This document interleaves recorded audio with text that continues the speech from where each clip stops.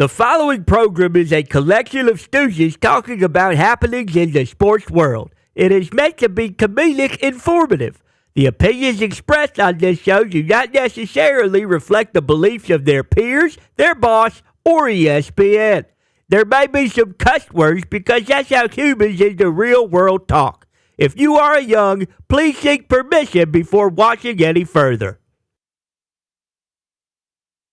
Hey. Why? Let's go! This show stinks, and the fact that you listen, we are very, very thankful for it. McAfee on the line with a gorgeous assist. The all-time leading tackler for the Green Bay Packers. You pig! Damn it! Your friend tell a friend something nice could change their life.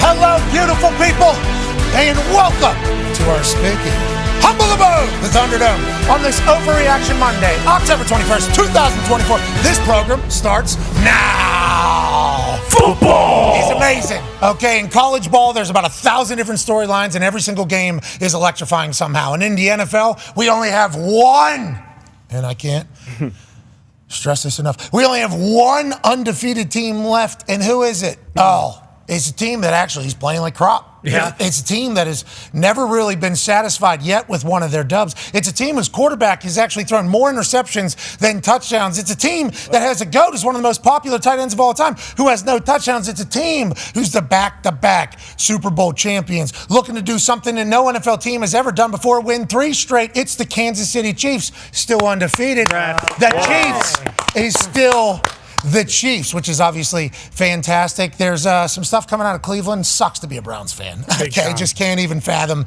having to talk to people that are fans of other teams and acting like you're a fan of the Browns and feeling good about it.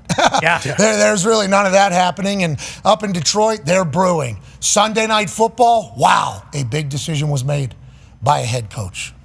Now, obviously, when you think about the New York Jets and the Devontae Adams trade, you think to yourself, well, this is going to be the best Aaron Rodgers offense that maybe we've seen all season for this New York Jets team. This is going to be the Jets team that kind of propels themselves into the next chapter, the next era of what was supposed to be for the New York Jets franchise. It's on prime time. It's in Pittsburgh. Your favorite going against quarterback that hasn't played since a long time ago. Yeah. Long time ago.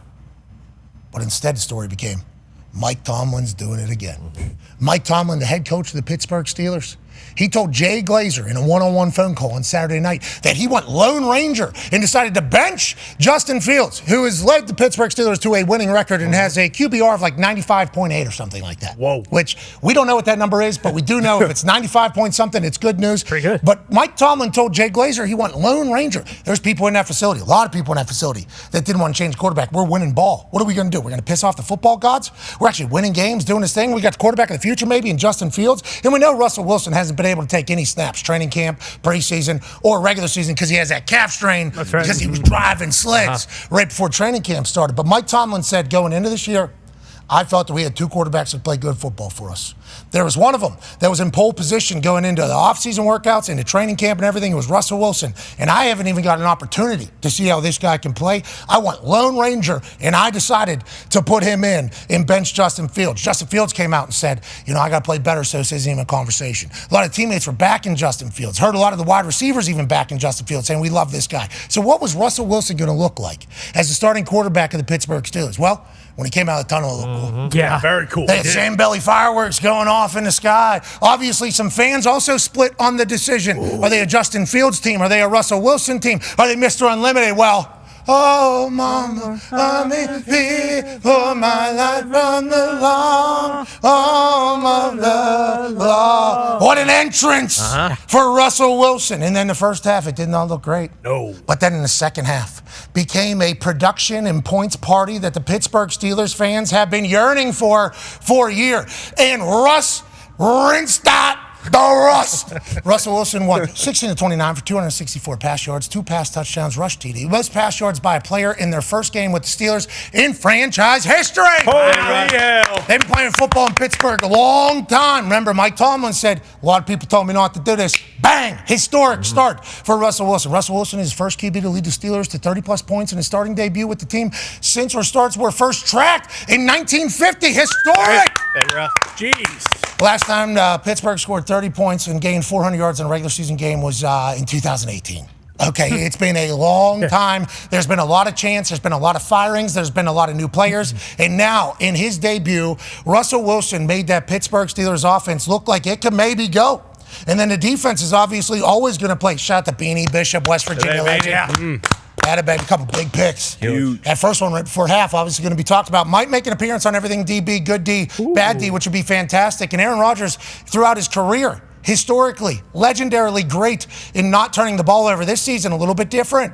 We don't know if they're ever going to be able to kind of kick out of that, but Beanie Bishop made some massive plays for this Pittsburgh Steelers defense. And then the second one off Garrett Wilson's chest, give me that, boink, right into Beanie Bishop's hands, and then Beanie gets another one. So the Pittsburgh Steelers defense always going to be good. Patrick Queen there on that offensive lineman. Test results came back negative. I believe he was okay. There was a couple commercial breaks for that entire thing. But the Pittsburgh Steelers get a big win. Artie Smith's offense seems to go. George Pickens, Mossing people. Let's go to one half of the hammer. Dahn. Cowboys. Are the Pittsburgh Steelers going to win a Super Bowl this year? AP Tone. Well, Pat, first and foremost, I'd just like to thank our Lord and Savior, Jesus Christ. Okay? Just want to get that out there. Hell yeah, Jesus. Yep. Hey, way to go, Jesus. Love you, Yeah, Jesus. Jesus. I take my lead from our quarterback, and that's how he would start this, so that's how I'm going to start this, okay? And then we saw him run out last night, and you and I think, both had the same reaction. Russ has got something. They got Zambelli fireworks. Russ looks pretty good. The Sunday night crowd was fired up, and then the first drive, they looked good. They went down, and they got a field goal, and then things deteriorated quickly. There was a lot of people in his face quickly. There was a couple throwouts to the left flat where the ball didn't look good, and then the Boo Birds started coming down, which was fine. Oh, mama, this guy sucks. Yeah. That's what they were saying. A lot of that because there was a lot of Justin Fields support because he was 4-2 and he did a lot of good things. But then that first moon ball down the left side's a GP. And you know what Russ did last night? He treated George Pickens like George Pickens. He gave him shots on 50-50 balls, which George Pickens is unbelievable at. And then once that happened, like the floodgates kind of opened. It was like, okay, you give George a chance to make plays, he's going to make plays. You give Pat Freiermuth a chance to make plays, he's going to make plays. And then you start hitting balls down the field. Guess what? You don't have 9, 10, 11 people in the box daring you to throw it down the field because they know you won't. Then Najee gets going. Jalen Warren gets going. Artie Smith is in his bag just dialing things up. He has 2 400-yard games as an OC this year. Matt Canada didn't have one in his career, so that was awesome. Russ had a QBR or passer rating, whatever, of like 110 last night. Since Ben retired, Russ did it in his first game, and Mason Rudolph did it 3 times. No other quarterback since Ben retired has done that for a Pittsburgh Steelers. So, yeah, things went really well last night in all 3 phases. Offense, defense had the turnovers, and then there was 2 one technically block from Danny Smith and his special team. So it was a complete team win last night. It was awesome. Yeah, to answer your original question in a long form, going to the Super Bowl. Okay, sounds like it. Pittsburgh Steelers fans are obviously excited. That was a magical night in Pittsburgh. There's Danny Smith, got a whole pack of gum in his mouth and a whole crew of boys saying, "Hey, baby, Danny, we did that for you." He's got a separated shoulder. Okay, that guy's got a bad shoulder. Hurt himself a couple years ago on the sideline. Remember, he got steamrolled. Oh, yeah. Refused to get surgery because didn't want to have to miss a game. So now he has to live with that decision. And he actually can't even put his hands up for field goal good. He's the only special teams coordinator in the history of the NFL that cannot put both of his hands up in the air to signify a field goal is good. So when I saw him whenever they came and played at the Loud House, Chris Boswell obviously goes, "Hey, ask Danny to make a good field goal sign." So I go, "Coach, hey, field goal's good. What are we doing?" And he goes, "Oh, fuck you." And I go, I didn't even know what happened, obviously. And he goes, "I can't lift my arm, so it's right here." It's right here. So whenever the boys get a big block or a big return or have something good happen, they all want to celebrate Danny. Danny Yinzer legend, okay, from Pittsburgh, has coached for the Steelers for a long time, been around the NFL, obviously coached at other places. Everybody has immense respect for him. Always has that gum. Yeah. Always has that gum, no matter what's taking place. Always going to be aggressive. Still have no idea why he had Antonio Brown in the fourth quarter to return a punt whenever they were already up 20-some points. Sure. And it was a no Moss situation. He takes one back to the house on me, obviously. But the boys love Danny. Special teams going to be good. Yep. Punter, kicker, good. Defense going to be good. It's Pittsburgh Steelers, Mike Tomlin. Now Artie Smith in the offense, good. I think you should be reacting the way you're reacting, and I don't think you're the only one. I think a lot of Yinzers are hassling some IC lights and hammering some sandwiches from around town, having a blast out there. Agreed. And one last thing, Steelers ownership, look at you. Gray face masks, block letters. What are we doing? Every time. Every game. Keep it. What are we doing? Those uniforms look clean. Awesome. They looked awesome. Those block letters are just old. It feels old school, but it looks cool. Yeah. You know, like some old school stuff is outdated. Like, for instance, that Illinois football team, I'm happy they won. Okay? No. You like I'm really happy they Don't won. do that. Love the helmet. Don't do Helmet it. was good. Love the helmet. was Yeah. good. Love the helmet. Awesome. If they were just going out there with invisible cloaks and a helmet, Great. I would have loved everything about it. Okay. What they did from here down, I think we need to go back to the drawing board. Sure. Some of those different throwbacks and styles are cropped. Some of them are awesome. The Steelers uniform looked awesome. I assume those would sell immensely everywhere. But that team looks to be buzzing. It's good whenever Pittsburgh has a team like that because you guys haven't enjoyed watching offensive football No. for the Steelers in a long time. No, it was unbelievable. Like things were like just plays that I haven't seen in years in the playbook were there, and just plays that normal teams have, high school teams have, colleges have. Like it was just great to see, and I can't wait to keep going. Okay, well, good luck to the Pittsburgh Steelers as they seemingly have figured it out. And once again, to all you Yinzers who are celebrating right now, and this could be a couple family members of mine too, Tomlin decided, okay, in the middle of the season, Hats off. after having a winning record and a lot of people in his face saying, we don't want to do that, saying, nah, we need. And he said, I'm in this to win championships. We're not in this to, Hell yeah. like, hey, we're not in this. And he knows what the noise is about him. Yep. The noise around him is this guy's never had or coached a losing season.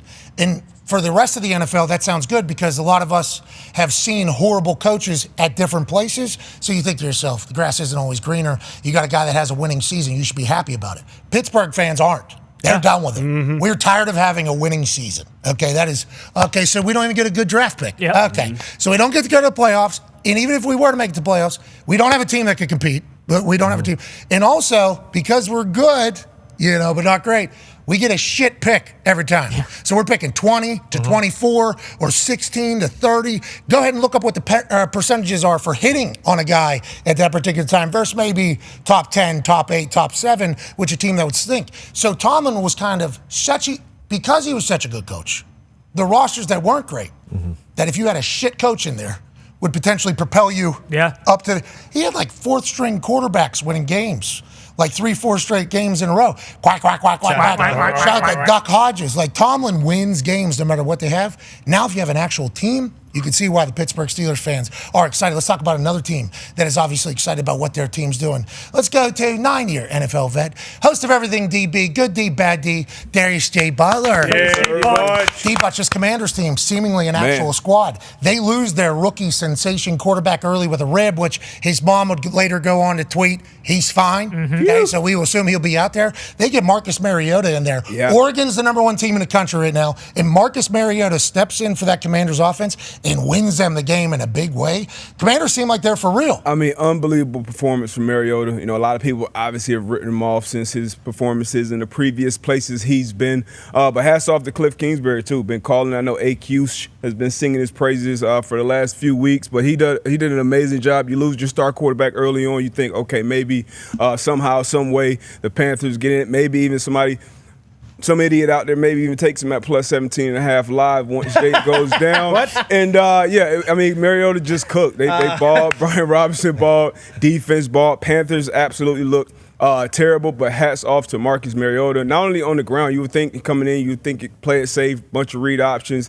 keep it safe, but he put the ball in the air, got everybody on the outside involved. Terry Mack still had a big game. Zach Ertz got involved. So just shout out to Cliff Kingsbury and Marcus Mariota. Commanders might be a wagon. Yeah, and they're saying the Panthers need to get relegated. Some people. Some people. Some people are saying that. To what? Some people that played for the Carolina Panthers. It's Monday. It's Monday. CFL? Overreact Monday. And you lose Mariota. No. Hashtag, I don't want to overreact, but D-Butch Twitter account. I don't know if it was him or somebody hacked in. Plus 17.5. And said relegate the Carolina Panthers down to the ACC. Come on. Maybe let them use the transfer portal a little, build up their team. Maybe make a college football playoff easier. Maybe.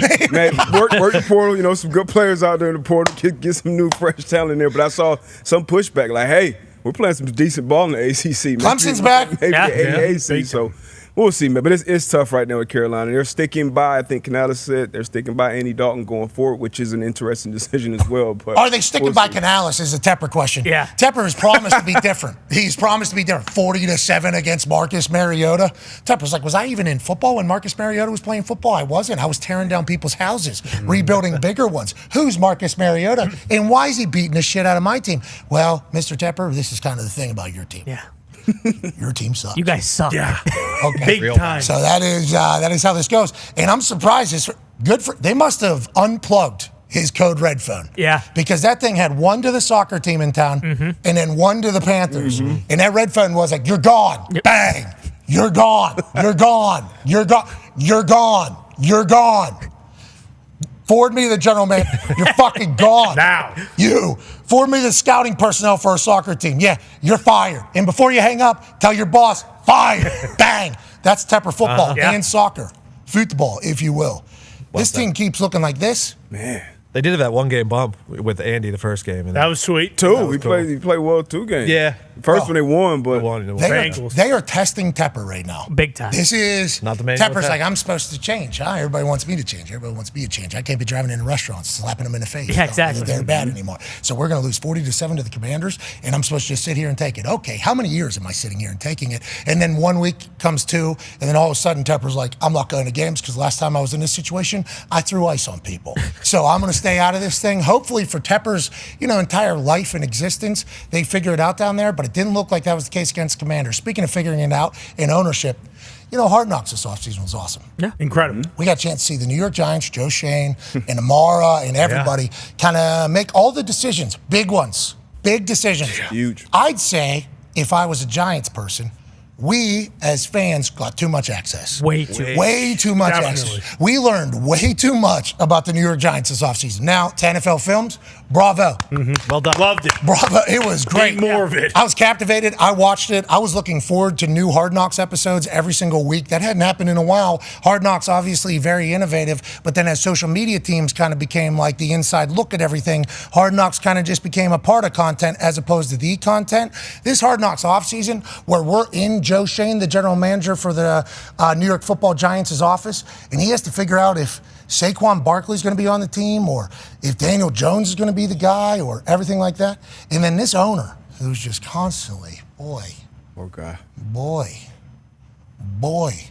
I had very low expectations for this Giants team going into the season after watching it. Is this how every building is or just the Giants building? Well, I don't know. I do know this is how the Giants building is. One particular clip, one particular scene really captivated us all because the owner telling the general manager, if we lose one guy to one team, might kill me.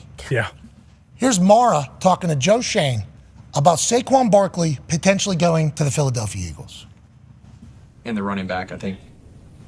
What's the latest? Just on the Saquon thing. I just got a text that Chicago's driving the price up and Philly's out. I don't know if that's true or not. Philly's out. That's a lie.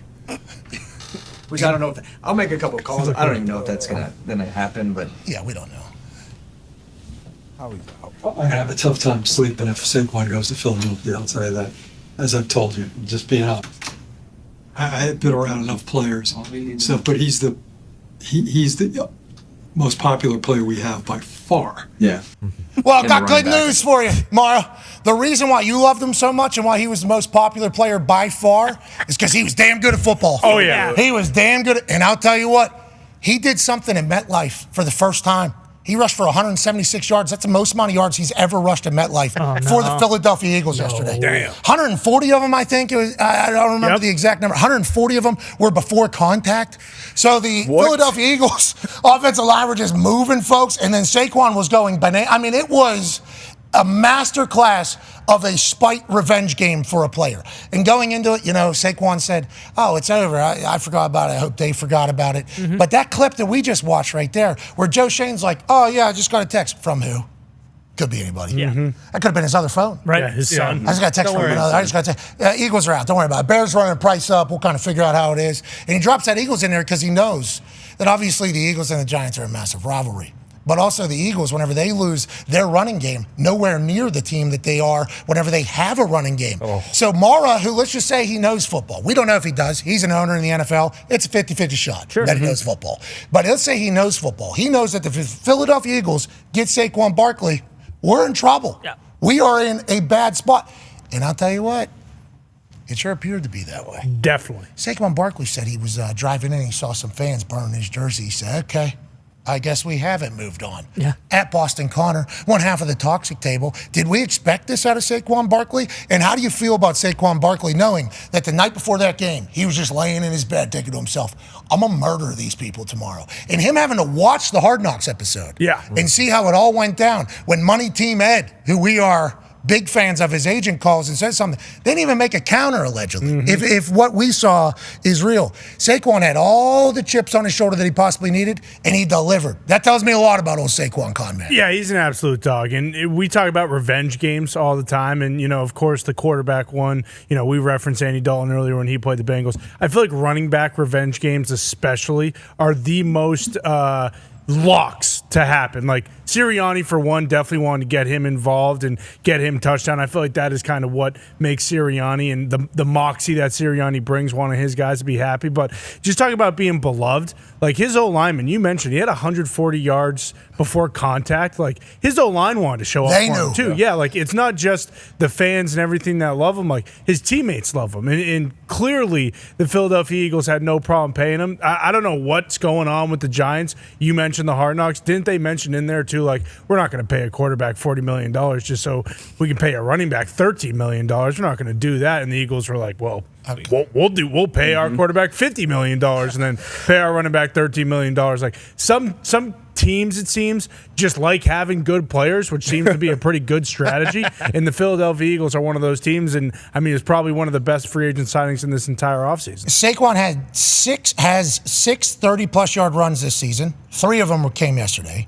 No other player in the NFL has more than 3. No other team in the NFL has more than 5. Damn. Okay, so he has the most amount of explosive, because I think explosive is like 20-plus yards. Yeah. This is 30-plus yards, so this is tacked on top of that entire thing.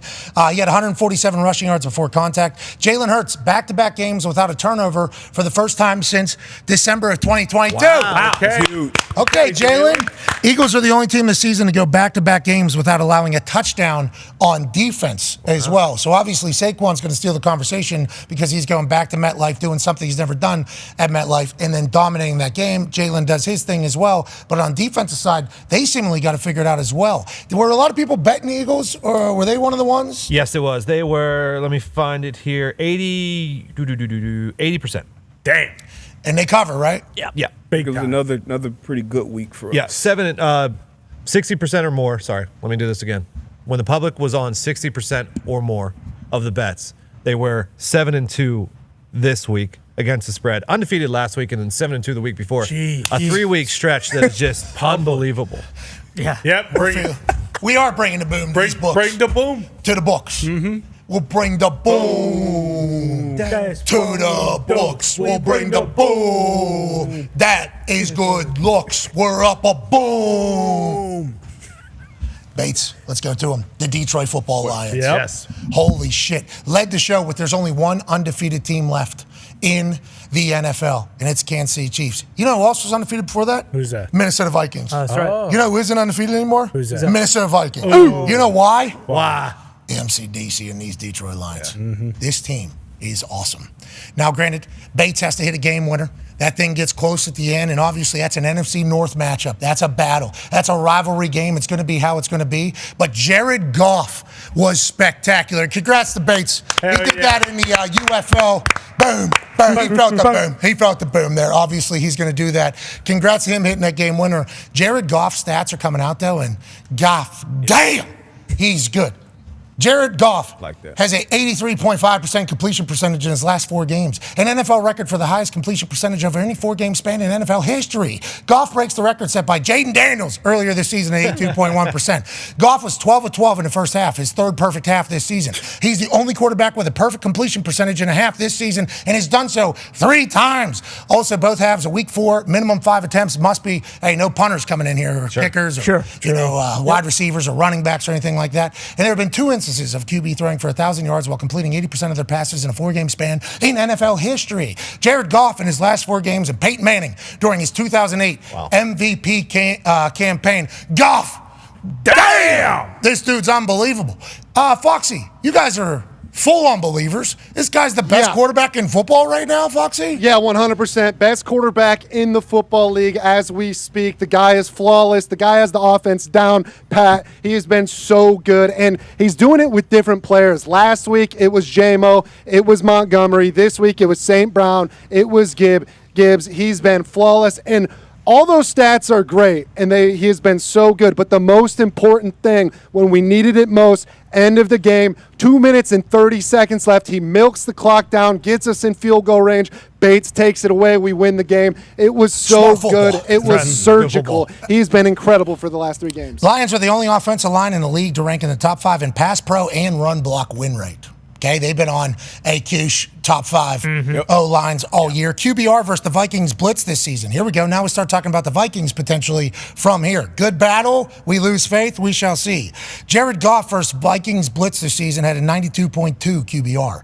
Everybody else, 36. Wow. Damn. Okay, that's just a different animal. That's knowing what to do before the snap. Yep. That's knowing what's coming, knowing where you're going, and knowing how to operate. And that's everybody. That's the wide receivers. That's quarterback. That's offensive line. That's pass pro for the running back. That's everybody being all hands on deck. Flores was very successful with that against everybody, but obviously Goff has like a perfect day against. Yep, and started off well against him in this game as well. You knew that was going to be the matchup, Ben Johnson versus Brian Flores, and a big part of that is staying ahead of the stick, staying on schedule. They run their offense on their terms. So they run the ball when they want to, they throw the ball when they want to, and Goff has been absolutely surgical. And Foxy mentioned, when you're playing a team and an offense that everybody's involved, the tight ends, the running backs, the receivers, the run game, the offensive line, you got to be aware of who's checking in eligible. That's just so many different things that the defense has to go through. So when you play a Brian Flores defense especially, or even any type of attacking style defense, it's very, very important that you stay out of those,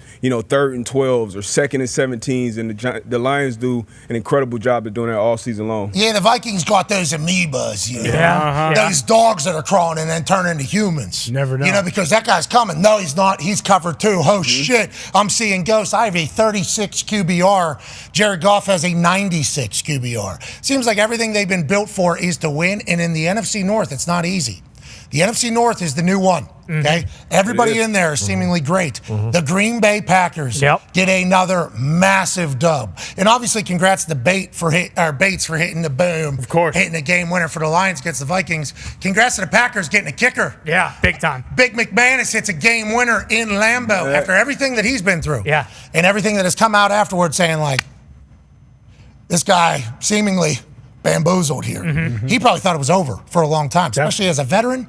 When he's been around a long time, Super Bowl champion, everything's coming out. Nobody wants to hear that about themselves or be in that type of situation, especially somebody who has a family and everything that's going on. So the weight of the world that was on his shoulders and thinking that it was all over, to come back in his first game for the Green Bay Packers, hit a game winner against a very good Houston Texans team. Now, there's going to be conversations about C.J. Stroud. Now, and that's certainly going to happen, but that's what quarterbacks in this business sign up for. But the Packers are fun to watch. They got a punter who bombs balls, an Irish lad that is able to do it. The offense of Jordan Love's good, defense good. Ty, is this the year for the Packers? Is LaFleur got it right now? Tucker Kraft is unbelievable. Yeah, he's so good.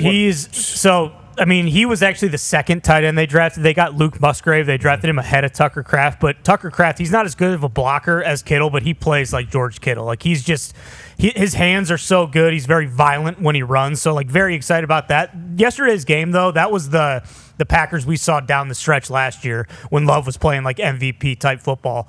Early in the season last year, they would have 1,000% lost that game. They really had no business winning. Texans forced 3 turnovers. Packers didn't force any. I think it's the first game this year that they haven't. But they found a way to win. You mentioned the defense. I think that was statistically, that was C.J. Stroud's worst game of his career. I think he was 10 and 19 for 86 yards. And 10 of 21, 86 yards. Yeah, so, we haven't seen C.J. Stroud do that since he's been in the NFL yet.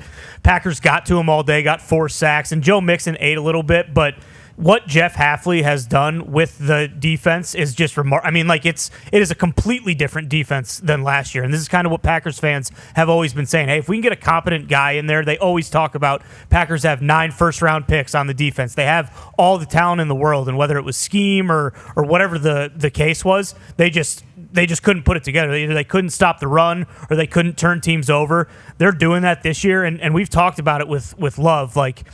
he's gonna give you a couple. He had 2 interceptions yesterday that put the Texans started both those drives, deep in Packer territory, and Packers defense stepped up to the plate and I think held him to field goals on both situations. But he the supreme confidence he has in himself, like that touchdown pass to Tucker Kraft, the window he put that in, like I just feel like there are a lot, not a lot of guys who can make that throw in the NFL, but not a lot of guys who are willing to do that. And Love isn't deterred by throwing interceptions and stuff like that. Like he might throw a pick or 2 every single week, but there's a good chance he's going to throw 4 touchdowns too. And the Packers just slowly but surely, I think people forget how young they are. Like they're just continuing to kind of win, and they have to keep pace because the Lions are unbelievable, and so are the Vikings. Like they can't really go on a stretch where they lose a couple games because then they do run the risk of potentially missing a playoff berth. And then you mentioned it, the big thing that Packers fans have been talking about all year this year was the kicking game. It's like, hey, in years, the last couple years really since Crosby retired, it's like,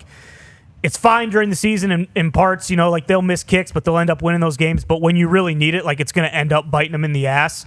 And finally, they got a guy in McManus who it's like, yesterday I felt calm when he was coming out to kick that field goal. Like with Narveson, I think it was like, okay, there's maybe a 50% chance he makes this. McManus lined up for that, and I was like, there's no way he's missing this. Like, this guy's been in this situation before. And then, yeah, you mentioned it. Like, all he's been through, for him to be able to celebrate and do the Lambeau leap and get a game ball after the game, just ecstatic today. I bet right there going through his mind, he's probably so much gratitude for everything taking place, and he's landing at a good spot. Yeah. He can go winning some big games with them, which he's been a part of for a long time. Joining us now, ladies and gentlemen, is a senior NFL insider for ESPN, friend of the program, Michigan man. Yikes. Adam Schefter. Yikes. What's the yikes? Well, you guys get a championship. I mean, you're going to have to find it. That's your flourish. Uncle Jack, I mean, I thought he was going to be, I mean, you got a lot of stuff going on in your world. Let's talk some NFL news here. We chit-chatted about it earlier. Jaden Daniels' rib, that's in like the first quarter. Marcus Mariota comes out and cooks. His mom, Jaden Daniels' mom put out a tweet to say he's fine. I believe is all she said. He's fine. How should we feel about Jaden Daniels? And is this historic rookie season campaign going to continue next week? Well, as of about an hour ago, the people in the organization didn't know yet how he was doing, and they were still awaiting word. So they were glad that his mother tweeted out that he was fine when they're still waiting to hear how he's actually doing. They don't know yet whether or not he'll be able to go on Sunday. Okay, so mom literally just talked to him. He was like, I'm good. You're good. Okay. I don't know. Fine. I love that. My baby good. In 2024, normally complete opposite. Mm-hmm. Normally complete opposite. Yeah. So mom coming out, but hey, he's good. He's fine. Let's not make sure. All right, we're rolling along here. I love that. That tells me how tough family, Jaden, everybody is. Nonetheless, Schefter, they don't know, though, is what you're saying medically, if he's fine. Not yet. Okay, got it. Well, I don't think it's severe, but they don't know whether he's going to be able to play yet or not this week. They're still waiting to hear that right now. And, again, they got to put together a game plan here. Don't know whether or not you'll have him. Marcus Mariota would start if Jaden Daniels can't. I just think it's up in the air right now. That's the fairest way of saying it. Okay, and shout out to the Gatorade towel guy, really blocking a lot there. Yep. Yeah, it was. You know, he had good presence of where the cameras were, where they weren't. You know, buddy, you're blocking nothing. You're blocking nothing from nobody, but I appreciate you doing your job arbitrarily in there. Now, the Commanders seemingly are a team they'll be able to go on a run. All of a sudden, after Sunday Night Football, what's the news? Is that Jaden Daniels' mom texting you right there? Saying he is fine? No. My boy is. Nope, not her. Okay. But I'll let you know if she does. Okay, sweet. You would, by the way, have that as a source. That would be. Shefty slides in the DMs. Hey, if you ever got any tweets you don't want to send, I'll send him. Hit me. He's actually not fine, but he is fine. But she said he's fine. There's someone in our War Room Fantasy League, in the ESPN Fantasy League, a guy by the name of Scott Clark, great guy. The name of his fantasy team is He's Fine. He's fine. Because you always hear that in football with injuries, right? He's fine. He's fine. And then he's fine. He doesn't play a week or two. Oh, okay. I don't like that news. We need Jaden Daniels back for the good of football, but Marcus Mariota can obviously do his thing. Let's talk about primetime game last night. Russell Wilson going to get announced as a starter, or is this going to be a few weeks and then Tomlin will kind of weigh his options? How do you see this kind of panning out? On the ESPN pregame show yesterday, Jeff Darlington said it would not be a short leash for Russell Wilson, that he would get to start this upcoming week against the Giants. Monday Night Football. That was prior to last night's game when I believe Pittsburgh had its highest point output of the season when Russell threw some moon shots, to steal Chris Collinsworth's word, downfield to George Pickens. And Russell will start next week, I'm sure, and it would be a shock if he didn't. They then have their bye before they get to head into the teeth of their schedule and the first of their division games. They haven't played a division game, which was a part of, I think, Mike Tomlin's decision here. Hey, we've seen Justin Fields. We like Justin Fields. We know what Justin Fields can do. We need to get an idea of what Russell Wilson can do. We haven't played a division game yet. We are getting ready to head towards the latter part of the season, make our playoff push. When we're going into the season, late in the season, which quarterback can we count on? We know what we have in Justin and we like him. Let's see what we got in Russell. So you saw last night what they had in him, and you'll see him again next week. And then they have a bye week, and they can figure out exactly how they want to handle it from there. Unlocking George Pickens would be a key to success for any quarterback for the Pittsburgh Steelers. Russ and he seemingly had a phenomenal connection, and Freiermuth just got paid. So if he's going to continue to be able to make plays, you would think that that entire building could turn quickly, because allegedly via Jay Glazer's report, Mike Tomlin knew that some people, if not a lot of people within Pittsburgh Steelers organization and the city were like, aren't we kind of tempting fate here with a winning record, good QBR, football God's going to punish us? And allegedly, Tomlin said he went Lone Ranger, made the decision, and now Russell Wilson does something that Steelers fans haven't seen in a while. That's good coaching. That's good coaching. That's good playing for Russ, too. Congrats to him, because there's a lot of things being said about Russ. I mean, certainly not by his show. No, but a lot of other places. Mostly by Nick Moraldo in the back. It was you. No, it was you. It was you. He was too strong, too tough, pushing the sled. Strains his calf, was maybe never going to get an opportunity, but instead now he's playing big-time ball in Sunday Night Football. Let's talk about that other team, the Jets. What's going on, Schefter? What's going on over there at the Jets? It's amazing. There aren't many more levers they can pull, right? Like, they fired their head coach, they changed their offensive coordinator, they traded for a wide receiver, and they got Hassan Reddick to come back. He's in the building today getting ready for Sunday's game against the Patriots. You know, the fact of the matter is, it's weird, right? Like, they should have won that game last night. They had control of it at one point, and then it just flipped. They were up, was it 15-6? It seemed like it was in control, and then all of a sudden, the Steelers score however many unanswered points they did. I don't know. Like, they're getting letdowns all across the board here. Offense, defense hasn't worked out, and it just feels like something is always going wrong. And they have the talent to put together a win streak. And look, if you look at their schedule, it's very favorable. And they keep saying, hey, Woody Johnson is the best team I've ever had in my 25 years as an owner. They keep making moves. They keep adding players. They're changing coaches. They're ready to make a run. And they're doing everything but winning right now. So they've got to figure out, look at that schedule. You tell me. They were favored going into Pittsburgh, which is wild. I think they're one of the only road. There's some stat. The road favorites. The road favorites were the only road favorite to lose. Yeah. So something's always going wrong. Yep. Something's always going wrong, seemingly for the Jets fans. Good luck for them. Can't wait to talk to Aaron tomorrow. Excited to hear it. In the past, we've had him on for very good seasons, and it's been like almost telling fans like, hey, we still got a lot to do every Tuesday. Then there's been a couple like not so good seasons, and it's like, hey, we still got a time to kind of do what we do. I'll be excited to hear what he has to say tomorrow. Legitimately. Very, very pumped about it. Let's move along from that. Connor has a question from you, Schefter. Yeah, Schefter, you have to bring it up. The Raiders lose again, and obviously people aren't happy with that 4th and goal call to kick the field goal down by 8 with 2:50 left, but what's the deal? Are we approaching the territory here where Max Crosby might be on the block? Because he did say last week, wherever I am, I'm trying to win now. I'm not rebuilding.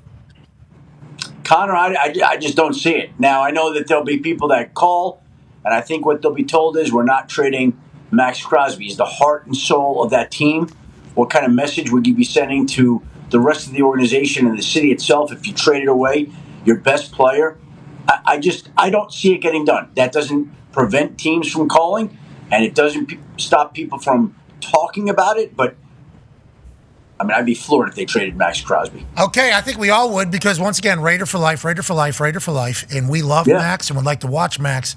But man, I hope they figure it out over there so Max Crosby can really, spread his wings and fly. Yeah. It's like Shohei. Say, hey, I want Shohei to be on a good team so we can see him. It's the same doing Max Crosby. Oh, then he goes to the Dodgers, and what happens? They go to the World Series. It's like, hey, we got him in prime time. Yeah, if Crosby goes to Detroit, we'll see him in the Super Bowl. Whoa. Good point. You think the NFC's loaded this year, pal? It is loaded, but there's one team that is really loaded. You like the Lions win the Super Bowl right now if it was to be played? I like them in it. I don't know if they're winning it, but I like them in it. Who do you think they're playing against? I mean, probably the Ravens. Oh, Ravens play tonight, Monday Night Football. Ravens at Bucks, 8:15. Chargers at Cardinals, 9 o'clock. Only available on ESPN+. People are going to be pumped about that. Yeah. People are going to be excited about that one, Schefter. Doubleheader tonight. We'll dive into that in a little bit, obviously. Ty has a question for you, Schefty. Yeah, Ravens maybe, Shefty, but I think everyone at this point in the season, regardless of how bad they looked, assume that the Chiefs are going to be in the Super Bowl, but they are insanely banged up. It seems like, every week they have like another key piece that's either going down and is going to miss extended time. How are they, injury-wise right now, and do you expect them to make any type of moves at the deadline? I've seen people kicking around like, hey, this team could really use a guy like DeAndre Hopkins, especially with how bad Tennessee is this year. Yeah, to me, Brian Daboll, Daniel Jones still has a starting job. There we go. We've done that a couple times now. We've done that a few times now. Breaking. That's That's not good. They play the Steelers. Hey, hold on. Daniel Jones said afterwards, whatever decision he has to make, he's the coach, not me. I'll be ready to go lead team no matter what. Always. Yeah, so Daniel Jones got to feel a little spark. Like Quinn Ewers, seeing Archie go in there and then coming out of halftime, still losing, but felt that moment of perspective. Like, hey, this can all change quickly. That's what Daniel Jones got a chance to feel. He'll be back, right? Shefty, that's for the rest of the season regardless because they're paying him $40 million? No, I think that they're starting him Monday night against the Steelers on Monday Night Football. And I think, again, here's the thing. When you start to see some of these injuries and you start to see the way certain teams' seasons are going, if the Giants keep winning and Daniel Jones is playing well, it's not an issue. But I think that if you're not winning games and you're not playing well, and this question is going to come up and the head coach has to answer it, at some point in time they're going to have to factor in that he's got the $23 million injury guarantee for next year. We've seen other quarterbacks in other years. It's come up. Won't even let him in the building, right? Yeah. Derek Carr wasn't even allowed in the building. Don't want to walk down these stairs. Russell Wilson last year in Denver, it happened. Like, at some point in time, like they took him out of the game yesterday to get a spark with Drew Lock. So if that's happening and they're answering questions the next day about Daniel Jones starting on Monday Night Football, I'm just telling you, we're starting to get in that territory where you wonder whether that's going to be an issue coming up. Daniel Jones was 14 of 21 for 99 yards. Not bad. Spinning it, doing his thing, worth a lot of money. Obviously, that's a conversation. Let's go back to the Chiefs, though. The Chiefs seemingly undefeated. Obviously, not seemingly. Yeah. Definitely undefeated. Only team left. But every single game, whenever Andy Reid off a bye, big win against the Niners. Brock Purdy has like his third or fourth bad game in his entire career. Obviously, Spags has been dominant against Shanahan. They're able to win. Patrick Mahomes has more interceptions than he does touchdowns. Travis Kelce has 0 touchdowns. We're going into week 8 right now, and they're undefeated. What do you think? Juju gets hurt. I think he was out this week. They have injuries seemingly every single week. They haven't been nearly as productive as anybody would have expected them to be on the offensive side. They're still undefeated. When you're talking to people around the NFL, they just say, like, yeah, that's what the Chiefs do. The Chiefs just win. What do you think the Chiefs do here before trade deadline November 5th? First of all, I think it's incredible what they've done because they're not playing at a high level and they are making mistakes and they do have injuries and they're still the lone unbeaten team in the league. I think they'll call around. Again, they want to see how some of these playmakers fared, and in their previous game, Juju stepped up and played great, and then he gets the hamstring injury yesterday at a spot where they're already pretty thin. Kareem Hunt has stepped in, and he's played very well for Isaiah Pacheco, who is, again, expected to miss 8 weeks. I think that they're going to be checking around and asking about wide receivers, but here's the thing. Like, we could bring up some of these other wide receivers, but they like to get people who know that system, generally speaking, who Mahomes is comfortable working with, and we're seeing Josh Allen getting to know Amari Cooper right now. We know Aaron knows Devontae Adams, so everybody's different. I think in a perfect world, it's somebody like a DeMarcus Robinson that knows the system and knows the quarterback that would fit there that could provide some help. They still could use a little bit of help at the wide receiver position. It wouldn't be a surprise if they made a move. I don't know that it's going to be some big splashy move. They'll look into everything, of course, but I think it's more likely that it'll be a less heralded, more inexpensive, less draft capital player that they would be getting than some of the big name guys. DeAndre Hopkins, like if Tennessee keeps losing, it would make a whole lot of sense to move on from him if they could get something back for him. What was that look on the sideline? They were trying to make that a big deal. Oh, yeah. Where he was next to Callahan. Yeah, he was on the sideline. Hop in a city that is going to potentially go on a run, remotivated would be fun. Yes. Especially with that size, 5X? Yeah. He's got that 5X hand. Yeah. Like he's the Undertaker in WWF before WWE coming through. That's literally his hands out there. That'd be fun. Excited to see how active the trade deadline gets. And you talked about Amari Cooper and Josh Allen, of course. Right? Should have known. I mean, just of course. How about him and Keon Coleman on that one play down that ends up in a touchdown? Now, Keon Coleman came out and said, Amari knew the plays. I was just telling him yes and correct. Amari Cooper goes, I'm running a fucking post here. And Keon goes, yep. And then we got a touchdown, obviously. And Bean continues to be very aggressive. He said that he's going to be on the hunt still. He said, we got a few more weeks here to see how we do it. With how they're playing, do you see them being active as well? And is there certain teams that we just understand are going to be active before the trade deadline? The thing with the Bills is, of course, the teams that are winning, they're going to try to do things, but the Bills are limited financially. They don't have a lot of cap room, and the Browns paid down Amari Cooper's contract before the season began, which made that trade possible. So if there's a guy out there who's not due a lot of money and it doesn't cost the Bills a lot, yes, that's doable. But how many of those guys are there available? They certainly could use some help defensively right now. The defense is not what it's been in recent years. It's playing well, but not as well as it has. Run defense has been leaky.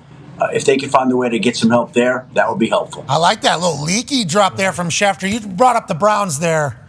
Man, it sucks to be a Browns fan. Terrible. Yeah. It's Cleveland in general because the Yankees beat the Guardians too. Yeah, but at least they got to enjoy that. Chubb, you're right. Okay. Nice. But these fans, they can't even act like they're fans in conversations because their entire team decided to take a heel turn yesterday in press conferences. And I respect them being good teammates, okay? I do respect being a good teammate. And I think we all would like our teammates to stick up for us in the manner that they did. But that one should have had a little awareness with the way it was all kind of going down. Highest guaranteed contract in history. Everything else, and team stinks. And then it happens. It's obviously you never want anybody to cheer on injuries. That is terrible. It's obviously another human.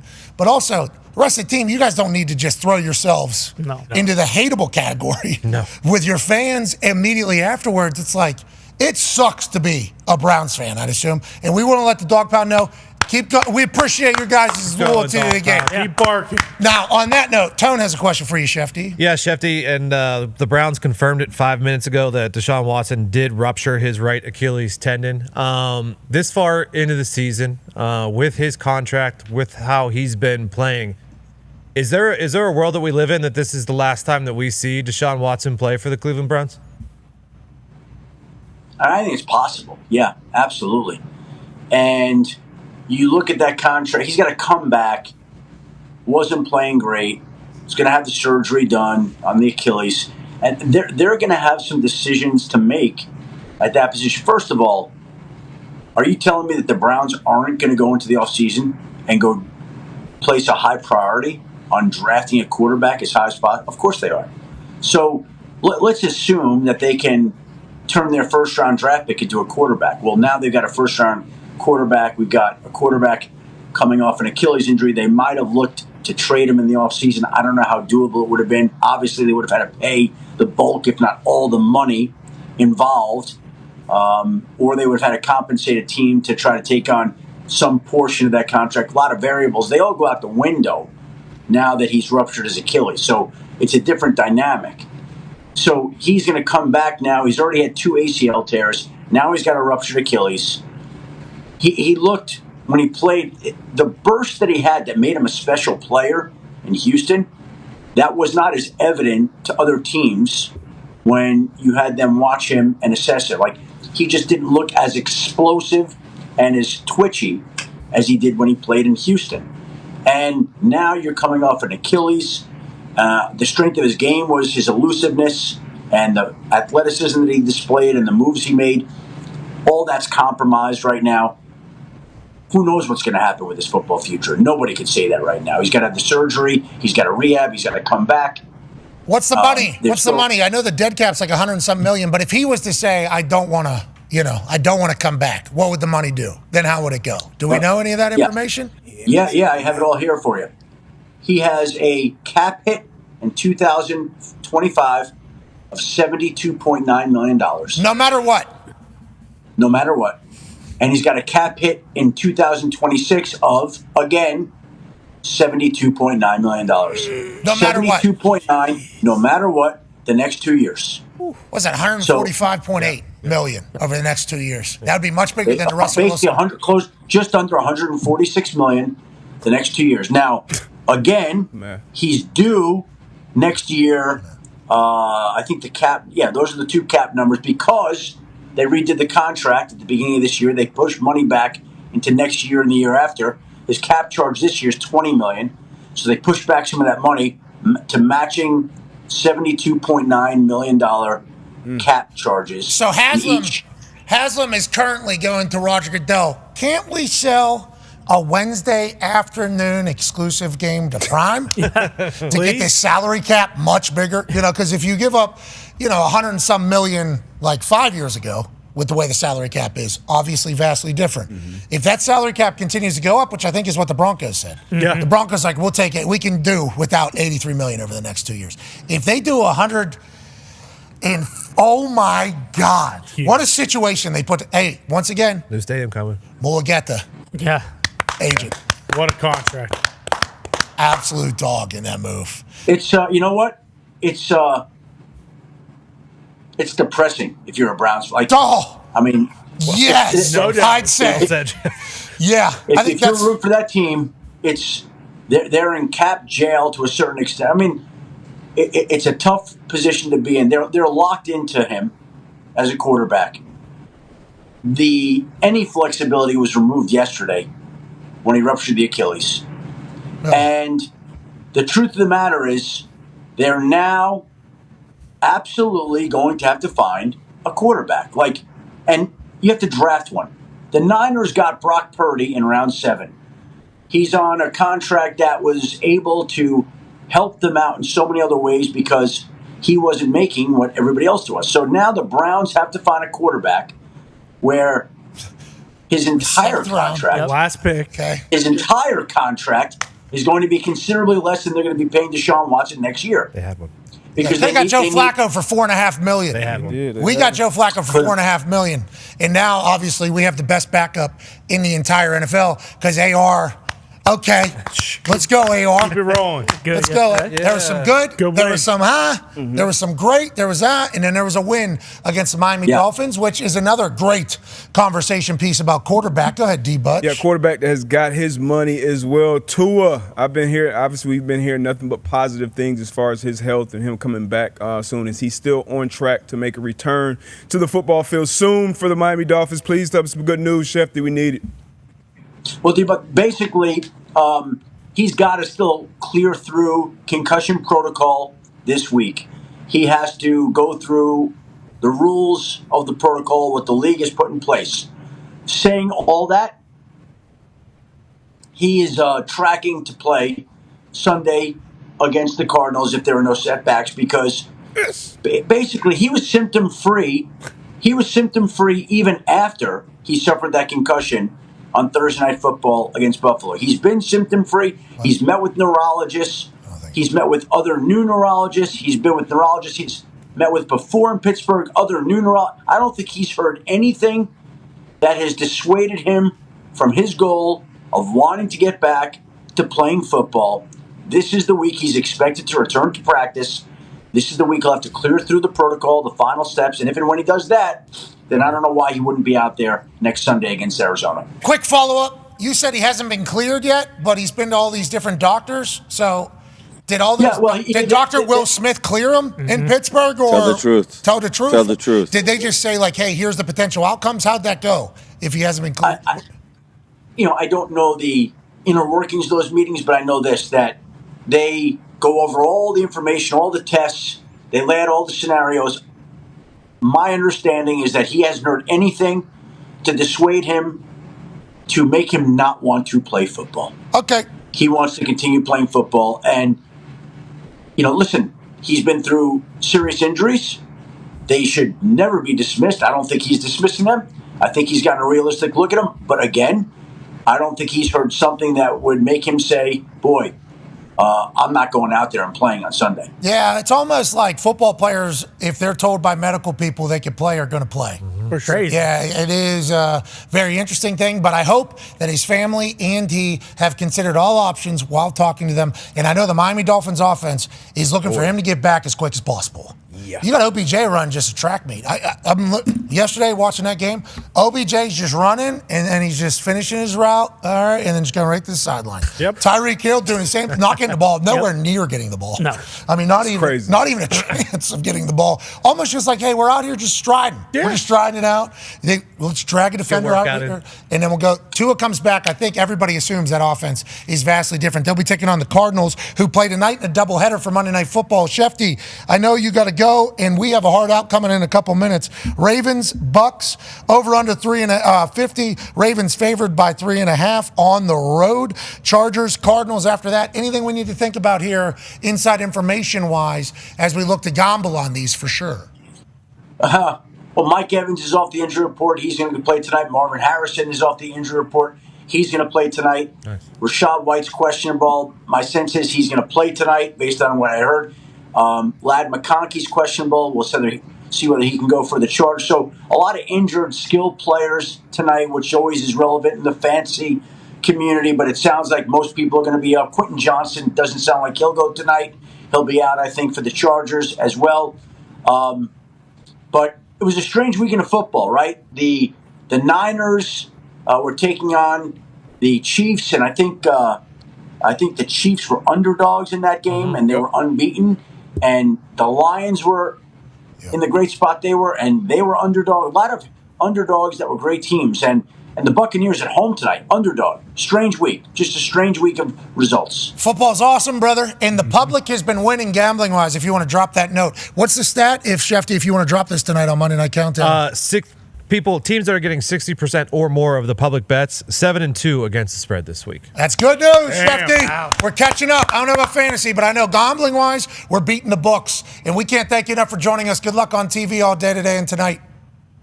Thank you, guys. Appreciate having me. Have a great day. Ladies and gentlemen, Adam Schefter. That was a nice. Yeah. I'm supposed to wave. Yeah. High five, clap. You think? Do you ever wonder if Shefty's a little bit maybe an alien? No, Schefter gives me full human vibes. Tendencies, though. Journals every night, his whole day. Just to let him know. Every night. That's crazy. Alien wouldn't have to do that. Well, maybe he's doing it like with a... Vlogging in there. And maybe, he's vlogging it to send back to his home. I talked to some comedians. They say, gotta go pen to paper. I was at the Comedy Mothership. What a setup. You go in there, no phones, and they go. That's electric. They go. Austin was a beautiful town. Good time. Shout out to Kyle. Shout out to Tony. Shout out to young Jamie. Shout out to the entire crew for being so kind to us. And shout out to Texas for showing up, even though you lost. Sorry about it. We'll be back on the other side. Cheers. Joining us is a demon. Ladies and gentlemen, O's the Mentalist will be joining us. All right, O's. Let's go. What's the pick? I'm not giving away for free. Bill, what time is it right now? 7:57. Write it as big as you can. Wow. Okay. It's about to get This weird. guy. From this point on, I never touch this bad boy. We're going to revisit later in the draft. All right, O's, get in here, you sick son Get of a weird. bitch. Almost 2 hours. Hold it. Oh, don't drop it. Oh, no, After no, all I that, dropped it, boss. I dropped it. Okay, AJ, take the cards, look through them, and here's the thing. I want this to be random. Yeah, you can. Okay, yeah, what's up? My hands are a bit frozen, but yeah. I want you to take, but hold on. I don't want you to look for your favorite. Bill's booking Sean Payton right now. So There we go. lift Head up. boy, Bill. AJ, slow. Lift. No. What, one of your guys? Take off a piece. Oh, it could you be a fucked lot my or a little. shirt. Oh, right here. And don't look at it. Lift it up. I'm not. Put it against your body. That feel right? Yeah, feels AJ, great. if you don't feel like this was the right moment for you and you want to change, put it back. All right, I'm putting it back. It's up to you. All right, lift off wherever you want. We're back. More or less. No, that's not, okay. Now I'm you good. want. 3 times. Good. Okay. This is a good one. Are you sure? Yeah, of course. Stay right there, locked and loaded.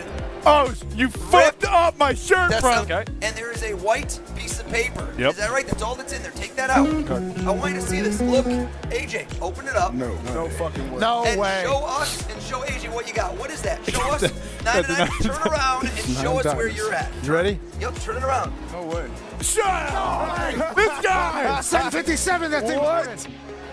That's been in there since 7:57. Imagine that you somehow know the game of the year next season. Tell us, what are the two teams that you're seeing in this game? Say it. Packers and 49ers. Who do you think's going to win that game? Packers 34, Niners 27. Tell me on your life. Did I tell you to say anything? Did I You say did it, and I swear to God, if you get this right, I'm gonna rip your fucking head off. Tell him the game of the year. Oh my Read God. Read it to him, please. Come on, bro. Read it to him. Packers beat the 49ers 34-27. Remember this screen grab when it happens this season. Open up what's been in there since 7:57. Come on, dude. There's something wrong with you. Open it up. It says Brock Bowers, 13th pick Raiders. Fuck this guy. Oh, fucking way! There's no way! This guy's a witch. Bears, Caleb Williams. 100% we knew it. Commanders, No. Jaden Daniels. No, don't Patriots, Drake May. Cardinals, Marvin Harrison Jr. Chargers, Joe Alt. Giants, Malik Neighbors. Titans, J.C. Latham. Michael Penix Jr. Roma Dunze. Vikings from Traded Jets. with the Jets. What? J.J. McCarthy, Jets from Vikings. Olu Fashanu, Broncos, Bo Nixon in the 13th pick. Oh my God! Bowers to the Raiders. I'm so happy I'm not. Beautiful. Taped on his chest since 7:57. Right now it is 9:50. The following program is a collection of stooges talking about happenings in the sports world. It is meant to be comedic informative. The opinions expressed on this show do not necessarily reflect the beliefs of their peers, their boss, or ESPN. There may be some cuss words because that's how humans in the real world talk. If you are young, please seek permission before watching any further. Hey, What? let's go. This show stinks, and the fact that you listen, we are very, very thankful. McAfee on the line with a gorgeous assist. The all-time leading tackler for the Green Bay Packers, you pig! Damn it! Be a friend, tell a friend something nice could change their life.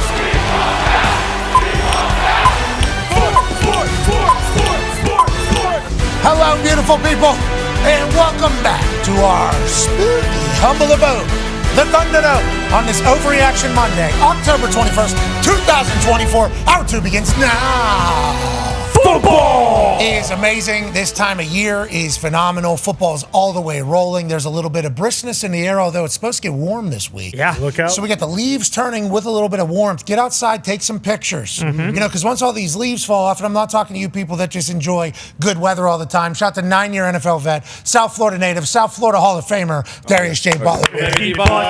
D-Butch, you know, because you went to UConn and you've been around, you know, New England and went to Carolina and here in Indianapolis. But when these leaves are gone, it is ugly as shit outside. Yeah. But whenever these leaves are turned to the color that they are currently turned to, it's the most beautiful views you could possibly get. Go get a photo and then realize that it's football season, baby. Yes, it is. College ball's rolling. The NFL is rolling. Storylines everywhere. And all of it is going to end with the most electrifying NFL playoffs that we've ever seen and the most fantastic college football playoffs that the world has ever witnessed. It is a great time to be alive. We can't thank you enough for joining us. Bloomington, Indiana is hosting College Game Day this week. Yeah. For football. That's how you. Gotta love it. For football. That's Sig, baby. That's Signetti and Curtis Rourke football. And Curtis Rourke is obviously on that graphic. I don't think he'll be playing, but all of his phenomenal footballing has brought us to Bloomington for a nice, lovely Saturday morning in the middle of fall.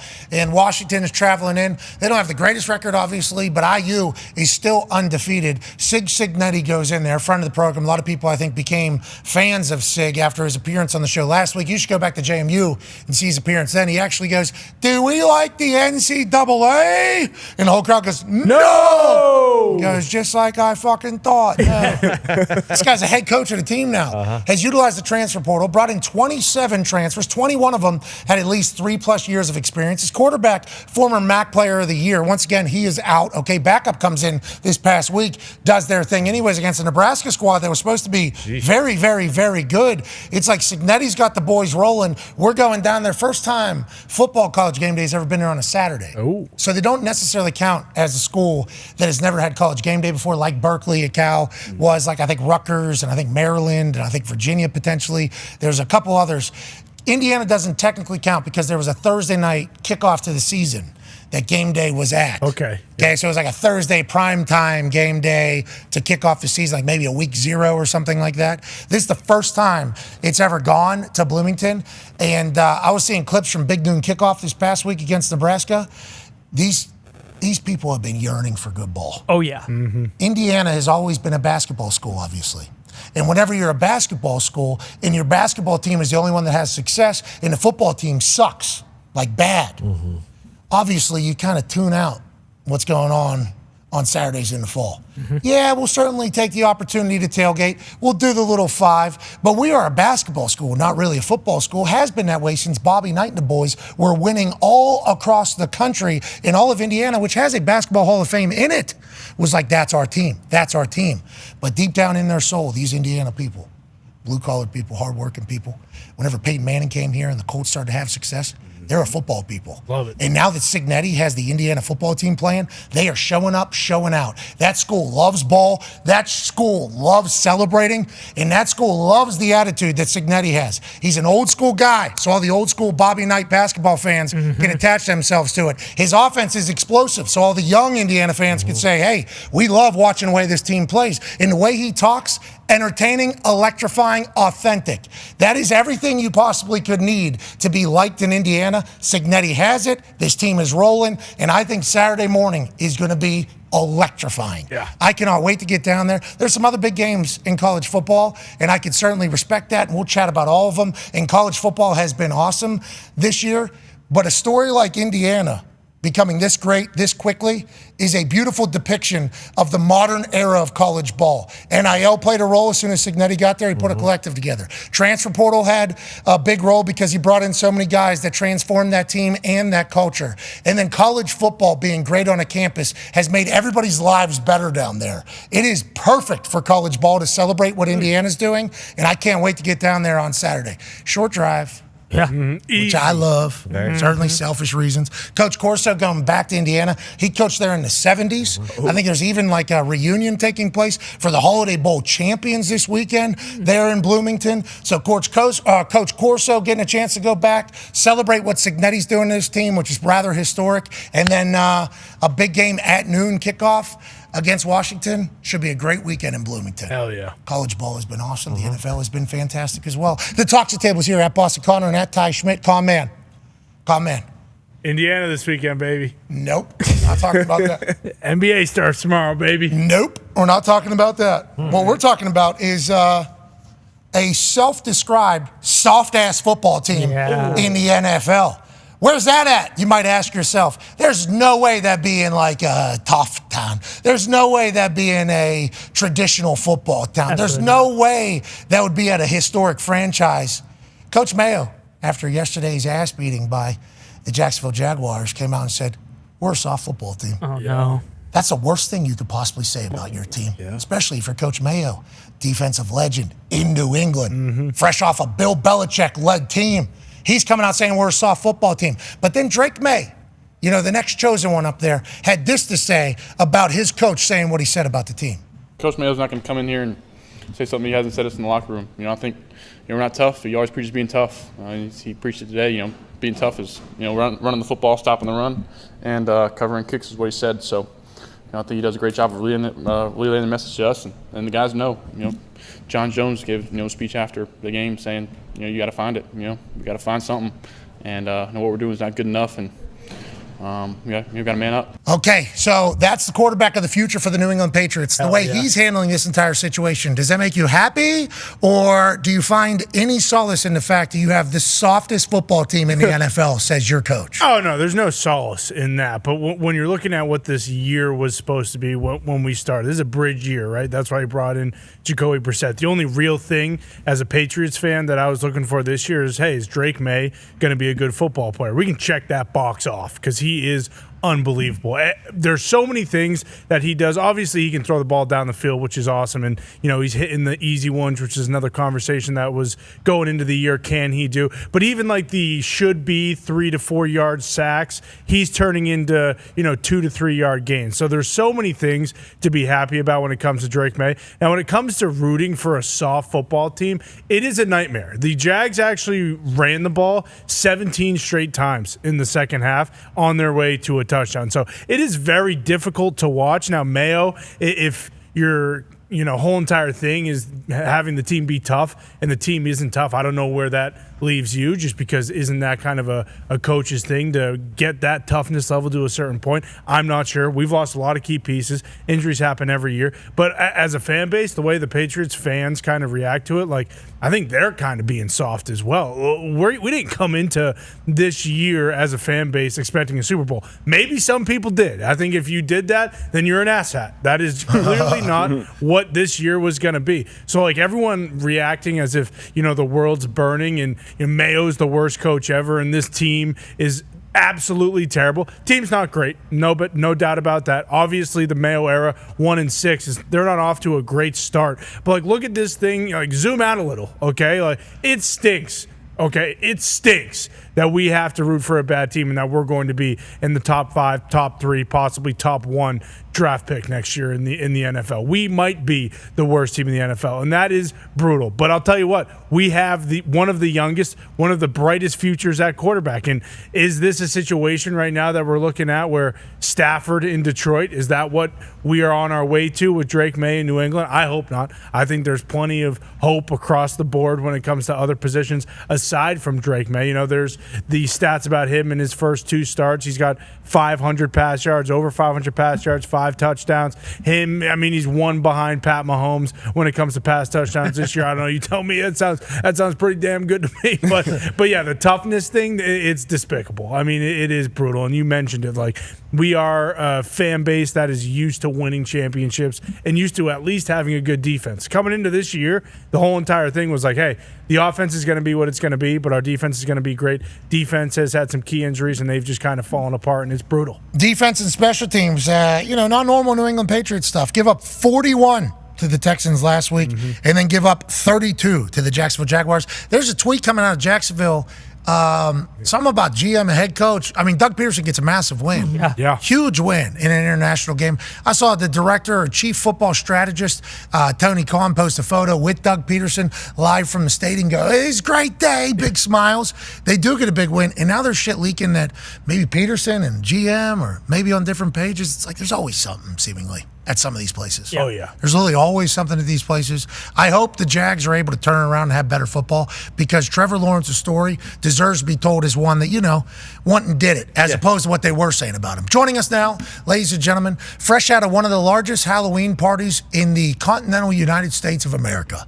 He's a college football national champion, a Super Bowl champion, the all-time leading tackler for the Green Bay Packers. Ladies and gentlemen, AJ Hawk. Yeah. AJ, they're saying Coach Mayo comes out and says, we're a soft football team. We're soft. Yeah, I heard that. It's nothing like Con Man being the voice of reason, like the level-headed, rational fan. I love hearing Con telling people you got to manage your expectations and everything. So, but I think he does have a point.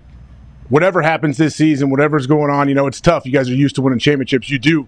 It seems like you have found your guy. You found your franchise QB, and that's the number one thing you need if you want to win games eventually in the future, I guess. Okay, so Drake May is seemingly the guy for the New England Patriots. Congrats on all parties. Huge victory. That's all that really matters. We're just stacking 20-point losses on top of each other. Yeah. Bang, Yeah, boom, it is weird saying it. It's kind of weird saying that. Boom. Eating them. And we got, the Jets next week in a get-back game for Rodgers and them. So it is. I don't know. It is very. I do know. I do know. What are you saying, Todd? I wanted last night. I was so excited to watch that game. I'm thinking Rodgers is going to throw for 350. Devontae's going to have 175 yards and 2 touchdowns. They're snake bit. They are like that interception for Garrett Wilson. Boom. Just he's like a top 10 receiver in the NFL, and we just got balls bouncing off his chest going the other. It's like Murphy's Law. It kind of feels like that. It's like they've tried to do everything, but everything that could possibly go wrong for the Jets has gone wrong, and it's going to continue to go wrong. Oh, no. And it's kind of what we've all talked. Like they still can't really protect Rodgers. Like he's got guys in his face constantly, and that was kind of the whole thing. It's like, hey, like Devontae obviously is unbelievable. Him and Rodgers have great chemistry. But if you can't protect Rodgers, like he can't move like he could 10 years ago. Like, and he just, I don't know, like last night it was kind of the same story. Here's some Hembo stats about the Jets. Jets ran 29 plays on 2nd, 3rd, and 4th down yesterday. On those plays, they totaled 4 rushing yards on 4 attempts. Okay, Jets ran 55 plays on offense. 31 of them were Aaron Rodgers shotgun dropbacks with no play action. And then Hembo would say, in parentheses, he's sitting duck back there. Yeah. Wow. And they've certainly been getting to him. Hassan Reddick's in the building. That should help. D-Butch, what are your thoughts on this? This Jets team is obviously going to be talked about no matter what. It's the Jets. Right. It's in New York. Even when they were complete ass, they were talked about. Because if you see the next primetime game lineup, it's all New York teams. Yeah. Always. Always. That's kind of how it's going to be. You had Aaron in there. Then you have a head coach fired. Then you bring in Devontae Adams after everything. It's like going to be talked. Are they going to right this ship? DB?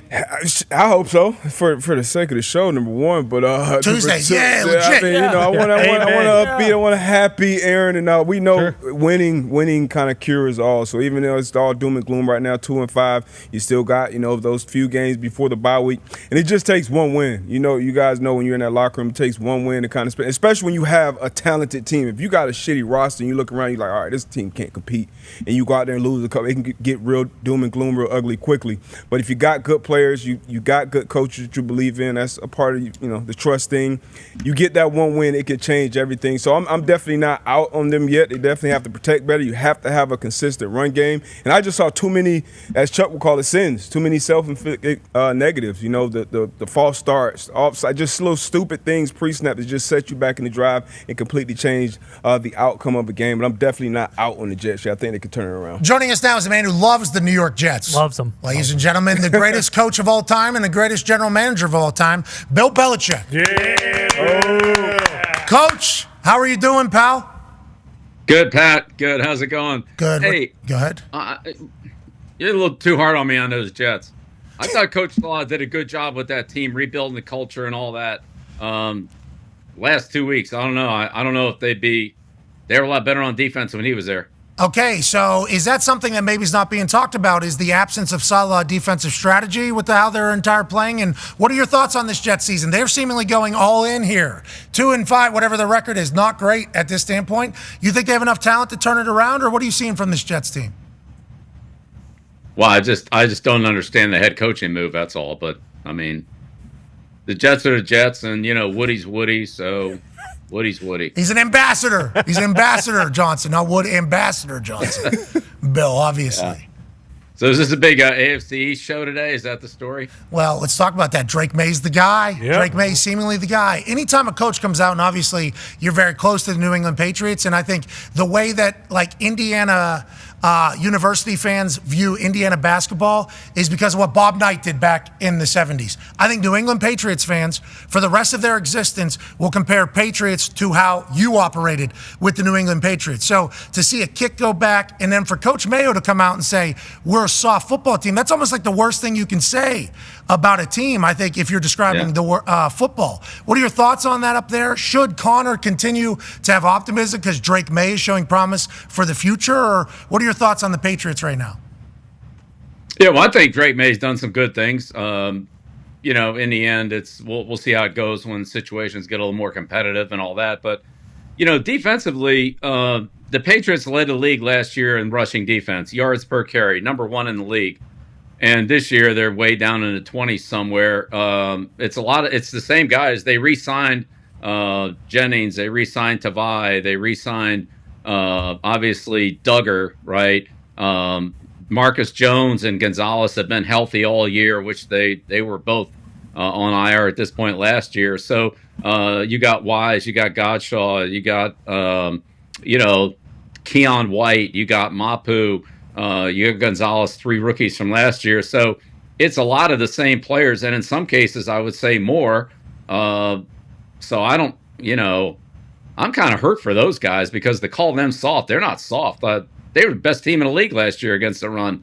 And those guys went out there and did it, even though we couldn't score many points offensively. So I don't know. I feel bad for the defensive players on that one because those guys, that's a tough group. I mean, John Jones, Godshaw, Wise, Jennings, those are all Uche. Those guys are all tough players. Like they'll strap it up and go. Duggar, I mean, they're tough guys.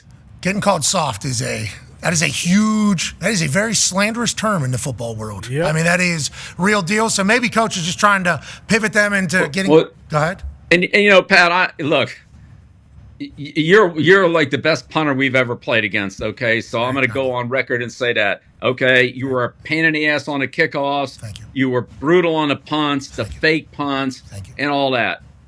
But I'll still say I don't understand why punters just want to punt the ball straight down the middle against good returners. Yeah.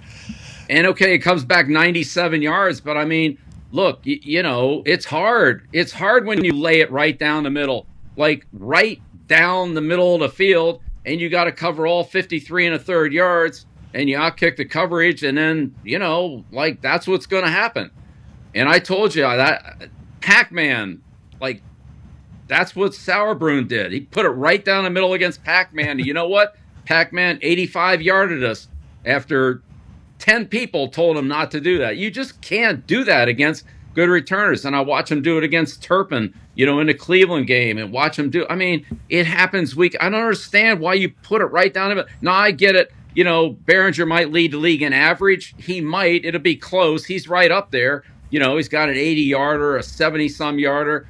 But they're so hard to cover. Yeah, I agree. And that is really right down. And look, if you're going to go down the middle, then put some hang time on the ball. Get it up there. But those 4-second 69-yarders they're hard to cover. AJ, right? Run out of bounds. I mean, Coach, I've been telling Pat. Until the ball's kicked. You can't leave I played until wing, the ball's Coach. kicked. You got to played wing. I wanted the ball out of bounds. 4 seconds. It can't happen. Yeah, it's impossible, especially, if your two gunners get blocked up, and a two-way go is a nightmare for any coverage team. I mean, that's legitimately the case. Back in the day, it feels like guys used to launch it a lot more, but now that every team has a returner that's like 4-2-5 or 4-3, it wasn't like, now it's like every team has a guy that can go. I think like the last decade or two, maybe it kind of got introduced to the game that special teams could be a weapon. But you're right, you hit a low one down the middle, you're asking for it. Antonio Brown. Yeah, I mean, look, the cover. Look, you got to cover the kick wherever it goes and whatever the hang time is. I'm not taking any special teams coverage unit off the hook, even on bad kicks, because they're going to happen.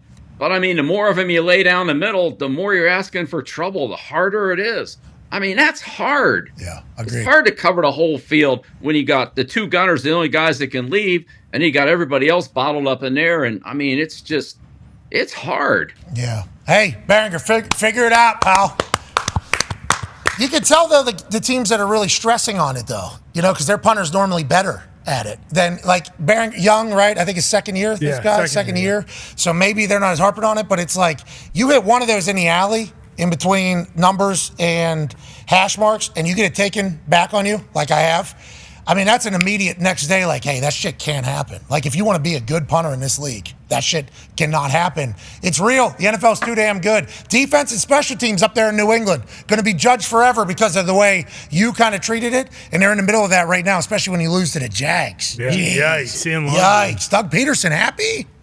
Kind of. Well, I mean, look, the Jags haven't been able to run the ball all year, but, they did a good job yesterday, and that really helped them out, especially in the fourth quarter when they, were milking the clock and, kind of drove it down the field. So, you know what? I think if they commit to the running game and get their running game going, that would help Trevor Lawrence tremendously so he doesn't have to go back there 45 times every game.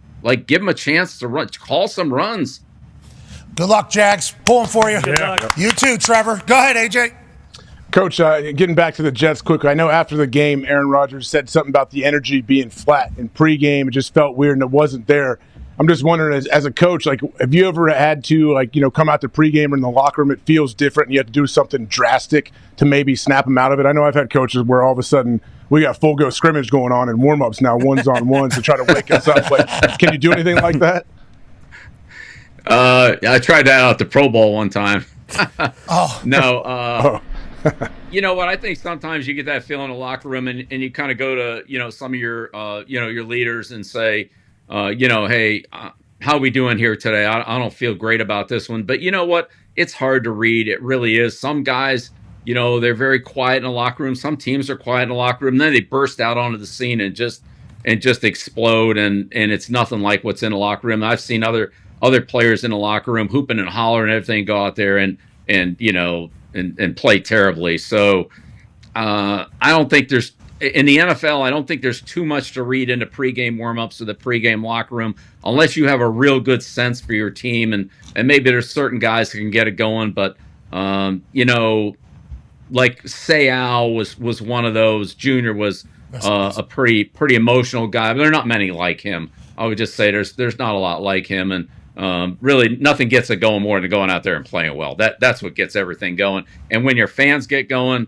like, that brings a lot of energy into the stadium. Of course, you can't get that on the road, but playing well early in the game, getting the fans into it, getting the crowd into it, that definitely helps. In Vegas, you can get it going no matter what team you are. What was your pregame routine? You just spun the shit out of that whistle? Is that what you did? Did you listen? You listen to music? What was your go-to? What was your go-to before the game? Well, no whistle on game day, Pat. That was the practice routine. No whistle on game day. Can't take a whistle out there on game day. I disagree. Mangini, what was his name? Mark Mangino. Mark Mangino. He had a whistle when he was shitting. He had a whistle when he was showering. Mm-hmm. Same thing. Well, he had a whistle when he was on the field and when he was off the field, Coach. So I just want to say there are, kind of exceptions to the rule. Okay. Just want to let you know that. All right. To the rule. All right. Yeah. Yeah, I never had a whistle on game day. What did you do? Did you listen to music before a game? You watch more film? What was did you have a pregame routine? Yeah, honestly, try to watch a little bit more film, try to go back through and just, refresh myself on what were the main points in the game. What do I want to make sure that, because by the end of the week, as you know, AJ, you know better than anybody, you get the game plan and every play is like, if they do this, we watch out for that. And if we do this, you got to do this and make this adjustment. If that guy does this and if this guy does that. And at some point, you just got to bring it back to like, all right, what do we have to do here? I can't get caught up in every little detail and every adjustment. And coaches do that. We all do it. You give the players 2,000 things to think about. And in the end, if you do 4 right, you'll win. And if you do those 4 and you can't do those 4, you'll lose. So the details are important. I'm not saying that, but you got to get the big things right. Well, little things lead to the big things, you see. Well, sure they do. Yeah. But if you can't tackle, if you can't run the ball in a C gap, if you can't cover kicks, if you can't jam the receivers in zone cover, if you can't do those things right, then the rest of it, if you can't tackle, what difference does it make? You're not going to win. Yeah. And Coach Parcells was like that. Coach Parcells is like that. He would come on the plane. He did this a couple times. Honestly, it was great. I love this because this was back in the, we didn't even have computers. Well, everybody else had them, but I didn't have them. I couldn't turn them on. It'd be like, this is in the 90s with the Jets or whatever. And you go, you know what? All the coaches are sitting there. They got their computers and they got their typing stuff and everything. Parcells, he walked in on a plane one day. He's like, you know what? You guys, those stupid computers, that's just a pile of BS. The reason we got beat today is because we couldn't run the ball and because we couldn't tackle. You could take all that crap and throw it out the plane in the window because it doesn't make a damn bit of difference. Here's what we got to do to win. Why don't you just forget about all that crap and teach our players how to tackle and run the ball? And you know what? That was about right. That was about right. It's still the same way, too. So we got a lot more analytics now. We got a lot more analytics. You're about to say that's where it came from? No, I'm saying is that where open field tackling drills to open up pretty much every practice came from? Open field tackling drills, goal line tackling drills, circle chase, all that. Remember, tackling drills every day, D-Butt. Yep. Every day. Tackling drills every day and ball security every day. Nothing more important than tackling and ball security. When would you run that hill? That's from all the documentaries. And I heard you phrase it one time as Store it for later, I think is how you described. Yeah, the bank. The hill was the bank. The hill was the bank. You go to the hill to make a deposit. You put conditioning in the bank, and then when you need it in the fourth quarter, then it's there for you. Then you take the withdrawal out. That's when you take it out. But you go to the bank. That's when you put the deposit in. You run when you're tired. Yes, you condition when you're tired. That's how you build your conditioning past the point of what you really need, so it's always there when you need it. You know it's in the bank. God, I wish I had that mindset for running. Because I have the mindset of, hey, you fucked up, go run. So now I associate running with getting punished pretty much. And I'm 37 and I can't break it. I go run and I'm like, I hate this. Instead, when I heard the do your job and you said store it or put it in the bank, like my head was like, oh, that's how I should be viewing this thing. Brilliant mindset there. You know what's amazing, Pat, is when we would have a fumbled quarterback center exchange, right? And for every fumbled quarterback center exchange, the center and the quarterback, after practice, would go to the hill. The center would snap the ball to the quarterback, and they both would run up the hill 20 times. Okay? For each fumbled exchange, it was 20 times up the hill. So take the snap from center and then run up the hill and then come back and do it again. And you know what? Those fumbled exchanges, they went down to 0 in training camp. Yeah, I can imagine. They went down to 0. No matter what happened, we're going to get the quarterback center exchange. Or we practiced it after practice. You know what? I don't know if the hill had anything to do with it or not. Definitely. But it was amazing how few fumbled snaps we had once the center and the quarterback ran up the hill after they snapped the ball after practice. That trimmed those down almost to 0. I would assume, the attention to detail certainly goes up when the alternative is 20. I did not think 20 was coming out there. I thought it was going to be 5, maybe 10 for each one. I thought it was one each. 20, yeah. There was a 20. I couldn't even imagine if I was new there and I third string quarterback trying to make the team. We bobble one. All right, go over to the hill. All right, you guys are going to the hill after practice, getting over there. How many of these we got? 20. Holy shit. And then all of a sudden that goes down to 0. Yeah, and we are catching that ball out of midair if that thing's bobbling. So we don't have to do that. That's just do it. Just do it right. But look, I don't care if you play high school, college, professional football. I don't care what level of football you play. If you can't execute the quarterback center snap, you can't play football. It's the most basic play in football. If you can't get that right, then you might as well forget it. You can't run any play. Isn't it amazing? You tackle, and you run the ball, and you get the exchange from the quarterback to the center, you can play football. That's all it takes. It's always going to be that way, Coach. Now, there's a team winning right now that I don't think has pieced it really together yet. Quarterback playing and having stats that we've never seen from him. Ty has a question for you. Yeah, Coach, a couple of weeks ago, you said something to the effect of sometimes it's almost better for your team to lose than to, play really bad and win, because then you can really emphasize, hey, this is what we need to fix going forward. When you look at the Chiefs, they haven't been great, but they're undefeated. Pat mentioned it. Mahomes, statistically at least, has had by far the worst year of his career thus far. What's your take on them so far? And do you think, if they do put everything together and they play their A+ game, that they're damn near unbeatable? Well, look, I don't think anybody in this league's unbeatable, but I think that they found a way to win here in spite of the situation that they've been in. They had some receiver issues in this game, as did San Francisco. So they had a couple of guys that were hurt, then Juju got hurt, and they've had issues at running back. I think once they get everybody back out there, they'll be better offensively. But in the meantime, they find a way to win. And I think if you look at the end of the game, where Patrick's rating is like 44 or whatever it was, he's over there celebrating, high-fiving, happiest guy on the field that they won. And you win in a kicking game, you win on defense, and then you do enough on offense to win. Sometimes it goes the other way around. Sometimes they score 45 points, and the defense gives up 42.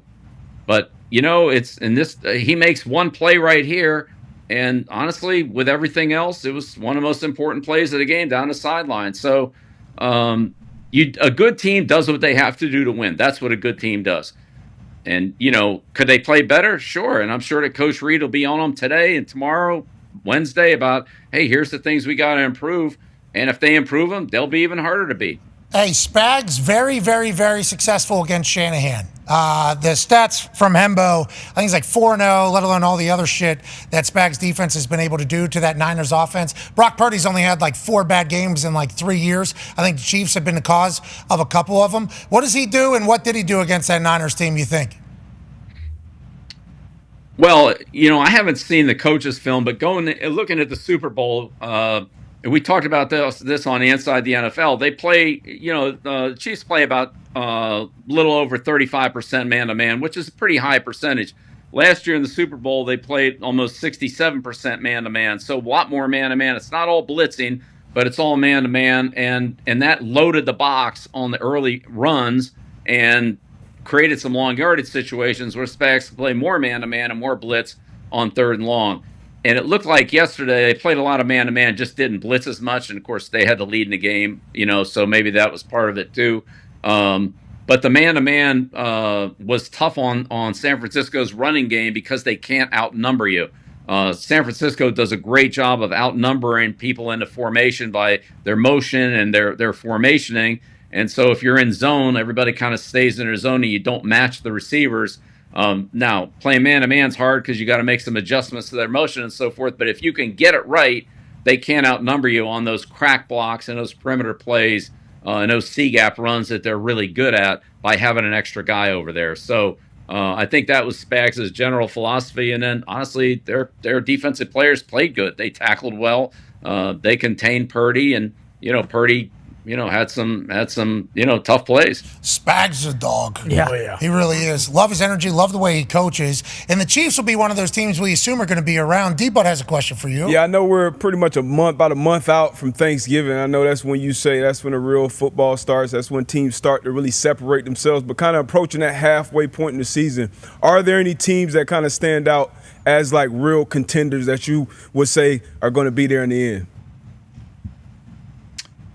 Well, I think the halfway point is a good time to take a good look at your team and say, okay, our records, whatever it is, halfway through here, this week, next week, whenever that time comes, what do we need to do in the second half of the season? And with the trade deadline still available as an option, a way to improve your team, once that passes, then you're pretty much you have what you have. But I think if there's a way to improve your team on the personnel side, that's something still worth looking at.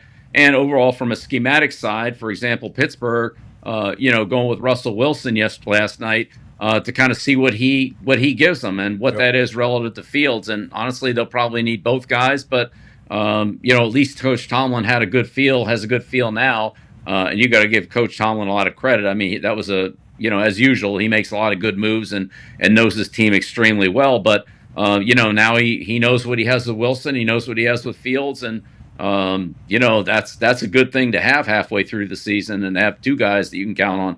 He didn't know that until last night for sure about Wilson. He knows a lot more now. So, I think there are some ways to improve your team. But when I say football starts after Thanksgiving, I think that's really in terms of, how the season's going to end. You look back at last year, Dallas had a great season, didn't play well in the playoff game, lost to Green Bay. Philadelphia, they were 10-1, whatever it was, didn't play well in December, didn't finish well. So you can have a great year and not play well after Thanksgiving, and really it's not a good year. On the other hand, you can just be kind of okay, like the Giants were in their 2 Super Bowl wins, like we were in our Super Bowl win on Super Bowl 36. But after Thanksgiving, play your best football and still come out on top. So that's why I say it's after Thanksgiving or when really the important games start, as long as you're not too far out of it. But I would say Detroit right now, one of the things I really like about Detroit is their physicality on both sides of the ball. They're very physical on offense. They're very physical on defense. They got a great offensive line. They're a strong team. And I think that physicality will serve them well. They're in a tough division. And, I always felt like when we were in the NFC East that the Giants getting through Philadelphia, Dallas, and Washington in those years, if whichever team survived, you had a really good chance because you're really battle tested, and there were multiple years in there. You could put San Francisco in that group too, even though they weren't in the NFC East. But whichever team could survive there for like almost that whole decade, that was the team that was standing at the end, whether it was Washington, San Francisco, the Giants. So that's I think it really hardens you, and certainly that NFC North is a tough division now, and the Lions are a very physical, strong team with a lot of skill if they can keep it going. How about the Lions being one of 3 teams mentioned there that could potentially go? Love it, Way Coach. to go, Foxy! Coach, I have a question for you. On any of your Super Bowl runs, did you ever lose a marquee player like an Aiden Hutchinson and still win the Super Bowl? Well, in 1990, of course, we lost Phil Simms. And Jeff Hostetler came in as the backup quarterback, and we won the Super Bowl with Jeff. And so we won a different way. Jeff was a different quarterback than Phil, and we might have won with Phil too. I don't know, but Jeff played it. It was a different style of play, and I thought Coach Parcells did a great job of adapting the offensive style to Jeff's strengths. And we beat 3 really good teams, but particularly the Bills and the 49ers in 1990. Those are like 2 of the top. They were the 2 top teams in the AFC and the NFC. And it was a combination. It wasn't just Jeff. It wasn't just anybody. It was West Virginia guys. Had to throw him in there for you. Hell yeah, Hostetler, love him. Hell yeah, Yes. love the whole family. But yeah, so that would be a key one for sure. Okay, you mentioned the NFC East there, talking about the NFC North back in the day, and you mentioned the Eagles. And if I didn't get your opinion on this, I would be an absolute dipshit. Did you know, like as the head coach, Daboll, and we'll talk to GM Shane, you knew that a player was coming back trying to, like Saquon. Everybody on earth seemingly knew that Saquon was going to have a little bit more, ass in the pants, and he went bananas yesterday against the Giants, and he obviously saw everything that took place with Hard Knocks, and then he said going into the stadium into MetLife, he saw some fans burning his jersey, and he, a little added extra motivation. For you with your players, going into a place that they had been, did you ever think about that? And then a player leaving, coming back against the Patriots, did you ever think about that? And what were your thoughts on Saquon yesterday having the most yards he's ever had at MetLife as a Philadelphia Eagle instead of a Giant? Right. Well, it looked like in the Hard Knocks, it looked like I don't think Daboll wanted to get rid of Saquon. And I certainly don't think John Mara wanted to get rid of Saquon. I mean, this seemed like, kind of a general manager thing of, we don't think anybody will pay him. When kind of everybody in the league knew that he was going to go to the Eagles. But anyway, that seemed, I don't think everybody was on the same page on that. At least it didn't appear that way from Hard Knocks, which honestly, I'm surprised they even let that air with that kind of tone being on it. But anyway, agreed. Yeah, sure, we dealt with that. We went into Buffalo with after Lawyer Malloy, and that was got beat 31-0, and then at the end of the year when they came back to Gillette, we won 31-0, and we had Brady come back in Tampa, and that was a real competitive game. But ultimately, Tom and Tampa beat us that year. So you've been in those situations. I mean, look. Players and coaches change teams every year in the National Football League. That's just what it is. And they change in certain divisions. Sometimes they don't change in the same division. That's usually the case, but sometimes they do. But I think in Philadelphia's case, it was a great move by Howie and the Eagles to not only get a great player, but to take a great player from another team in your division.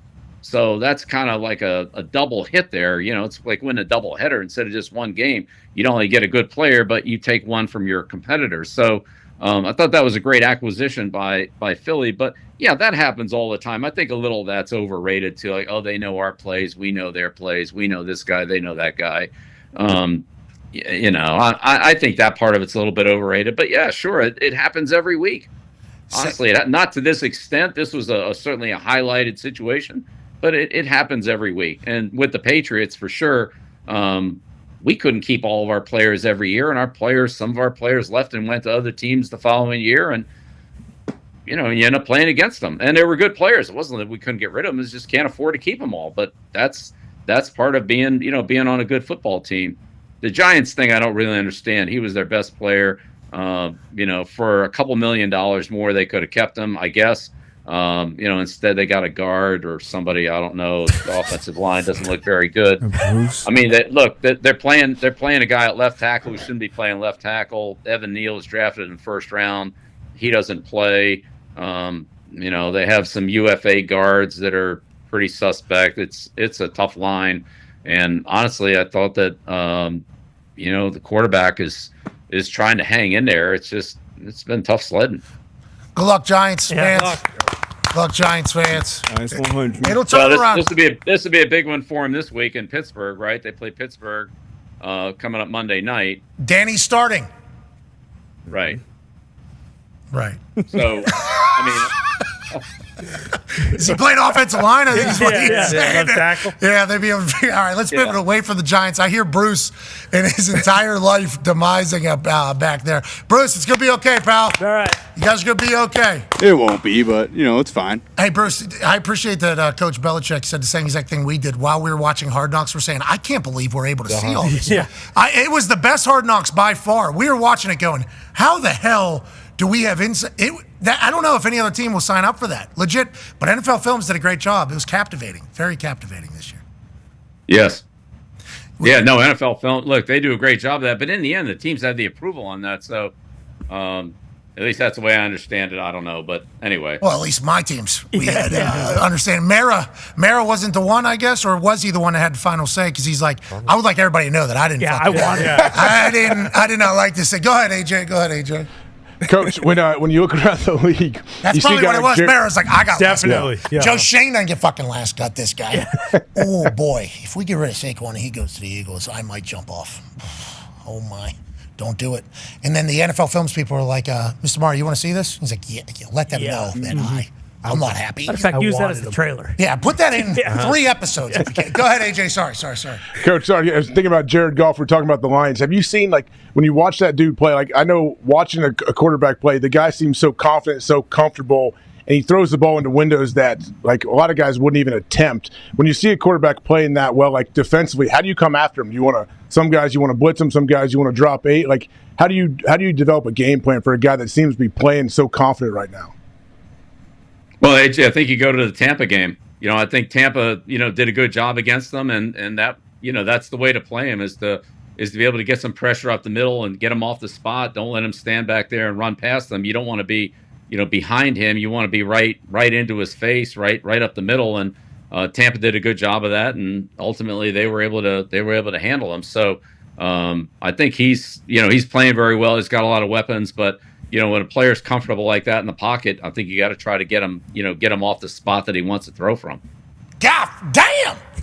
He's breaking records. Yeah, crushing. He is breaking records. And that Johnson offense is a lot of fun, too. I mean, it is so much fun to watch. He's like the perfect quarterback for the offense, it feels like. 100%. And then the rest of the NFL wouldn't hire Bill Belichick to be a head coach or this guy to be a head coach. Yeah. So now he is still there for another year. None of it makes sense. Congrats to the Detroit Lions, though. Right. And their chant around town is Jared Goff, so he's showing up for at every sporting event. Every single one. Good for you guys. Culture change immediately upon MCDC and Holmes getting up there. Let's talk about. Well, and Pat, I would just say I think he's playing a lot better than he was, with the Rams, and even when he first got to the Lions. In New England, we played him a couple of years ago, and it was like 31-0, and he looks like a lot better player. Obviously, the team's better. The offensive line is very good. I think it's the best line in the league with, Sewell, Decker, and Ragnow. Those 3 guys are combined, really good cornerstones for the offensive line. And so that helps everything when you can handle those edge rushers and you can be 3-on-2 inside on a 4-man rush. So, but they're running the ball well. They get good movement on the line of scrimmage, and their backs are both very good. They're complementary backs. They're explosive. Montgomery's strong. He's a tough guy. Get the ball in the end zone. And Gibbs is a home run guy in both the running game and a passing game. So it's tough to defend. But I think if you look at the Tampa game, that's the best way to do it. And I think teams will probably try to play him more like Tampa did going forward. At least I would. I think they need to get the ball to Penn A a little bit more. That'd be good. Get the ball to Penn A a little bit more. Keep trying those trick plays. All right, D-Bud has a question for you, Coach, about tonight.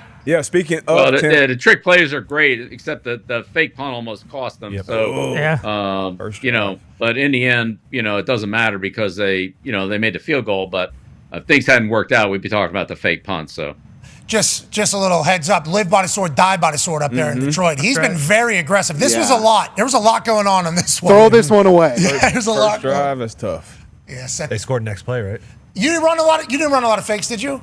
Normally, very good teams aren't. Yeah, so in '79, when I got to Giants as a special teams coach, I ran a bunch of them, and then I think we were maybe 5 for 5 on them, and then I ran a throwback to Jennings, the punter, and that didn't work out so well. And he was going across the field, he got hit, and it was the whole yard sale over there on the Rams bench. His helmet, ear pads, he was over there by the cheerleaders and the team doctors, and when Coach Perkins, he walked over to check on him, and he came back, and Coach kind of looked at me and said, you call that one again, and there'll be another special teams coach here.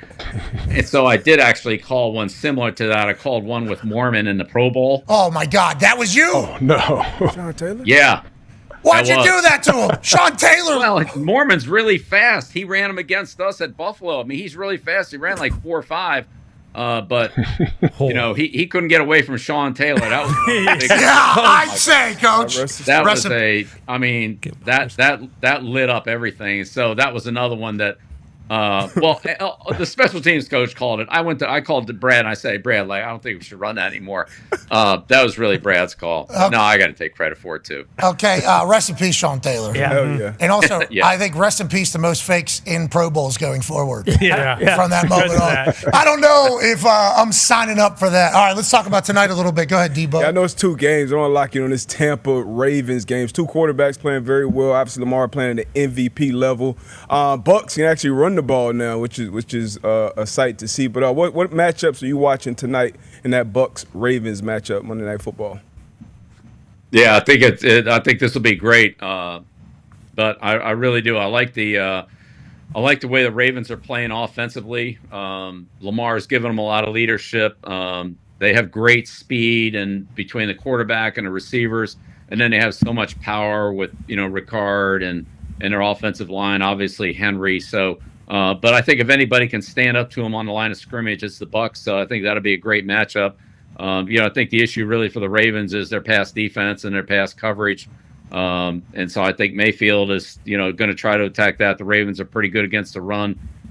Maybe the Bucs can get it going a little bit to keep them off balance. But in the end, I think they're going to have to make some explosive plays in the passing game. And then, both teams are pretty good in the kicking game. Obviously, if it comes down to a game-winning kick, you always like having Justin Tucker to do that. So I think this is really a great matchup, in Tampa. So be a good test. I think if anybody can handle, like when Tampa opened the season against the Redskins or That's the all right. Commanders. It's all right. Back-to-back weeks here. It's all right. Old school. Yeah, Long time. they spied on Daniels, and that was pretty effective. I thought they did a good job on that. I think they'll probably do something like that again against Jackson in passing situations. The problem with Lamar is he can get you on the early down runs and scrambles too. So great matchup. Looking forward to it. I think this is really a good test here for both teams against a style that they don't see because AFC, NFC. Of course, we all know what Lamar's record is in the NFC, and we're not used to playing him. He's very deceptive. He's fast. He's quick. He's faster and quicker, I think, than what you think he is in person. Not that he's not fast or quick. I'm just saying in person, it's even more explosive than what you think it is. So I think the teams that play against him, like the Pittsburghs and Clevelands and all that at times have played him really well, are just a little more familiar with his skill set than some of these NFC teams are that don't see him very often. He catches them by surprise. If I recall, you've always been very openly complimentary of Lamar Jackson being a problem against your team. I think, like literally since the beginning. Oh, yeah. Yeah, right? Absolutely. Special. He's a big problem. He's not a little problem. He's a big problem. And again, I think the biggest problem with him is first and second down. On third down, you can put a spy on him and at least take care of the scrambles and make him beat you passing. But on early downs, you can't do that. It's hard. And you've got to stop those power runs behind Richard and with Henry. And their receivers do a good job of blocking. They have good game plan runs that are, tough scheme plays. And once they get Bateman or Flowers or one of those guys in the secondary, if you don't have them, they'll go the distance on you. Same thing with Aguilar. Like those guys can all run. So I think you got to take care of Flowers and Andrews on third down and the quarterback and do a good job in the red area because they're going to get down to the red area. And then that's where the quarterback runs become a little bit more of a problem too. You got Henry, but then you got Lamar on some of those counter keeps and things like that. They're tough plays. And likely, I mean, he gets going. It's just they have so many weapons, and then they can pound the shit out of you. So it's like, how many do you put in the box? How many do you have on the backside? And then easy tight end move. Anytime you have a power run game is just up, and then see ya. You're out of there. And that's like every single play they can do that. It's been fun to kind of watch them. Let's go to the other game. Go ahead, Con, man. Yeah, Coach, what about Chargers, Cardinals? Obviously, the Cardinals have a guy that can move like Lamar with Kyler. What do you think happens in that game? Yeah, I mean, I think it's the same thing, probably whichever, in this case with those two teams. Look, I think Coach Harbaugh is going to try to control the game like he normally does, and we'll see how well the Cardinals can handle that. And I think that with Kyler Murray, there's certainly potential for a lot of explosive plays. Sounds like Harrison isn't going to play. Is that right? No, I think Schefter said he's up. Oh, he's playing? Okay, well. Leaning towards up, at least. I don't know if it's guaranteed. Another guy out there. So, I think the Cardinals can move the ball. It's just a question of how much they have it. If Harbaugh has his way, they'll only have it for about 15 minutes. So, big key for Arizona will be getting off the field and getting the Chargers off track, getting them into some third down situations so they can, so they can get off the field on third down. Otherwise, Jim will just keep grinding it out with, completions, short passes, completions, and the running game. Well, we can't wait to watch both those games tonight. We appreciate you so much for taking time. Are you looking forward to this weekend's Washington game here in Bloomington? College game day, going to Indiana for the first time on a Saturday ever. And we got a Belichick coming to town with Washington. Oh! Yeah, big matchup there. Yeah, absolutely. The Hoosiers are having a heck of a year. That was really impressive against Nebraska. And I thought Nebraska was a good defensive football team, but they made it look easy.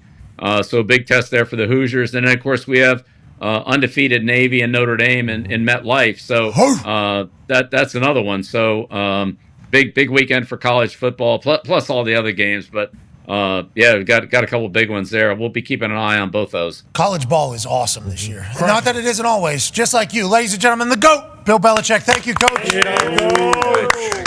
All right. Call them soft. Those guys weren't soft. I know those guys. That was awesome. Yeah. Those are my players. Hey, that's almost kind of what he was saying up there in New England. Missing the toughest ones, but I agree with him. Yeah, definitely. And when you say that as a coach, you're talking about yourself as well. And he kind of came back and said they're playing soft, but obviously nobody's going to hear that. No, just soft in football. Mm-hmm. That's going to be the story. For sure. Our story continues on ESPN Plus, YouTube, and TikTok Live. SportsCenter will start in about 5 minutes. Be a friend, tell a friend something nice. It might change their life, like our friends at Dude Wipes. See you tomorrow. Great, I think it was a good one. Hell yeah. There you go. I think it's a pretty good send-off there. Oh, yeah. A lot of pressure on Nick to hit that lower third at the proper time. Correct. Good luck back there, Nick. Job, Nick. Thanks. We got fucked today. What? Me. By who? Listen, I'm not going to name names. You should, though. But there's a man in the back here who tells us when to throw something up. Maybe an L-rap. A Giants fan? Yeah. No accountability back there. Jeez Louise. It's already a tough enough day. Yeah, that was my fault. Bruce is having a tough day. I mean, the Giants took it on the shins there from Bill. Yeah, pretty hard. And it doesn't feel like that Dayball wanted Saquon to leave or Mara. It seems like that was GM. general manager decision. They got a undrafted free agent playing. Tackles. Guy playing left tackle. Two UFAs at guard, he said. Bruce told me they fixed the line. Hey, Bruce. Good job, Bruce. Sad times. I mean, with Saquon on the Giants, we lose that game, 24-10? It's not like we'd win with him. Oh, man. I'm sorry that's what football is for you guys. Aren't we? I am kind of. I never understood why the Giants fans were mad at Saquon. Well, Jason Kelsey said that too. For the life of me, I will never understand, especially because we saw how it all went down. Could have got him. What are you mad at Saquon for? Team could have kept him. I guess Saquon could have taken a hometown discount and stayed in New York, but instead he goes to the daunted Eagles. It's like when the Giants tell him, "Nah, we ain't doing that." Do you know what the team's saying to Saquon? They're saying everything you've done for us is not valued. What somebody that you've never done anything for thinks mentally, that's a whole nother conversation to have. Like, I've been good to you guys. I thought, like, I've sold jerseys, Mara. I've done everything. I've showed up. I've gone in the community. Our team has stunk. I've maintained it. And then a team that I've done nothing for, just things against, they're like, actually, we think you're actually worth this amount of money. Or it's like, that's a whole game in yourself. And people are mad at him instead of being mad at the team that does the whole. It's Giants fans. Hey, that's football, baby. Yeah, that's right. That is how it's going to be forever and ever. Amen. Yeah, I mean, it's like they're acting like he asked for like $25 million a year. Like when we've been told basically like, hey, the Giants would have ponied up like an extra $1 million. It probably would have got the deal done, but they didn't want to. And even like watching that clip, you can see like Joe Shane's kind of like laughing when Mara's like he did not understand that Mara was like deathly serious. Like, I'll be fucking sick to my stomach, and I'm probably going to fire your ass if Saquon winds up in Philadelphia because this is going to happen. I love the little lie there to soften the mood a little bit. Let's lower the temperature in the room quickly. Oh, I just got a text. Bears running the price up. Eagles are out. That's what I'm reading. That's what I'm reading. Me. Just, and then Bill goes, everybody kind of knew the Eagles. Yeah. Everyone in the league. Yeah. So you look back on that clip, Joe Shane was like, okay, just got to get out of this conversation. Yep. Okay, we'll get to the next one. We just got to get out of this conversation right now. Eagles are out from just. That's what they're saying. Schultz just texted me. Mark should have cracked his phone. Show me the text right now. Let me see. Give me your phone. Show me. Who is it? I want to hear. Schultz just texted me. Yeah. Is that a company phone? I own that. Give it to me. Is that little latte right there? Is that? Bruce says it was Schultz, actually. How do you know that? Has that been confirmed? He reported it at the time. Schultz says, I just texted Joe Shane. No. Breaking. He did tweet, though, the Eagles are out of this on the Saquon stuff as it was happening. So Shane's got notification. So it wasn't even really a text. It was more of a notification that popped up on his phone. He said it perfect. Here comes Mara. Just saw it. It was a notification. Schultz said they're out, so he done deal. Starbucks, Lock it in. Coffee, you know. Bill Belichick's like, everybody fucking knew he was going to the Eagles. I knew, they knew, we knew. Everybody knew. I did appreciate him going. Number 2 rush defense in the league last year, just so we can. The Patriots had, he said. Yeah. Didn't say we. Those guys. Hey, were you? And then he complimented Salah too, which makes me believe that there's a chance. And we talked about this morning or yesterday maybe, as the Jags did what they did to the Patriots. And the Patriots give up 41 and 32 in back-to-back weeks. Like that Patriots defense is normally the thing. It's like maybe the loss of Belichick strategizing for the defensive side is maybe a loss. And then he goes, Salah's gone. Seems like last couple of weeks maybe a little bit worse. I don't know. You tell me Woody's going to Woody. Well, that's what Woody's going to do. That's Woody. It's like maybe Salah's brain strategizing on defense. Like, hey, we need to make sure we take care of this. Maybe we do this. Bill probably a little bit like, hey, last year I wasn't just a fucking bag of bones there. Maybe there is like same players, yeah, but also maybe we do this instead of doing this. It's like those voices leaving the room, potentially a massive issue for some teams. Were you trying to get him to admit that he listens to Bon Jovi before a game? Yeah, that's all I wanted. That's what I thought. Yeah. That's all Thought so. So we could do a sing-along, and then maybe he would get involved. Mm-hmm. Coach Saban sing-along this weekend. It was awesome. Let's get down to business. You know that Tiesto song? One more night. I looked over at him and he goes, let's get down to business. I'm like, what the fuck is that? Coach. I said, he goes, that was in his bag. He said, I love this song. Wow. And like literally. It's incredible. He started even like dancing a little bit. I was like, okay, I love it. First time I think we heard it, I texted DJ Griff immediately. Hey, Saban singing along with Let's Get Down to Business. Every weekend now. Something to think about here. He's awesome. Yeah. Coach Saban is awesome. He's a dog. I love that, man. He's great. We went for dinner with him on Friday, just listening to him talk. It's incredible. He's fucking awesome. Unbelievable. He's the one that used in the history of ball when he was describing something when telling a story. Because you got to remember, like, he was a recruiter, right? Oh, yeah. And he also does actually sell cars. Mm-hmm. So, like the guy, one and the same. Guy can fucking talk. Yeah, it's like perfect for TV. This guy, and then sitting around having dinner with him, amazing. Just story. What's he? Him and Miss Terry were there telling stories. This might be inside too. You don't have to divulge it if you don't want. What's he eat? Everything. He eats steak. No worries. Steak. I think he does eat steak. Yeah. Chicken. I had Wagyu. Ooh, wow. I had a Wagyu flight at the dinner I was at. Yeah, they had a salad show. Okay. Sorry, what? A salad show. DJ Salad, one of 3 salad show performers at said Boa restaurant. He brought the fucking lettuce thing into the end of the table. back room. Very nice. Very nice. All the Caesar lettuces.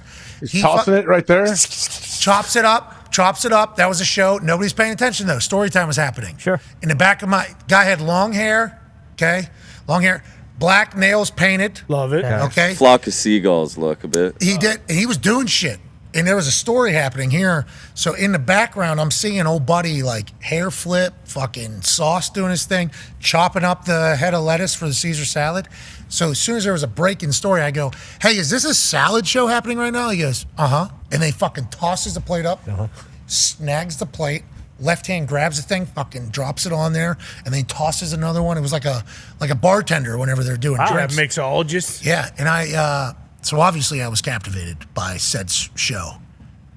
Broke a plate that night. No way. No. He had 38 shows that night, 38 salad shows at Boa Restaurant. I talked to one of the others. There's 3 of them altogether. He's the primary performer. If he's busy elsewhere, they will send in the backups, 2 backups. There was 38 shows, I think. 1 broken plate. First time DJ Salad, the one that we saw, had done that in, I think, like 6 months or something. Oh, no. Hit the hill. Is he okay? It was a busy night. There was a lot of people in there. A lot Busy of people weekend. down there. Busy weekend. Did they race on Sunday? Or? They canceled it, I heard. No. Oh, yeah. Wow. Did they No, really? I thought so they too. didn't. Heard they Saban canceled took it. a hot No one lap. fucking cared. Nobody The gave a tree shit. falls. Saban was awesome. I think that is what happened, but did it get lost in the game? Yeah, what Yeah, did happen? it was a bad start time. It was lights out. Was at 3:00 on Sunday. You know, NFL Is that the Sunday. end of the race or the start of the It's race? the start of the race, which was Whose absolutely idea was that? electric. You know, it's every Sunday. You know, It's always at 3 o'clock? No, sometimes it's 9. Well, when they're in Europe, in the morning. So who Depends won? on where that- Vanderstappen? Actually, no. Charles Leclerc won from Ferrari. Ferrari's the 1-2. He took the lead at turn 1 and held on to the lead for the next 56 never laps. would have guessed. But it was an electric start. Those guys not didn't know still their in. There's no way. They No, did not look, know their mascots. it was perfect for NFL Sunday because once he took the lead, Ferrari had the pace all weekend. So once he got the lead, I was like, yep, all right, that's good. I can go back. You knew what was going to happen. Yeah, Yep, that's the problem with the perfect. racing. You see. You're not supposed to know exactly what's going to happen before the race starts, which is classic G1. Classic G1. On NFL Sunday, wild to think about. Who cares? There's a lot of people in town for it, though. Saban looked awesome in that See a thing. lot of F1 merch out there? Not a single one. That's a lot. I did not see a single one. That's bullshit. I didn't see shit. I did see a lot of dogs. There's a lot of damn good dogs walking around 36, which is the 6th Street. That is Bourbon Street. Crazy. People like, like a batch of bars in a shut down street area. They like to compare it to, like, they'll say, that's Bourbon or that's Nashville or whatever. That place is Bourbon Street, just in Austin. It was. Oh, Bourbon and Nashville, two very different. Yeah, not Nashville. That was Right. Bourbon Street down there in Austin, and it was packed out. I mean, it was electric down there. So there's some poop, in the middle of the street. Yeah, Horse. That makes sense. Oh, Horse or human? Not human? Horse. Probably not human. both. Because bourbon's That's both. okay. Yeah, which is what I mean. Like, it was, they call it Dirty Six, I guess. Yeah. So they kind of understand how it all goes. But they asked me to go do a G1 thing. There's no way I was walking. I wish you'd have done it. It would have completely changed your mind. I think it would have made it even worse because somebody definitely would have heard everything that I've said about it. And then I would have had to carry that mindset into the whole weekend. And I would have punished the Texas students because of it. You know what I mean? I would have said this town's hosting one of the dumbest things of all time tomorrow. I would have been a little angry because my issue with the G1 is I appreciate and respect the amount of money in there. Way to go. That's good business. I like the Netflix doc. That's good. That's good shit. That's good documentary. Drivers seem to be cool. They're funny with the funny. mascots. I enjoy it. Reaction time stuff is always sweet. But the sport itself is just like very boring, especially when you compare it to what happens in this city. Like, it's tough for me to, I'm not from a racing city. I'm from Pittsburgh. So it's like racing is something that I've had to pick up later. But like the racing that I picked up is fucking Indy 500 people and then sprint car shit here. And then obviously NASCAR comes through here. So it's like what I've seen racing, even go-karts, the whole thing is like actual racing. Yeah, real racing. Yeah. So then when you return on G1 and it's from lap It was a good one, race. It was a good race. Look, he had the they're lead. driving cars around. Yeah, time But- trials are cool. The real race was between Lando and Max. Okay, they were Second battling, place? second and third, battling. Whoa. Right there in the championship. They're both 1 and 2 in the championship race. So that was, essentially the race. So it's still, it's matchups down the race the grid. within the race. The Shit race within the sucks, race. dude. So, We have breaking news, ladies and gentlemen. Something that doesn't suck. There's been a flex for the Week 9 Sunday Night Football matchup. It'll be Vikings-Colts. on NBC as opposed to the Jacksonville Jaguars and the Philadelphia Eagles. Okay. Here we go. I like the move because there was somebody on this particular program who said, I haven't been waiting all day for Sunday night in quite some time. Last night's game was obviously electrifying as Mr. Unlimited found himself being a successful football player again in a city that has been desperately yearning for it all. I like this move, Colts at Vikings. Now, once again, Colts at Jets, I believe, Sunday Night Football. Colts at Vikings, Sunday Night Football. Would be nice to have one of those in the Loud House. Yeah, that would be sweet. Also, not terrible to be able to watch Sunday Night Football at home still. You know, just thinking about the traffic that you'd have to deal with coming into. Indianapolis needs to figure that out. We host a lot of events, and we still have the same amount of roads. Mm-hmm. More roads. And the way in, way out. And I appreciate all officers of the law. Always. Not all of them. There's some bad ones. Obviously, every profession has some bad ones, but a majority of cops, incredible people that want to serve the community, help the community. The Barney Fife fucks that are controlling the traffic flow Sure. after the game, I got no patience for them. Nor should you. I don't have any time for them. They just don't care. No, not at all. At all about anything. And you got 70,000 people about to roll out of this place, and these people have seemingly no idea, no plan, and no cares. Indianapolis needs to sort that. Yeah, they need to figure that out. They will. Roads are getting better. You can't be holding up 60, 70 cars because two people want to walk across the street. You got to let those people go because 60, 70 cars is about to turn into 10 to 15,000 cars in a matter of moments. It's like you just got to keep them rolling. But other than that, Loud House was rocking yesterday. It was. Snoop Huntley was so scared. Well, and then Timmy Boyle comes in and goes, I can't believe I got played in the Loud House. I'd have that guy never again. If that guy throws one more fucking football for the Dolphins, I'll lose my mind. 4th and 2, game on the line, into the fucking cheap seats. Wait, what'd he do? Fucking asshole, dude. Yeah, 4th down, threw it away. Yeah, He threw it away on 4th down? He didn't get hit, though. He didn't get hit, which is very nice for Tim Boyle. He was so loud, he thought it was 3rd down. Did our guy make it to the? I saw him on my timeline. Who's that? Tyrese. What was he Tyrese doing? make it to the game this week? Tyrese Halliburton? Yeah, I saw him on the timeline. He's playing basketball, celebrating stuff. Oh, okay. Season does. You said tip off tomorrow? Yeah, season starts tomorrow. I don't know for the Pacers. They're not on open at night. Oh, okay. But they're play this week. What was he doing? Where is he? He was giving a congratulatory video to 50 Cent. Yeah. What did 50 do? He's got a residency in Oh, Vegas, yeah, Vegas, which yeah. will be a good time. Great. Yeah. Get Rich or Die Trying, unskippable. Yep. That album. There are others that are great. That album, unskippable. We actually did it last week whenever the news was announced. 50 Cent doing the residency in Vegas, which is awesome. And I hope it's a big paycheck. You deserve it, pal, because what you did for my generation, getting through high school with that particular album. Go back through. Intro, all 18. I think it's 18 songs. Intro all the way through. Every fucking one, AJ. Every He had a single run, man. He's still doing it, but yeah, he absolutely. I'm 3 years older than you. Yeah, he is our demo. Like growing up, that's him. Him hanging upside down, all jacked. A lot of people won't believe it, but everybody on the stage, everybody in the back, every song. Everyone. Bar for bar. We went through Probably D-Bone was probably only. Yeah. Yeah, he's never had a cheeseburger. Too young. Yeah, but exactly. bar for bar. Somehow. We still don't believe it. And Mitt was like, little Mabu. But yeah, other than those two. Mabu's still doing it. Wow. Is he? Is Mabu out there? A little Mabu? To be honest, I have no idea. All right, let's take a break. On the other side, we'll talk to Mark Caboli about what's going on in Pittsburgh. Oh. He's been on the side of Russell Wilson needs to play football. He has been. For a while. Very loudly. Yeah. His ex-posts have basically, and it's almost why we haven't had him on in a while, because Justin Fields is having success for the first time. And I was like happy for Justin Fields, and Caboli was just pounding the drum. When are we going to see Russ? Yep. And we see Russ. It was like him and Tomlin almost. And Russ goes bananas. QB1. Caboli and Tomlin. So we'll talk to Caboli, obviously the Pittsburgh Steelers reporter for the program, and then we will make our picks for this evening's games. How'd we do this weekend? Did we get a graphic? Pretty good. Yeah? Yeah. We disagreed on numerous ones, though, so we couldn't have both. Yeah, but no. I don't think I did great. You guys, no. I believe not bad. AJ was. Oh, shit. There it is. Pretty good. We're seeing it pretty good, boys. Not bad. How about our Friday seg? Okay. Announcement about Friday's program. I believe we will not be taking full show down to Bloomington, Indiana, although it is incredibly close. Strictly because we would like the IU Hoosier fans and the students to be ready to go Saturday morning. Yep. Oh, yeah. Straight into that game. So I'm not at. They had Big noon kickoff. They had Barstool did their show as well there. Then they got game day on Saturday. If we were on Friday, that's asking a lot. That's asking a lot, especially our show, standing for 3 hours in the middle of the day. So we're not going to take the whole show down there. We'll certainly talk to Signetti, hopefully. Yeah, has not for been sure. confirmed. It will. I'm going to stop by his house and go Pottinger. You have to. Is it hot tub pool? Have to. You have to. Full basketball court? I assume. Come see the house.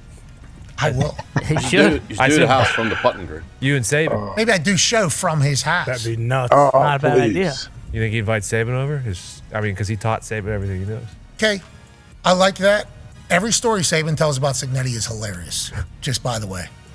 I guess Signetti has always had the moxie that Signetti currently has. I don't doubt it. Saban would ask a question, and I guess Signetti would give a Signetti answer. And I guess the first couple of times, Saban was like, who is this guy? But then he quickly learned who fell it in was. love. Yeah, like who the SIG was. Everybody loves the SIG, dude. Everybody. I was ready to sign the letter of intent after I heard last week. Yeah. In Indiana. Nobody else would Crazy. give him a gig. Crazy.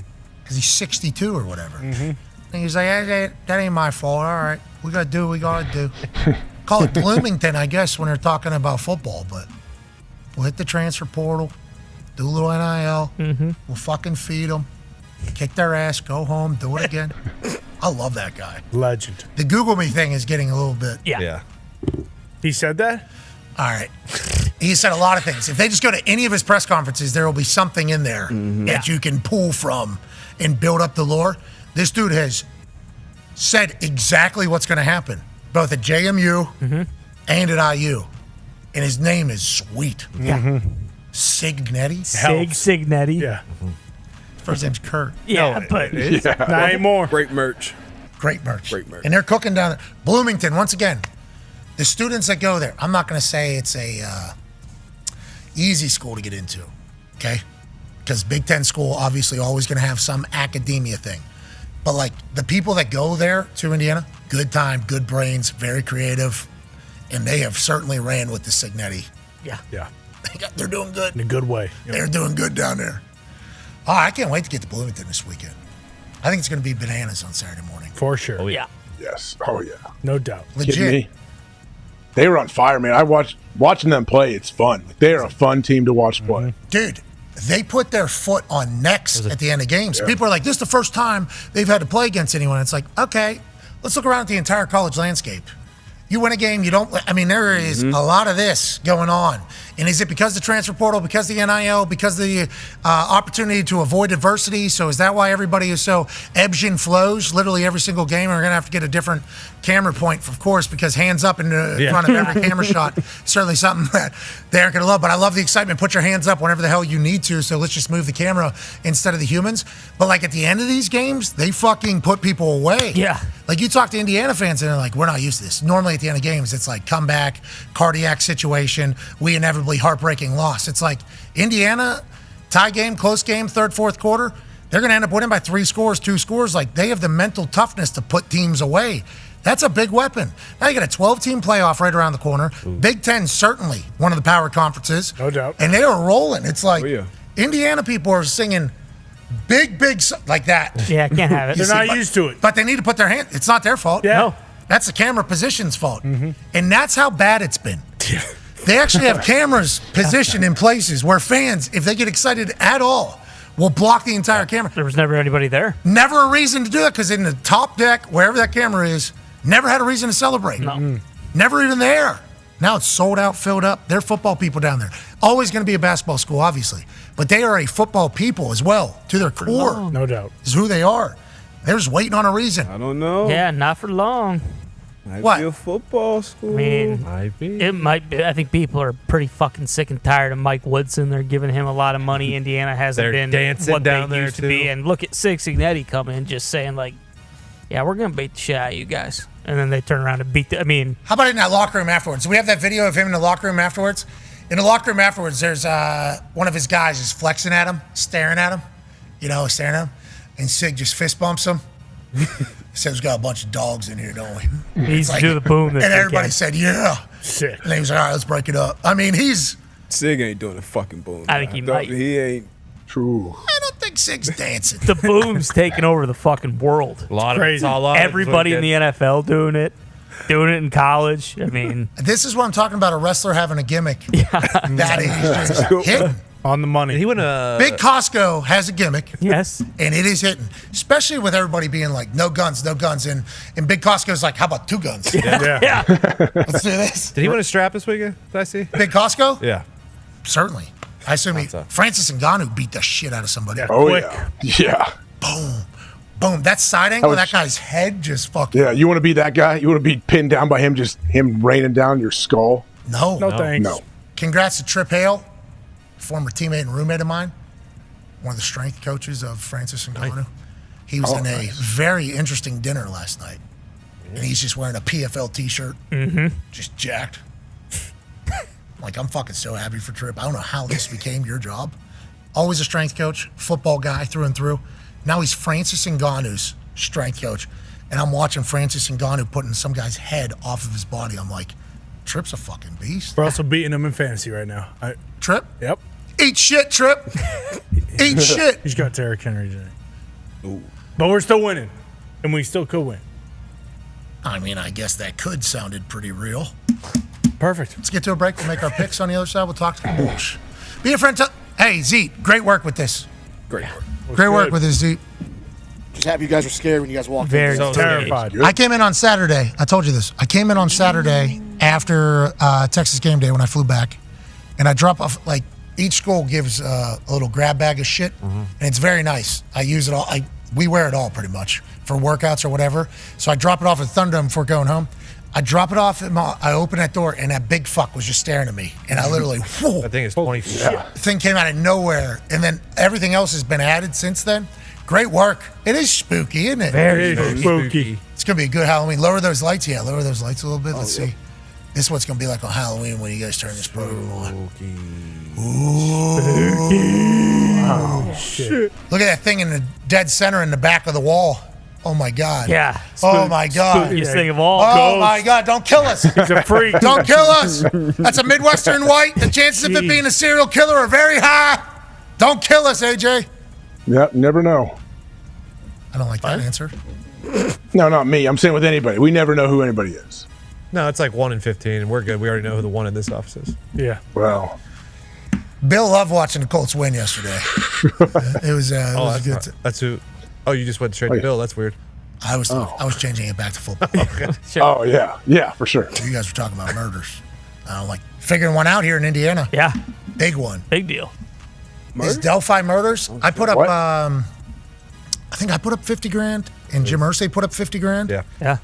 Whenever the Delphi murders happened to the 2 girls that were in the walk in Indiana on the trail, and they had that one like grainy footage of that guy. They couldn't figure it out. Small town too, and these girls, what we're learning now, terrible. I mean, it's details being released for the first time. I think they found the guy. Obviously, terrible that those 2 passed away in the fashion that they did, but I think they finally are putting the guy on trial and put him in jail or whatever. It's about time. That guy. You first put that out right before we moved out here. It was like right after this whole thing started. I mean, it's been like 7 years. Yeah. Figured it out. Yeah. And they're releasing details of this, and it's disgusting. Happy seemingly off the streets. Mm-hmm. Bad guy. Those are just walking out there. Crazy. Scary. That is scary to think about. Not as many as there's good people. Let's remember that. True. Oh, yeah. Let's remember that. There's always good. There's going to be more good people than bad people. Only takes one. But then we need more good people around than bad people around. Jesus, Tony, I was trying to turn that. Oh, my bad. Praise to Jesus. All right. Yep. Speaking like Russell Wilson, because Russell Wilson is quarterback of the Pittsburgh Steelers, I can respect that out of Tone Diggs. He is a chameleon. He is now Russell Wilson-fied. Yep. Which is amazing. All right, be a friend, tell a friend something nice might change their life. Take 5.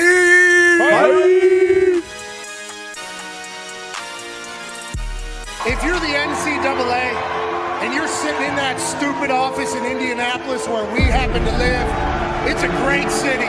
It's a great town. And there's a dumb institution that is ruling over college football. Because if you don't want these people dancing...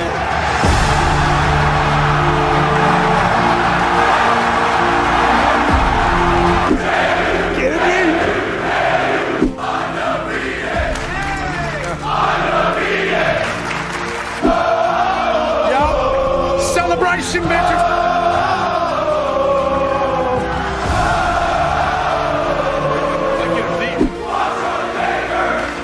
What's a major?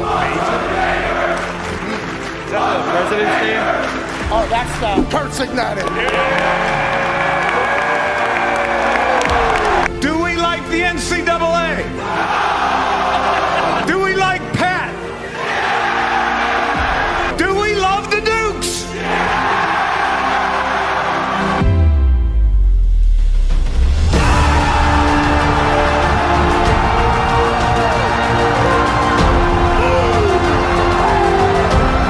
I wish when I was asked, like, why did you punt, I could say my subcommittee recommended I punt. Talk your shit.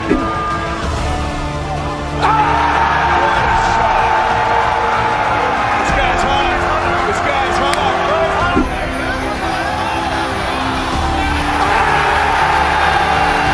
We'll see you in the next hour. I say today, we take a stand against the NCAA. Let them bull. Let them bull. Amen. Rest in peace, Dale. Moment of silence for Dale Earnhardt. Moment has passed. Thank you, Dale. This one's for 3. AJ Hawk, $5,000.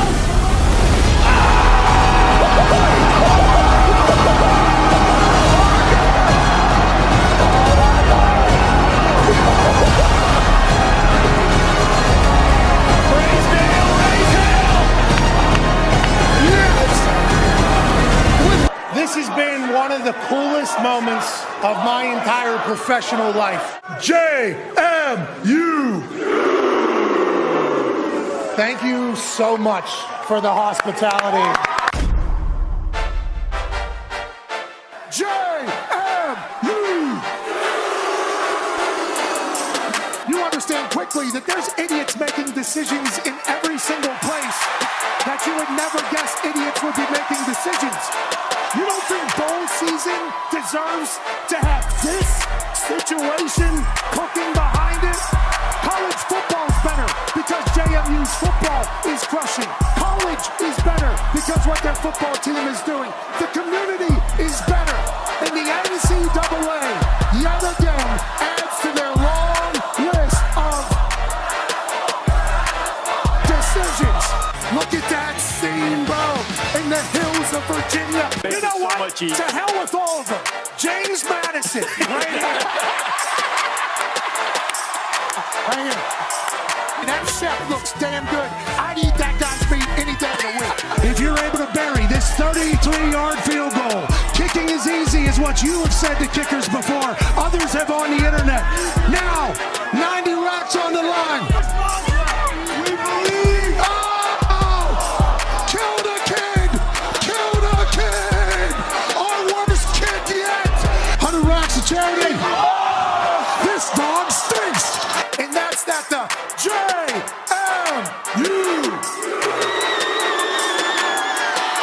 are going to crush App State. They would crush anybody this weekend, especially in this city with how dumb the NCAA is.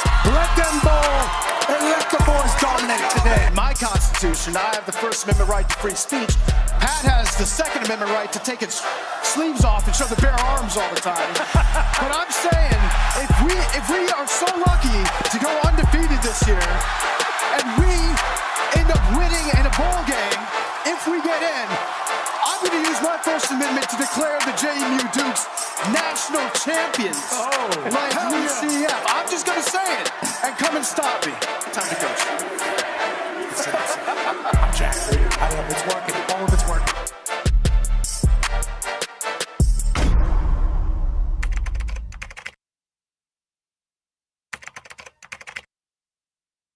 They'll have one loss because App State is beating JMU Mountaineers, baby. They're gonna dog shit all over this dumb place. App State forever. Yeah, fuck you too. How about that? We have an opportunity to give away $75,000 to a kid named Daniel Villasenor. Absolutely. You're a sophomore, correct? Yeah. What is your major? Civil engineering. Okay, so what's that mean? What is civil engineering? I don't really know. Have you ever kicked a ball before? I have. When? Were you a soccer player? Soccer player, yeah. Okay, how were you at kicking soccer balls? Pretty good? I was okay. I was good. Have you ever said anything negative about football kickers? Maybe once or twice. Daniel! Damn, Daniel! We don't need that! You make a field goal here from 33 yards uphill. You're the civil engineer. You'd have to tell me, I think it's about a 40-yard kick. If you're able to do that, we will give you $75,000. All right. He's got no laces. Yeah, what do we got going here? Can we get a shot of the shoes? What time? Hey, a shot of the shoes. Daniel showed up in his Vans with no laces. What time did you get here for this? About 11:40 last night. Need a lot of power. Good luck, Daniel. I'm not feeling it. Not feeling it.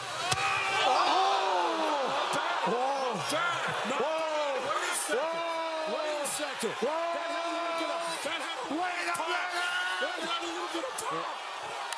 Just like everything this morning, that was a surprise. We did not expect that. Let's go. We got to do one more shot. One more kick for $100,000. You got this, dude. Let's go. How about this, Daniel? How about this, Daniel?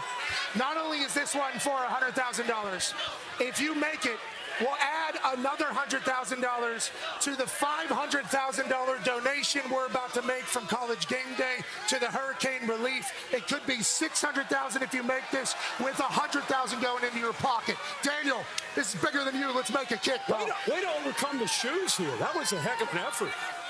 Come on, you got this. In Berkeley, California. You got it. Oh!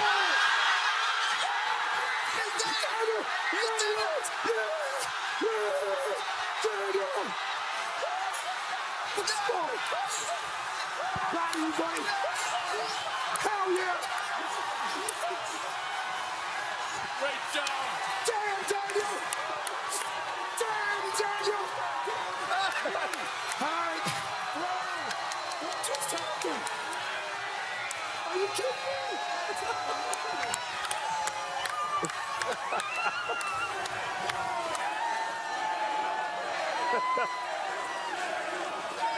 It's fun, man. 11:40 he was there. I know. $600,000 to hurricane relief. $100,000 to Daniel. What a morning in Berkeley. Hey, look it.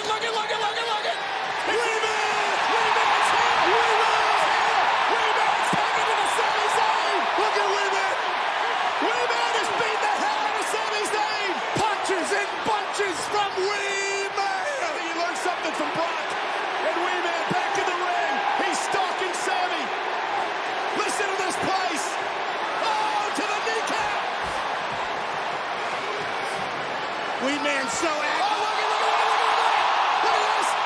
Body slam. Wee-Man body slamming Sami Zayn. Wee-Man used to kick himself in the face. Are you kidding me? Now he's body slamming Sami Zayn. Hey, Why? let's go. This show stinks, and the fact that you listen, we are very, very thankful for. McAfee on the line with a gorgeous assist. The all-time leading tackler for the Green Bay Packers, UP. Damn it! Your friend tell a friend something nice could change their life.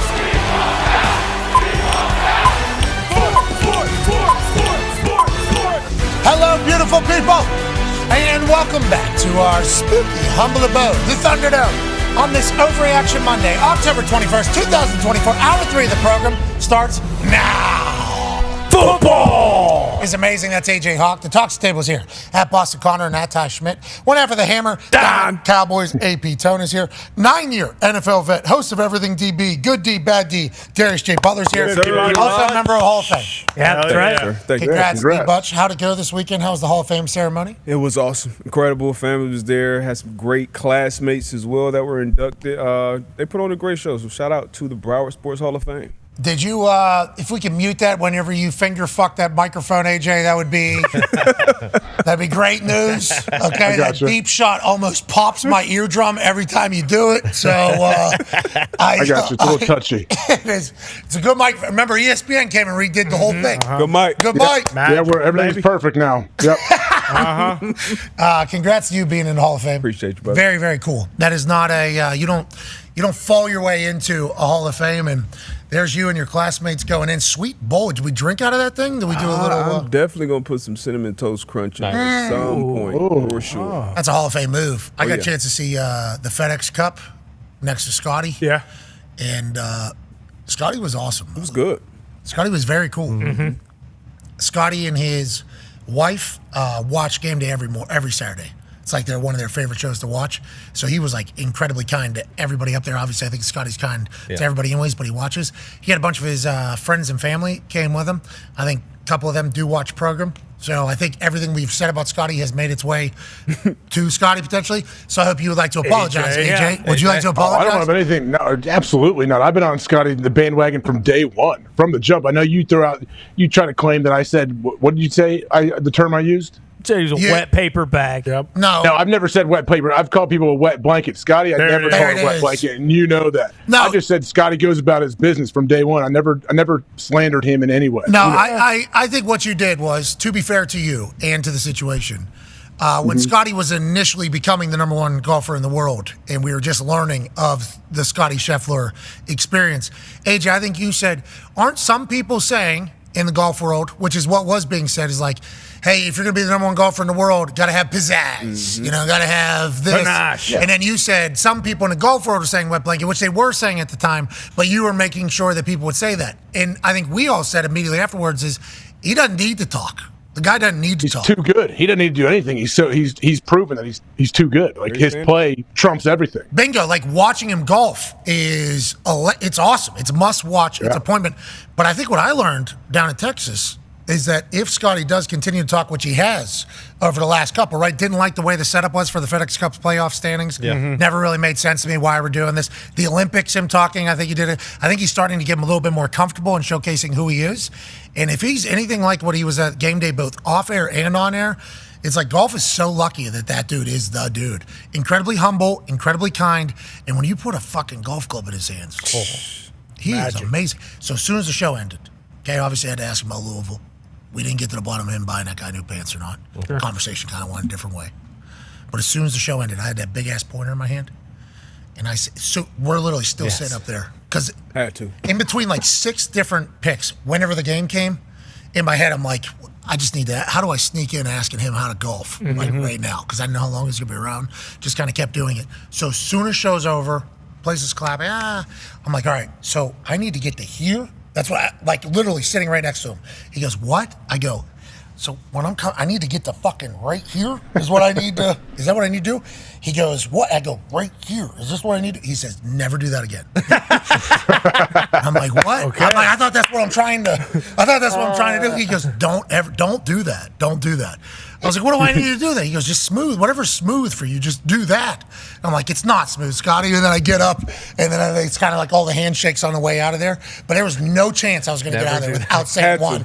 Without saying one thing. Never do that again. Never do that again. Literally, I'm like.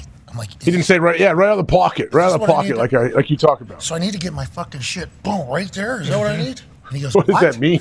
I go, fucking, boom, right there. Right there. Never do that again. Like, okay. Good to know. All right, I won't, Scotty. Check that off. All right, I'm gonna throw that one out. Yeah. And he said, just smooth, whatever smooth. I'm like, okay, sounds easy, Scotty. Jeez. He was awesome though. So kind to everybody. He was one of those Texas Cowboys. You know that the guys that gave me the chaps. Oh, those are sweet. I was told those were slick. Yeah. Turns out. Yeah. I was told that was great. Yeah, they were not as slick as I imagined, but the way they attach, they're like hockey goalie pads. So the chaps that I got, they weren't ready for this ash. For this. Weren't ready for these quads. It literally felt like I was a kid. And you know this is a big-time hockey fan. It literally felt like when they were trying to like strap hockey goalie pads on your legs, and you know when they're pinching the back of your hamstring. The worst. That was literally what was happening during the commercial breaks while they were doing. They're like, we're gonna try to get in there. It's like, I bet this is PTSD from when I was a kid. Just let them fly. That's why they were dangling so much out there. Good saves, by the way. Though. You could tell that on street hockey. I had it. Yeah. Boom, on the horse, bang, hit that shit. Got to get out of there. Yeah, absolutely. And in these conversations, what else am I going to add? That. Nice. That was a sweet move. I was in a pretty vulnerable position there on TV. You were. Michael Irvin. I don't think anybody really knew how to take that one, but I saw myself slide into the corner. All the way. Yep. Yeah, those things caught. That was not coconut husk at all underneath that turf. Good time down in Austin, though. They were good. Shot off a cannon. Anytime That you was do awesome. that, Those that's are cool. Because I didn't get to shoot off the cannon at A&M. You remember I was doing Right. With the sword. The fireworks out of the tower at the end was a nice touch. Sick. That tower's the one. Yeah, sniper Kurt tower. Russell. That's it? Yeah, that's the. How about I ask the kid Max Gomez Joseph, the kicker? Yeah. I go, what's the tower? What's the tower Matthew? name? No, No. his name's not Matthew. Oh. Fun fact about that entire situation: could not hear a word that I was saying or anybody else was saying. So ears did not work for myself, Tony, Steve, or Kirk. Okay, could not hear a thing. So I'm literally trying to lip read while Tony's talking, and Tony's doing the same to me. I did not get everything. Sure. Until I got back to the set. And I go, hey, ears weren't working there.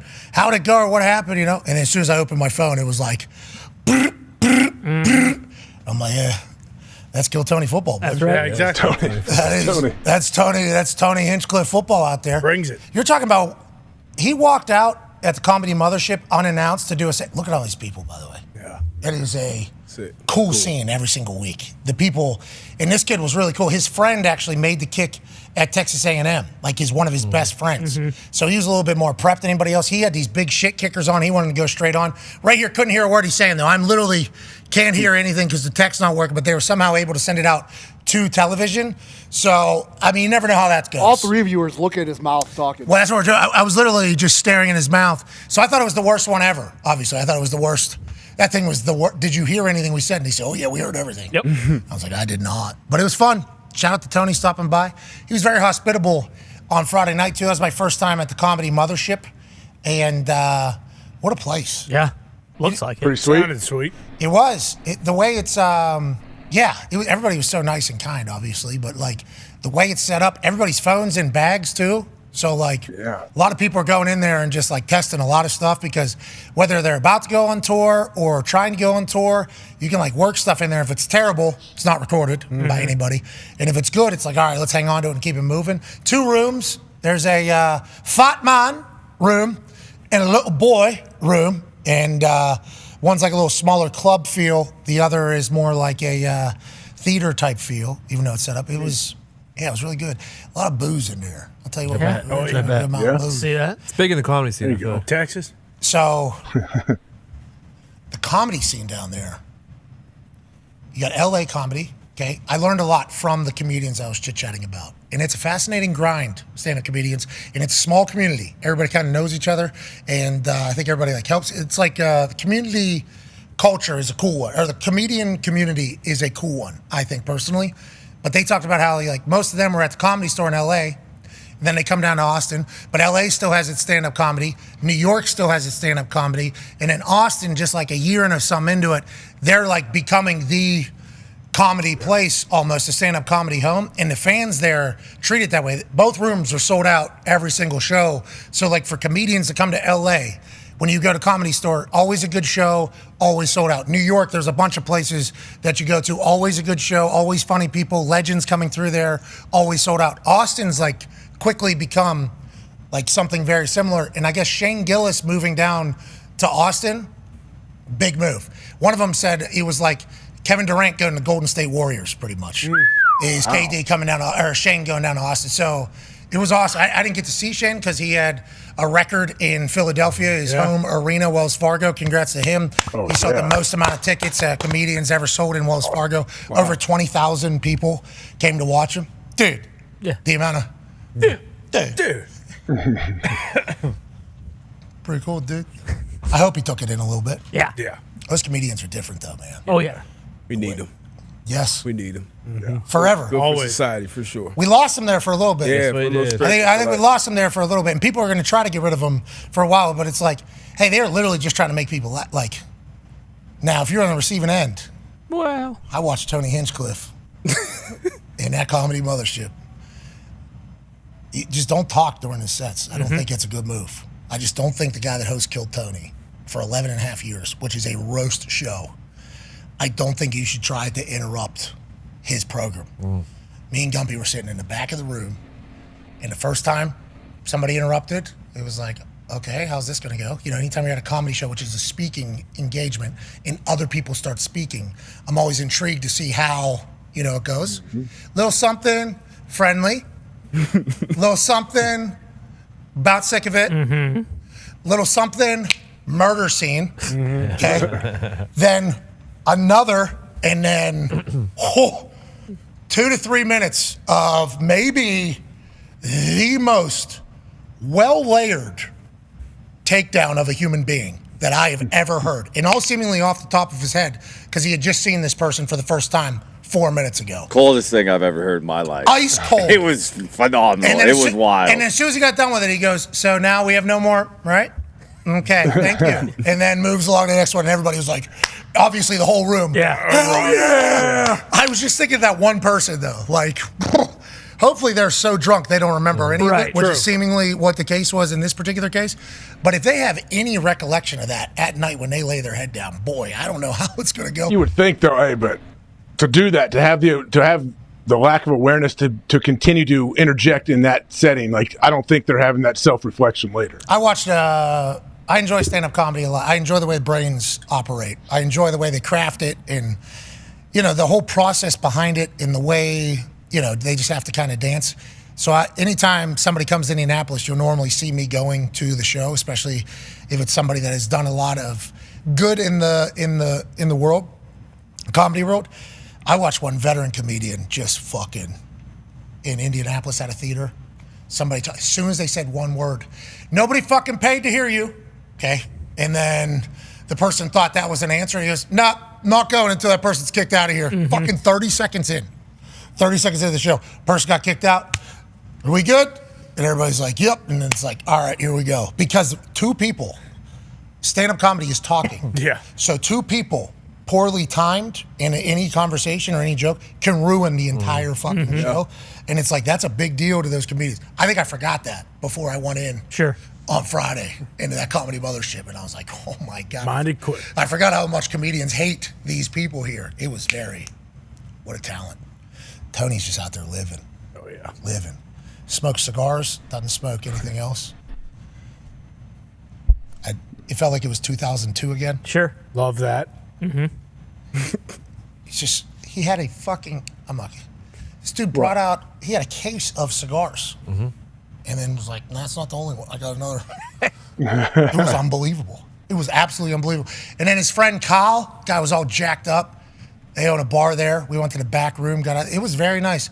Young Jamie was there. Oh, obviously. yeah. Nice. Legend, Ohio legend, just like Tony, Ohio legend. It was cool, man. They were very, very kind down there. But yeah, could not hear a word during the kicking thing. So I actually, as we were leaving, I told Tony, I'm like, I don't know if the mic worked. Could you hear anything? I couldn't hear anything. I was like, me neither. And then it did. Yeah, we heard it. Very well. It did. We certainly heard it. I heard it. Joining us now, ladies and gentlemen, is a man who is a correspondent for the Pittsburgh Steelers for this particular program. He's also a contributor to WWE in a digital fashion.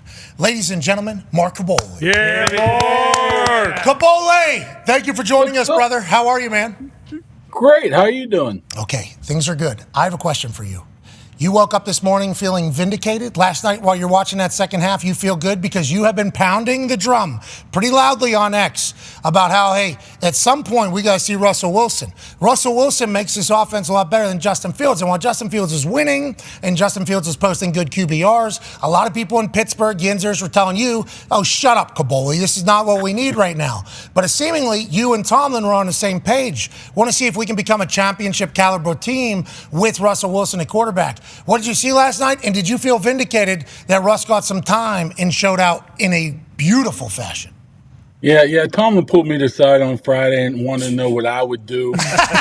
So, I told him what I would do, and he agreed with me. I told him to go ahead and call Glazer up and tell him give him the scoop because I didn't want to take all the smart the credit for it, right? Yeah, so yeah, I mean, I don't feel vindicated. I didn't do anything. I mean, I just watched practice and see what a guy's able to do, and you saw what Russell was able to do. And I've been saying it for a long time now. Is one thing you'll see right away from Russell Wilson over Justin Fields is his ability just to simply throw the ball. I mean, that doesn't mean that Justin can't do it. He's just very talented, and that's what happens when you're in the league 12, 13 years. He's able to make these throws down the field to George Pickens, and that's what you saw all through training camp. That's what you saw all through OTAs, and that's something they need. They need those big chunk type of plays, and it wasn't going to hurt them one way or the other, in my opinion. It was going to be like a 2-game test for Russell Wilson, then reevaluate it, see what you can do. It wasn't going to hurt him. Put him out there, and you saw what he was able to do. Was he perfect? No. That first quarter, I'm sure Tone wasn't very happy with that first quarter. He was probably booing from his living room somewhere, as well as all a lot of boo birds last night. A lot of boo birds. Not Meekables. Yeah, that was that wasn't really a nice thing to do after a guy who hasn't played in about 10 months and 6 passes into his Pittsburgh Steelers career, and you're booing the guy. Give him a little bit of time here, but I think he showed what he's able to do. You have to understand, early in that game, he did not get a lot of help offensively, as in offensive line wise. He was getting pressured. The offensive line did not gel. They weren't getting the run game. That didn't happen until the second half. So there were some obstacles in front of him, and he stuck with it. And I won't say he proved me right. He proved everybody in Pittsburgh He basically proved you wrong. right. Proved you right, obviously. And, the Boo Birds did come out early because a lot of people were against Justin Fields losing the starting role. And Justin Fields acknowledged that if he played better, this wouldn't even be a conversation. Tomlin told Jay Glazer, after he talked to you, obviously, and read your post, he said, I was a lone ranger in this. There's a lot of people that didn't want this. How many people is a lot of people that didn't want this, you think? Not just in the Steelers organization, but in Pittsburgh as a whole. You're there, we are not. Well, in the organization, I don't see there's going to be too many. I mean, I know the reports are out there, but who in their right mind is going to go up to Mike Tomlin in that coaching room or anywhere in that organization and say, you know what, Mike, I think this is the wrong decision? I just don't see that happening for a guy who's been on the job for 18 years. And the majority of those coaches on the staff have been there a year or two. So this has always been his decision. I think he wanted to take some pressure off potentially Arthur Smith. If this did not work out, then all the blame would have been put on him. As he would say, he has big shoulders to fill. But I would say, if I'm conservatively estimating, I would say that 90% of the Pittsburgh fans, or at least in this area, I'm not quite sure about around the country, were pro Justin Fields, anti Russell Wilson. That's how much of a gap it was. And then how about this morning? They did not want to see Russell Wilson. How about this morning, though?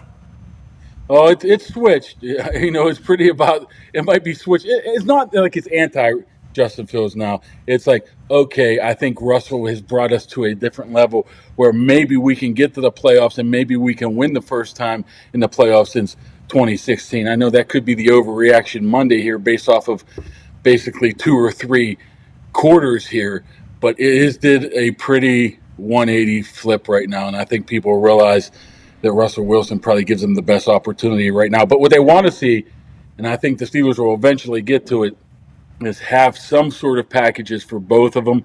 I'm not saying Justin Fields is going to go in there and have series, but if he has the 5 to 7 plays where he's been dynamic with his legs, goal line, red zone, that's where they probably would take it to a different level. Go ahead, AJ. Kaboy, you said kind of Steelers fans now are pro Russell. What about in that locker room? I know there was some, not like no one said anything bad about Russ, but they kind of stood up for Justin Fields before this game. Do you think this also kind of quieted that down and got everyone pretty confident in both their guys? I never sensed one time in that locker room that anybody had something negative to even say or think about Russell Wilson. He's just too positive of a guy, unless you're not into positivity, I guess, and maybe you don't like Russell Wilson that way. I never really sensed that way. They just want. I mean, let's be frank about this. Whoever helps this team win and helps some of these guys' stats out is what's going to go a long way. Who are you talking about? Who are you talking about? Some any offensive player possible. I mean, I'll throw out the names. If it's helping Najee Harris get a better contract next year, if it's with Pittsburgh or whatever, he's going to be happy. George Pickens is probably up for a deal next year as well.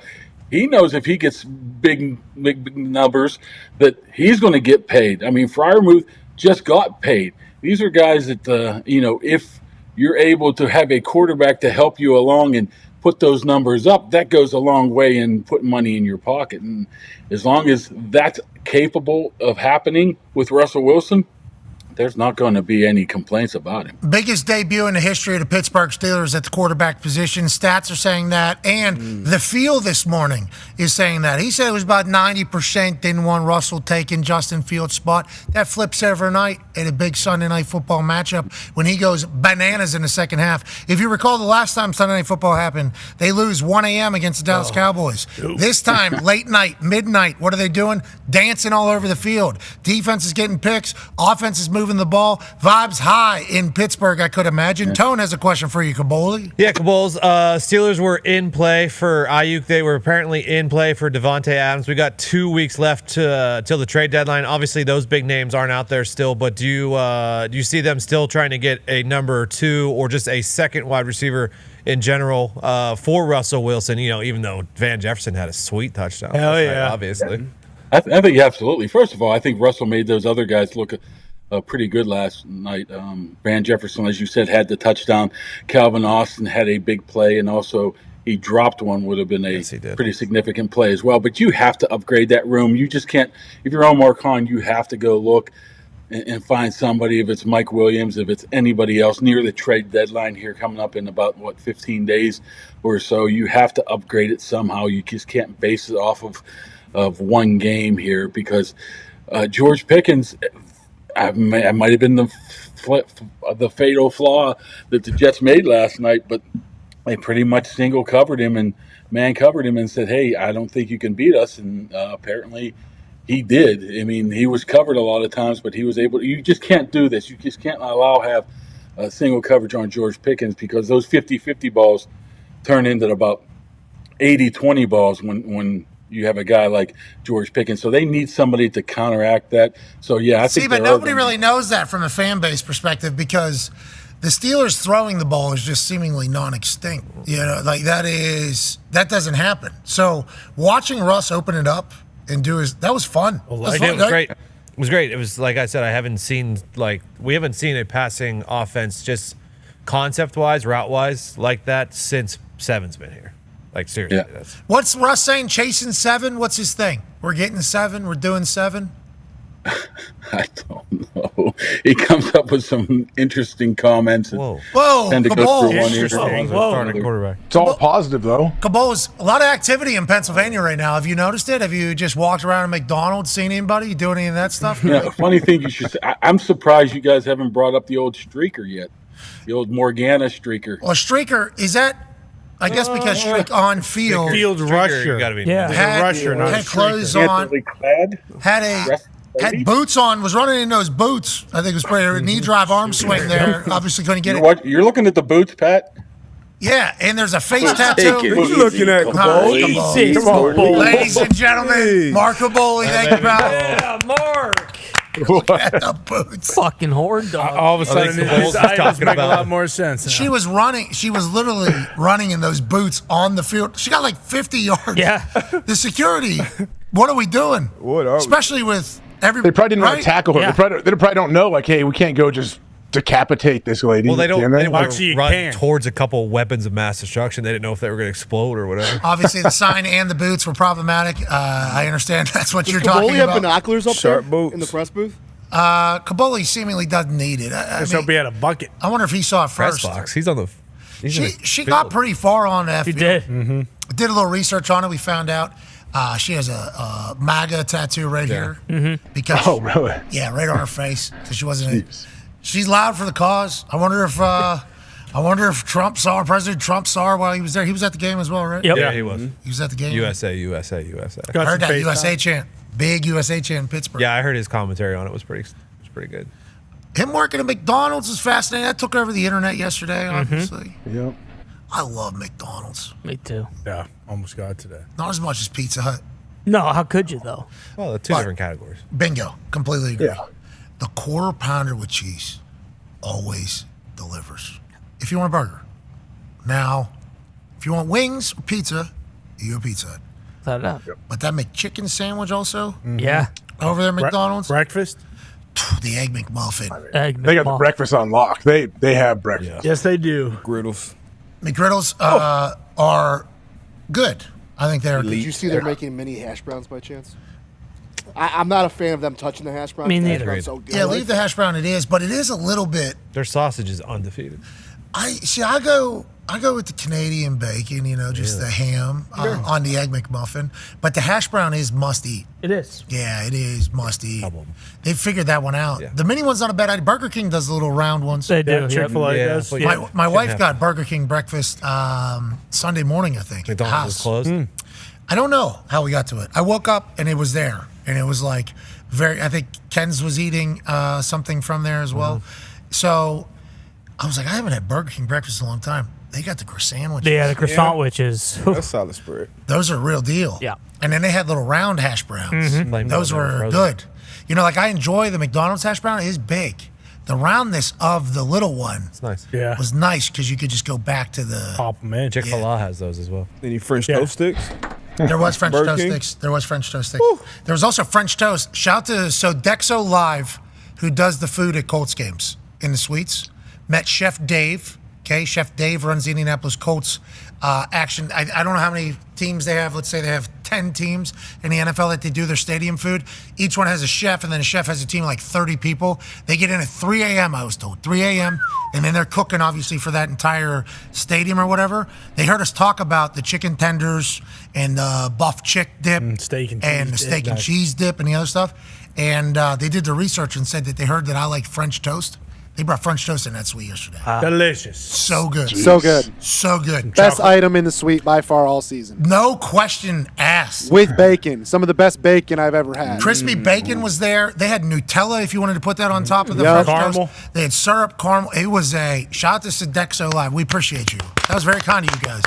That was very, very kind of you guys. Delicious. That company headquartered in Paris, France. Really? Oh wow. Oh. Culinary Institute. Guy Fieri started. Fine French dining. I don't think Really? Guy Fieri, I think, is Italian. I think. I think he crosses multiple nationalities. Agreed. There's a does. chance, especially with how cool he looked. Any that Guy- have to do with cooking. Guy comes from Guy, which is French. Guy is a French thing, I think. Yep. You do that. But Fieri. Girls too. Fieri, yeah, multiple nationalities. Guy Fieri studied abroad in France and developed an appreciation, obviously, but he's not French. Well, He actually might not even be Italian. Fieri was born Hold the phone. in Columbus, Ohio. Whoa. wait, his name's No, yeah. Guy His name- Ramsey. He is. They His just name's changed Guy it. Ferry. They just changed it. They had to change it. Guy Ramsey Ferry. Because your cultures, when us Italians came over here, you guys were assholes. So a lot of us had to drop the vowels. Oh, okay, so Italians got- Ohio said Fieri. No. Ferry. Yeah. F-E-R-R-Y. Shut up, Guy. This is his father's name, too. Guy. And his father's father. Guy. Guy the first, Guy the second, Guy the third. Yep. So he went back to his surname whenever they came from Italy. Although he does respect Chantilly, France, which is a place where he's at for a year doing pretzels. Selling pretzels. What a racket. Get your Pretzels in Washington. Columbus, Ohio. He did it Yep. in honor of his grandfather, Giuseppe Fieri. I don't know if that's Gump, true. I don't know what the Big Pop is. Yeah, go. Come on. What are we talking about? Guy Lafleur, legendary hockey player. That's Guy Lafleur, brother. This is Guy Fieri, whatever it is. No, it's Fieri. Yeah, it's Ramsey. Guy Ramsey Ferry in Columbus. What's happening right now? I don't know. I think one Your of them name's lied. name's Guy. What'd you What? take over here? I did not lie. Ferry. He lied. His grandfather's name is Giuseppe. Yes. Is that real? Italian immigrant. Just like Tim McGraw. Yeah, Tim McGraw. And I hate Guy. So this is saying something. You know, there's no reason He to spit hate. in your face. He just said that you make me famous and dance. He said, "Come over here, kid. I'll make you famous." I'll tell you, that was an interesting scene. That was an interesting scene. I've never been a part of anything like that before. Been to a lot of Sounds events. like that was more so Guy Fieri than Guy Fieri. No, it wasn't Guy Ramsey. Oh, it was Guy. It was that Guy was more Fieri. Guy Fieri, I think. Okay. Come on, I'll make you famous. I was like, well, I did dance. We did some dancing. It was good. All right, one of those.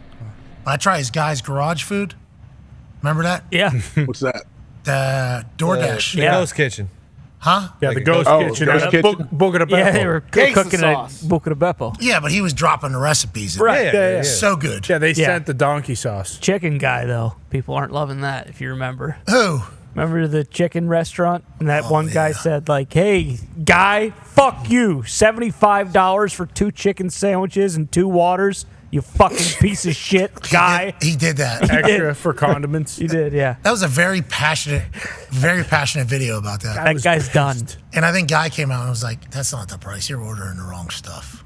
But that guy said, no, I'm looking at it right here. Yeah. Selfie video. Mm-hmm. He was looking to bury Guy. He was. Yeah, it was. He didn't ask. actually probably didn't even mean it. Anyways, Guy, good work. Out of Ohio? Yeah. An Italian from Ohio? Guy Fieri? Oh, yeah. American Dream story. I didn't love that he changed his name. I mean, whatever. Sounds Went like back. it was. What do you mean you didn't like? What if your name was Anthony Diggs? Yeah, we didn't change. We just took it. Okay, 'cause we were proud of our name. Listen, DeJulio Bingo. is certainly a beautiful name. Thank you. And I don't know how they didn't change it, to be honest with you. Yeah. Because that one is a lot. How about Master Giacomo? That's a name that is in Plumboro. They didn't change that name. No thanks. What's that? What? What's that? What? What was that all about?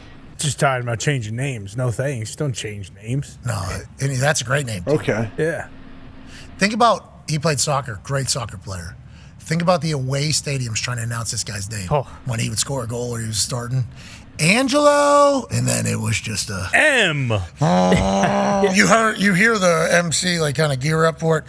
Master Giacomo. Giacomo. It's a great name. AJ had to change his name, but From what? You said it started with an H. I couldn't remember the rest of it. Oh, Wow. Yeah. it was. It was. Something like that. Hitler was the. Is that what it was? Out of What are you Germany? talking about? Is that what it was? Is that your German It's heritage? always been Hawk. It's always been HAWK. How was as I've that? known it. Hey, how was that? How was that Halloween thing? Legit. I saw some videos. It looked a real deal. Oh, it was great. Yeah, we had our charity event this past Saturday night, Halloween theme. Buckeyes run a by, so yeah, it was awesome. Huge. He had like Yeah. 17 different rooms you could take photos in. It looked like Oh, they made like a full blown like haunted walk into the tent, and then in the tent was crazily, the people that help run it, they do. It's unbelievable. how much, and it's all donated to the Children's Hospital. You guys aren't taking any of it to NIL. That's what I saw. No. It's James Cancer Hospital here at Ohio. Okay, because some of these events, not just at Ohio State, other places, used to be all for philanthropic things, and NIL came, and they were like, actually, kids can get 35%, right? Well, how many kids, how many guys we got? We can do that. All money at the Children's Hospital. Way to go, AJ. Way to go. All right, let's make our picks, and then we'll end on overreactions. I was 8-5 on the weekend. I believe AJ was 7-6. This evening, there's 2 Monday Night Football games. We start with the Ravens at Bucks, 8:15 on ESPN. Ravens favored by 3.5. Darius J. Butler, who do you like? How do you like it, pal? You know what? The Bucks absolutely exploded last week. Almost 600 yards of offense. Bill mentioned earlier, be tough to run the ball against these Ravens. I like the Ravens. Lamar playing at the MVP level. I like them to win. I don't like that hook. I don't like the 3.5 and beyond. So you're taking I'll the take them Bucks? to cover. I'll take them to cover. Win and cover. You got Ravens Win and cover. minus 3.5. Yep. What's the public money right now? 70% Ravens. Okay, and that's been good as of Yes. late. Yeah. That's right. AJ, do you agree with D-Butch, or are you taking the Bucks? Man, I do tend to agree with D-Butt on this one, but for whatever reason, as he was speaking, I had to, my instincts tell me go Bucks at minus 3.5, plus 3.5 for the Bucks. So. Go Bucks. OH. IO, you know it. Go Bucks. I'll take the Ravens. Give me the Ravens. Let's go to the second game of the evening, only available on ESPN Plus. People are going to be pumped. Oh, yeah, of course. People are going to be No pumped. backlash. Yep. Chargers favored by 1.5 going into Arizona. Marvin Harrison Jr., I guess there was some questions on whether or not he would go. As of the noon hour with Adam Schefter, he said he's probably going to go. He cleared concussion protocol. He's good. Okay, perfect. So Marvin Harrison Jr. is going. James Conner's playing. Kyler Murray's playing. This Cardinals team has been playing good football as of late. Are they good enough to take on and beat the Chargers at home, who are favored by 1.5 on the road? D-Butch, who do you like? How do you like it? I love the Chargers in this one to win and obviously cover. I think J.K. goes off. Love Herbert. I think he has his best game tonight. And I think Derwin James makes a huge play tonight as well. So I'm going Chargers. AJ, do you agree with D-Butch? Ooh, I don't love them, but I like the Chargers, or I like the Cardinals here on this game right here. I like the Cardinals to win this thing. I know they're 1.5, but give me the Cardinals. Okay, I'll take the Chargers. So there could be a little bit of a swing at the top here. All right, I got the Ravens, you got the Bucks, I got the Chargers, you got the Cards. Me and D-Bot agree. You disagree with both of us. Let's have a Monday night. Hell yeah. Okay, before we get to Monday Night Football, who would we be if we didn't celebrate fans overreacting from all around the NFL? This morning, I put out a bird call. I said, good morning, beautiful people. I hope you're fantastic. I would love to hear how you feel about your NFL team. All you have to do is use the hashtag I don't want to overreact, but it became a #1 trend, so we can't thank everybody enough for obviously getting on board and interacting with the tweet. We passed Arnold Palmer, which we had to go up and then way out all the way around, and then we Long jumped up to 2, and then we somehow got to 1. So thank you to everybody who is passionate about their NFL team to put out a therapeutic tweet.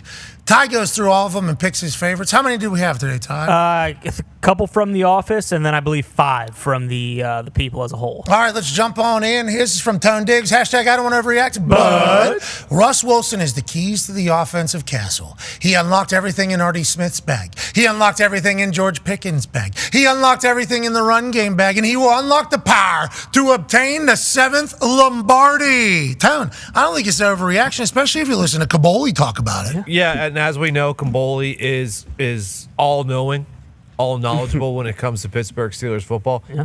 No, it was just good to see Russ last night and actually feel like you're watching an NFL offense operate at not even the highest level, just at a medium level in the NFL. If we have that with the defense that the Steelers have and the special teams that the Steelers have, who says no to Lombardi? Who says no? Let's go to the next one from D. Butch. Hashtag I don't want to overreact, but I think the Carolina Panthers should be relegated to the ACC until 2026. Let them work the portal a little bit, maybe make the CFP, maybe. Then we'll bring them back. Maybe. Whoa. D. Butch, is this an overreaction or maybe how football should be? It's just how I woke up feeling on Monday. After watching the game, you lose the dynamic rookie, Jaden Daniels, so you think, okay, maybe this could be a game. Yeah. Andy Dalton, Mariota. We haven't seen Mariota play good football in a long time in the National Football League. Shout out to him, bouncing back, having a great game, but it's just nothing positive to take from this game if you're a Panthers fan. Nothing on offense, defense, special teams, whole organization. They just maybe need a break. Maybe we need a little break. Maybe we need relegation in out-of-American sports, just like over there in Gumpy sports across the pond. So, I don't think this is an overreaction. This is exactly how I felt waking up. And you said maybe make the CFP. You're not 100% sure they're going to be a top 12 team. And I started looking at some of these teams. But, hey, look, every week somebody gets upset. Every week I feel like whoever's at the top, they lose it. So they might squeeze in there. Okay, Carolina Panthers fans, it's going to be okay. Yeah. Down the road. A lot of games left, man. There's a lot of football left. Bingo. That's why might not be good. I didn't want to dive I'm not saying like positive. I'm not saying like, oh, hey, the future looks bright. I'm thinking like it's a long haul ahead. We got a long road. Yeah, if it goes bad for anything football related, we got a lot of football left. So too much. There's a lot of football left if it's going bad. But it could go good. Maybe the Carolina Panthers find it this week. Maybe Canales figures it out. There's a lot of football left still to be played. That's like whenever we were doing the college ball thing, all the teams that had a chance to make 12-team playoff on game day. Mm-hmm. I love that there was like something to 50% and then 49 to 19% and then like 19 to 5% down there. I mean, those are all off of probability on whether or not they'd win and how many games they win and stuff like that. It's like college ball impossible. Yeah. It is impossible Insane. to predict what is going to happen. Impossible. These teams show up and then they don't, and then out of nowhere there's a team. It's like, well, how good are they? We'll see. And it's like, that's why college ball has been so good. So I don't know how those percentages work. You know, if you have any percentage, you should feel very good in college. In the NFL, you could say the same thing, but there are a few teams it feels like are worse than others. You know, like, not this year. No doubt. I don't think it's going to be it. And it feels like the Panthers are worse. It does. New GM, new head coach. You know, you talked about that red phone earlier. We think they survive and have at least a couple, 2, 3, maybe 4 years of turning. 4 years and a temper up. But it's ugly. It's ugly. Let's get to another overreaction, shall we? This is from Ty Schmidt. Hashtag I don't want to overreact, but Jeff Hafley is the best defensive coordinator in the history of the NFL. Who knew? Having a competent defense could be instrumental to having a good football team.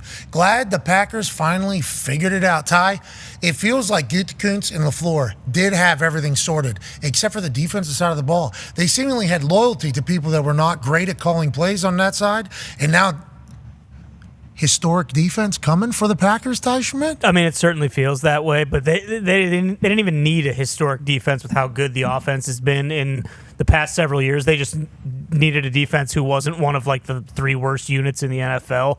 Unfortunately, they were for all those years. But yeah, I mean, just the change from last year to this year is so stark and so night and day.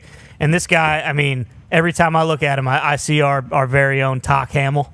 He looks exactly like Tock. I mean, exactly. So that's kind of crazy. But that's a good thing. It's kind of a good thing. I kind of laugh every time I see him. And I'm just like, Jesus Christ, Tock is. Happy birthday, Tock. Had a birthday over the weekend. Happy birthday, Tock. Happy birthday. He got the birthday French toast that came into the suite on wow. Sunday for his birthday, obviously. That's why that French toast was. Did he know it was his birthday? Oh, cool. I think he knew potentially, but not everybody did. Gumpy said he was with him all night on Saturday. He had no idea it was his birthday. No, I knew when I met up with him, but I did not know before that. No. Once I had a couple cold ones, I realized. That was on me, Talk. I apologize. Oh, we are celebrating here. That's Of course. I didn't know that. Of I course. know, it's a birthday night, of course. Naturally. Of course it is, says Gumpy. Happy birthday to Talk, but he looks like him, he said. Yeah, it looks just like him. And he got a game ball yesterday, and you could tell, he's not satisfied with that. He's all business. He wants these guys to have a historic defense. And I know the NFC North's very good. The Vikings are very good. The Lions are unbelievable. But I'll tell you what, with him doing what he's doing right now and the defense playing the way they are and that offense, I'm feeling very, very good about the Packers. Why not go on a run in a very tough NFC? And he talked about how Jordan Love's going to give a few away. That's going to happen. He's going to throw a pick or two, but he's going to score 3, 4, 5 on the other side. There was a play yesterday where he just drifted back in the end zone, just casual. Patting the ball. Pressure on both sides. Oh, shit. I guess I should step up here. Gets tackled on like the 2-yard. I'm like, is this guy just going to give a safety up right now? And He it's might. like, maybe. He might. Maybe. He has zero worries, seemingly, in the back. Which is great. Yeah, I agree. Did you see that picture? Yep. So accurate. Picture with Rogers on one shoulder. So that's who he is in quarterback. I mean, if I was a Packers fan, I'd love it. Electric. I do. I certainly do. Good for you. We got a guy, too, in Anthony Richardson. Yeah, he had a good day yesterday. I'm excited to watch him continue He had to. good numbers, right? So it's not about that. It's about wins. No, I thought he did. Someone said he did. Huh? Good. Eating W's. To be clear, let's check his Well, 10 of 24, 129 yards with bad. 56 rush yards. Yeah, that was good. Winning football. Ran a guy over. Trey Sermon and Goodson. Goodson's a great man. Mm-hmm. Goodson's a great man. Runs hard. Very hard. And he was talking shit to Jalen Ramsey in Jalen Ramsey's mouth. Like literally right in his face. I'm like, I like this guy. Love that. And then Sermon comes in and Sermon's like, give me the ball. It's like, okay. Good program. They were saucing. I like and tossing. Well, you didn't see Sermon or Goodson saucing or tossing. Sure. But on the field, I saw them Yeah. tossing and jostling. You know what I mean? And that is, I like where the Colts are. Don't look now. 4 of our last 5. He ran a guy over. Now, he was a little tired, I think, after that. I think he was a little tired. He, took his time getting back into the huddle as he was listening. I did see the very exhausted spit. You know the spit when you're, Oh, yeah. when you're real tired. And then he got in the huddle, did his thing, and then we fumbled in exchange immediately afterwards. Sure. So I think, he was out a couple weeks. There is still some potential to get back to full form, but he played winning football. He had a catch or a pass to Pittman late. Got deflected, obviously, but it was like That one with the touch would have been good. There was a few airmailed. There was a couple decisions that were made. They were like, what are we doing? Couple But skippers. it's like his 10th game he's ever played football before. Fun fact, after the Steelers game was over last night, the Channel 11 News, whatever it is around here, came on. And I heard them say, and I just looked it up, if they beat the Texans this weekend, they're in first in the South. Wow. Who would have fucking thought? Wow. He's got to run that hill 20 times. That is the thing. Yeah. I think because he was out for a couple weeks, he didn't get as much. And it was a hip, too, I think, so it wasn't as much running. And he fumbled. He looked he ran that fucker over, though, which I appreciated. New first down celebration. Yeah. Pretty cool. Yeah, he always looks cool. I will agree with Always that. looks cool. Like, very cool. Yeah. Second half, he was spinning it a lot better than first half, too. It's like first half, he was, like, forcing it a little bit. Feels like second half, he was just throwing it. Yeah, boom. He was Boom. washing off the rust. Got up right there, and then next play would fumble, yeah. Yeah, so he was just a little tired. A little tired. That's going to happen. To be expected. They are. Go win, baby. Go win. 5. Now, Jonathan Taylor is going to get back healthy, I guess, but like that running back room we got, they were. Thank God Tim Boyle came in. I am happy we didn't face Tua. I'm pretty pumped about that. Snoop was having fun out Next there, week. too. Tua's back. There's some news being broken. I guess every doctor who's talked to is like said, yeah, you can still play. Boom. Like, what the fuck are we talking about? Duh. Yeah, and he said, I love this game till death. Yes, he did. Wow. In his quote. It's like, all right, okay. Dude, you've had 40 concussions. I mean, That's what everybody's saying, actually. Right. That's what everybody's saying. But allegedly, if you read the tweet that had the video from his press conference today, that is what he said. I will say he looked cool on the sideline. I saw him on the sideline. McDaniel's a little fella. I didn't know how little he is. He's a little guy. Tiny little guy. He So is. cool. Coolest dude of all time. He did look real cool. OBJ literally just running and then just, all right, play's over. I'm going to go off. I'm going to keep running off. Right to the sideline. Just right back in it. It was like he was running laps. Playing wide receiver. G1 race. We didn't need that. No, yeah. Didn't what he was need doing. that straight. Yeah, but Kenny Moore was next to him one time, and I think they like actually even were next to each other. So that'd be different than G1. True, yeah. It wasn't like he was just by himself, No. just single file. Single file. No. Hey, you can't pass me. I can't wait to see Tua throwing the ball to Tyree Hill. And Waddle. And Me Waddle. too. Tyreek Hill was in the Loud House yesterday, and we didn't know for like 2.5 hours. Best that player in the crazy? NFL. Clearly just don't fumble the ball and still probably win that game. They fumbled the ball twice. Okay, why? Why'd you fumble it? Because we can't hold on to the fucking ball. Loud House, buddy. Because they were forced fumbles. I don't know about that. Loud House and a Colts defense that's humming. All right, let's get to the next overreaction, shall we? This one's from Con Man. Hashtag I don't want to overreact, but the Patriots are in quite the conundrum. Googled how to spell that. Good job. Drake May is absolutely nasty. Huge victory for the future. However, Gerard Mayo said the Patriots are a soft football team. I don't know if there's ever been a worse descriptor for a football team ever. I'm a fan of a soft football team. Great. Connor, has anything changed today, especially after what Bill Belichick said about the New England Patriots earlier? No, because what Bill said absolutely has some legs to it, of course, but, different circumstances, much different roster last year currently based on injuries and all of those things. But, no, nothing's really changed. 1-6, future not looking too great. When the season started, I said, hey, there's a chance we don't win till December. Luckily, we won our first game. Now there's a chance we don't win again until December. And that is just the reality of the situation.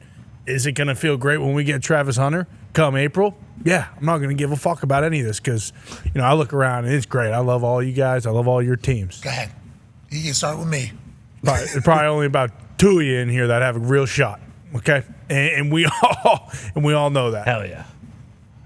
Colts don't have a shot if Joey Flacco is standing on the sideline. Whoa! But none of your teams are going to win. Come on. Tony, I love you guys, but you know that they don't have a chance. Ty and Foxy are the only two that can really look at their teams and say, fuck, we might be there in February. And as a person who loves to win championships, I mean, shit, I'm coming off one in June, July, So I understand the feeling. It bums me out to have to tell you guys that, but my championship, it happened on Sunday. I told you we had to lose that fucking game if we wanted to get that number 1 overall pick. What did we go? We went out there and we got the fucking job done. Okay? So, no. We go out there and we lose the fucking game. Yeah, and we get the job done. And look, did Drake May look fucking good? He does look good, doesn't he? He looks so good. 2 20-point losses, and you do come away from it thinking, Drake May's pretty good. That boy can play. That boy can spin the pill. That boy's pretty good. That boy's pretty good. That boy's pretty good. But yeah. No more England games. I think there's a Germany game coming up. Yeah, I think That's a there's good two- one. That's a barn burner. Yeah, 2 Germany games. Good one. Which is real bad. Just cancel it. Cancel it. It's fucking Giants Panthers. Just cancel the fucking game. What did Germany do? What did NFL fans in Germany do? Yeah, what did these German people do? What did this? And what? 2 million people waiting in queue to buy these tickets. Yeah, still. And they got Giants Panthers. Oh boy, jeez Louise. That's fine. That's actually a fun game to go to. It's like you have no fucking clue what's going to happen. Hopefully they'll sing again. Hopefully it'll just become a concert. Yeah, definitely. Hopefully they'll take that game over. What crew are they sending over to call that game? Chris Rose, Joe Thomas call. I didn't know that was going to be the crew. Yeah, me neither. Yeah. I watched that. What's that mean, Ty? It means no thanks. What? I Set those England scarves off, too. Joe Thomas said something to Ty years ago. I'll never forgive him for that. Wait, what did he do? I didn't know. He's a great. What did he say? He's good to me.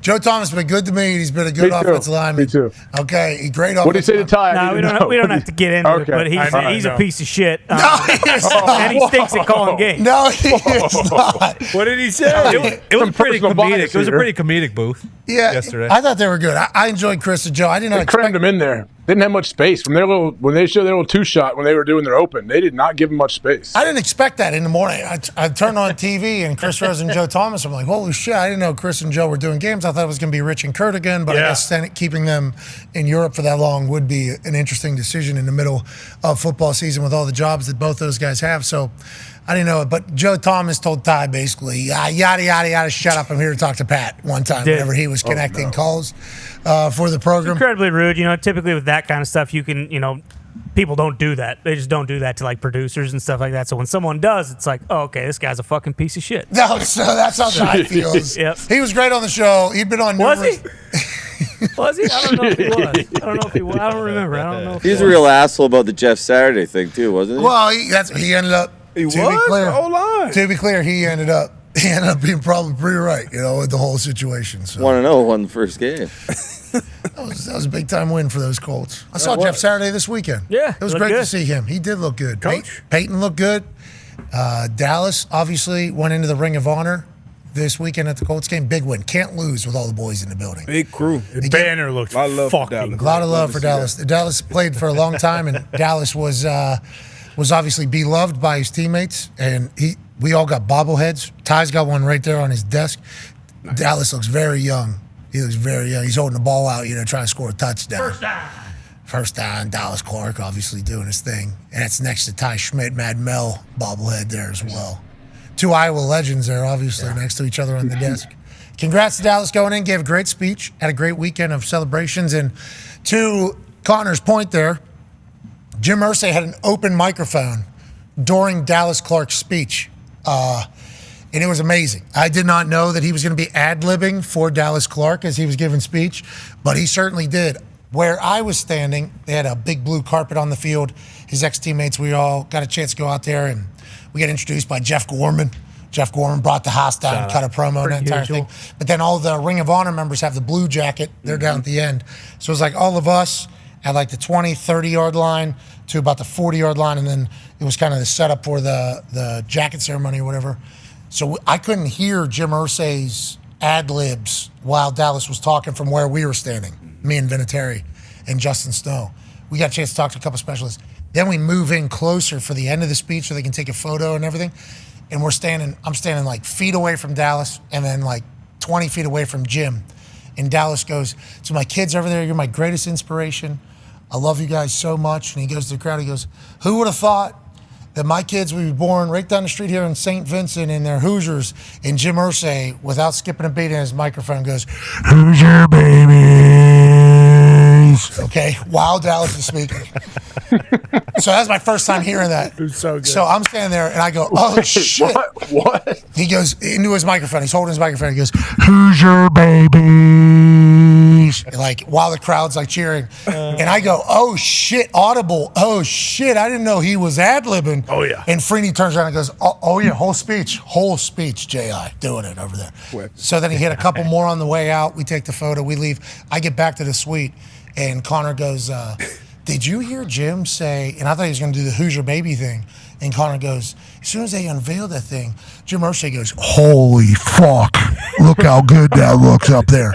And I was right next to Reggie. Holy fuck, look at how perfect it is. I didn't know if he actually said it because where I was standing, I couldn't hear it until I got closer. So I still, to this moment, don't know if Jim Irsay said holy fuck or not as an ad lib to Dallas Clark's speech because that's what Connor said. That's what I heard. But, I mean, to his point, when you did look up at it, all you could think was, holy fuck, that does look perfect. Yeah, it was cool. That's where he went up. Wait, but the fact that he had, so there's two mic, Dallas is giving a speech, and there's a second mic that he's holding. Yeah. Sitting in the Do golf you think Dallas knew that? Do you think Dallas knew that coming? He's like, hey, I'm going to punch it up a little bit when you need it. I don't know if anybody knew it was happening, and I wonder Dallas' awesome. first thoughts whenever he starts with the holy fuck. But we quickly all agreed he needs an open mic for the entire game. Every game. Yes. The entire game. Yep. He should get in there. Yeah, there's me standing right behind Freeney and Reg. Oh, Jim does have the mic in his hand right next to him. Dude, look where I'm standing. Look where I'm standing. I'm literally feet away from him. Like, I'm right in between Freeney and Reggie there with the hat. And I'm 10 feet, like 6 feet from Dallas. 10 feet from Jim. So I can actually hear his voice going into the microphone. You know, like I could hear him where I was. And I go, oh, shit. That's literally what I say out loud. And everybody's like, yup, it's been happening. It was a good time to see everybody, though. Bill Polian obviously back. Edge back in town. Tom Santee, Jacob Tammy. I mean, the tight end room was represented very well, obviously, through it all. Stokely was in town. Peyton's in town. UTEP was in town. It was good to see everybody, man. Gonzo. I see Gonzo back there. I didn't think Gonzalez was there. He got booed. No, he did not. I'm just joking. What's he doing? Is he still doing politics? No. Love you guys. There's a lot of these guys, and I don't remember if Gonzo is one of them or not. A lot of these guys in wealth management all of a sudden. Sure. Everybody I talk to. What are you doing? Oh, I got a fund. What do you do? Oh, I got a fund. What do you do? I manage people's money. I'm like, where the fuck do you guys find all this money at? What are we just falling into funds everywhere? I think so. I think that's what everybody's doing. Jacob Tammy, former teammate of mine, tight end holder, backup holder, and backup long snapper. You're talking full utility guy. They used to run screens with him in Kentucky as a tight end. He was absolute dog. He's in the wealth management world. And I'll tell you what, as soon as I heard it, I've never fucked around with any wealth managers. As soon as I heard Jacob Tammy was in it, I'm like, I think I'd let Jacob Tammy. I would let Jacob Tammy see my Austin Coley, I believe, is also in the game. Austin Coley, another guy. I'm like, I think I'd let him. On the ample, right? Yeah, he was on the ample. He said they wouldn't give him a mic. He said, I heard you got a mic. You wouldn't give me a mic. I'm like, Austin, come on. Austin, you know the deal. Do this shit. You should have seen him, though. He was doing the. Oh, yeah. He's like moving in slow-mo. He's jacked. Yeah, jacked up. He's jacked up. Storm and Mormon, what a dog. It was good to see everybody. It was a great weekend. All right, let's get back to an overreaction. And the Colts won. Yeah. Yeah, but real quick, what the fuck happened to the roof? Operational failure. So Ran couldn't open it. Ran out of taxpayer money. Yeah, they actually bumped us. We all got to pay more now. So this is breaking news. All those things you're saying may be true, but that's not from Jim. Remember, stadium is owned by city. So when things don't work, that is landlord's fault. Landlord had volleyball in this thing over AFC Championship. Remember? That's right. So the roof wasn't able to be opened, I guess. There had been a time in the past where that roof opened at halftime and a bolt fell and hit somebody. You know, so they had to change some rules, do that entire thing, and then killed him. Yesterday was like a perfect. Nope, person's alive, but did go to the hospital, and I assume had a pretty good little receiving end afterwards. But yesterday was like perfect day in Indianapolis. Very nice. Perfect day. Couldn't open a roof. That was. You could see it through the window, though. You could see it was a nice day. Yeah, so we actually talked about that through that window. Yeah. You can't see anything. There's nothing. You can't see. There's a crane, I guess. Good for Indy. You can see the sun coming in and getting in your eyes. Yeah, and you can feel the wind that's coming in, creating a wind tunnel. It's like, just put a Jumbotron there. Big old Jumbotron. Just put a Jumbotron there and have the window be the outline of it. Still cool. Yeah. Still cool. Could be the best setup in the league, actually. That's just spend a little coin. Well, whose coin? Good question.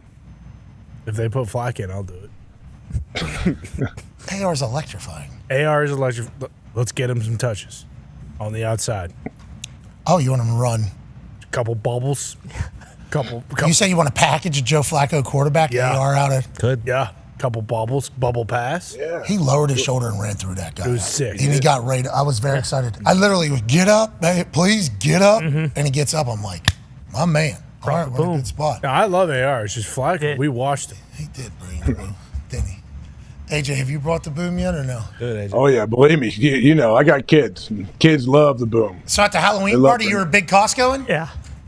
I was not, but there was definitely people doing it. We bring the boom. Can't boom. I'm with it. I'm with it. AJ Hawks, we bring the boom. Cause others suck. We bring the boom. Hey, good gimmick. Yeah. Let's get to another overreaction, shall we? This is from LeBron Jones. LeBron Jones at Mickey J87. Hashtag I don't want to overreact. But the New York Giants would be better off if they hired Rick Moranis and the Little Giants to play. Whoever gave Danny Dimes that contract should be pulled apart by four New York firefighters in their fire trucks in the middle of Times Square. Okay, public shaming. I believe in public punishment is what they're looking for. Bruce, is this how you all feel? What's going on over there with the New York Football Giants? Yeah, I mean, it is crimes against humanity at this point that, we're just still dealing with this level of offensive ineptitude. I think the two running backs had 3 carries for 4 yards at halftime.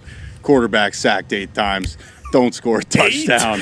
Everybody's got to go. I think that's where we're at. Dave, Shane, Danny Dimes. If John Mara could sell the team, that'd be nice too. It's complete. Maybe demolish. He was right. Maybe demolish level MetLife Stadium, rebuild a nicer stadium. It's the worst in the league. The whole place is a dump. It's an organizational failure.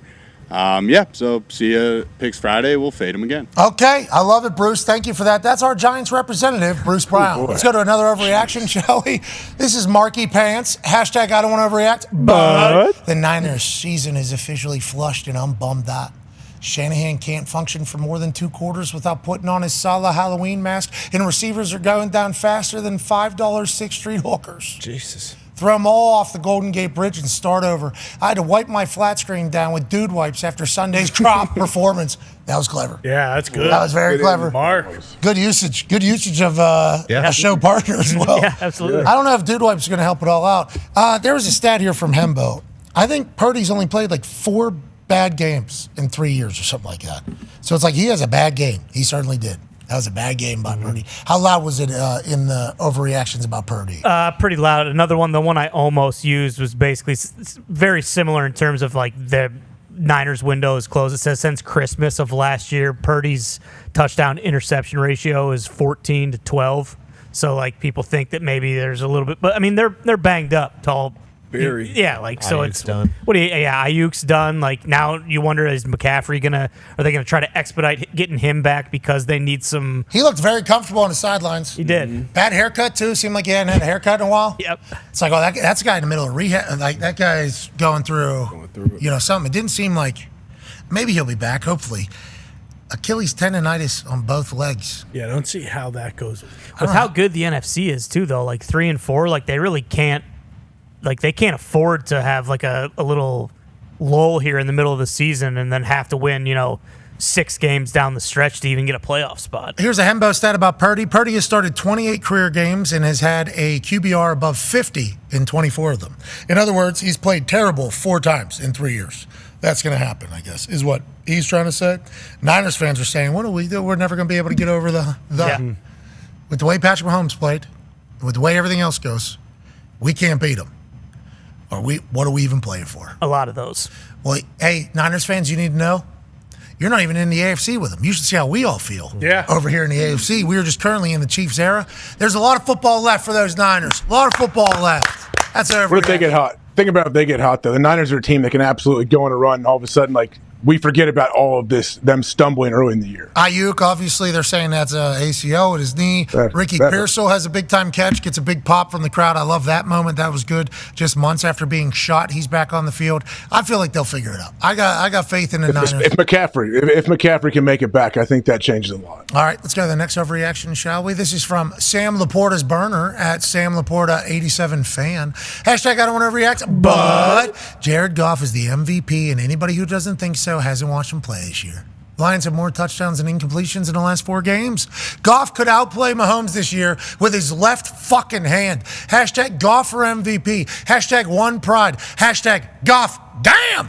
How good is he playing? Foxy, you feel this way? Yeah, 100%. If the season were to end today, I'd say Goff's the MVP. The Lions are the best team in football. And if he keeps playing like this, I don't know how much the Hutch injury will matter. They score so many points. It's amazing. So, yeah, I love what he's doing. Okay, congrats to the Lions having that feeling. Yeah. It's unreal.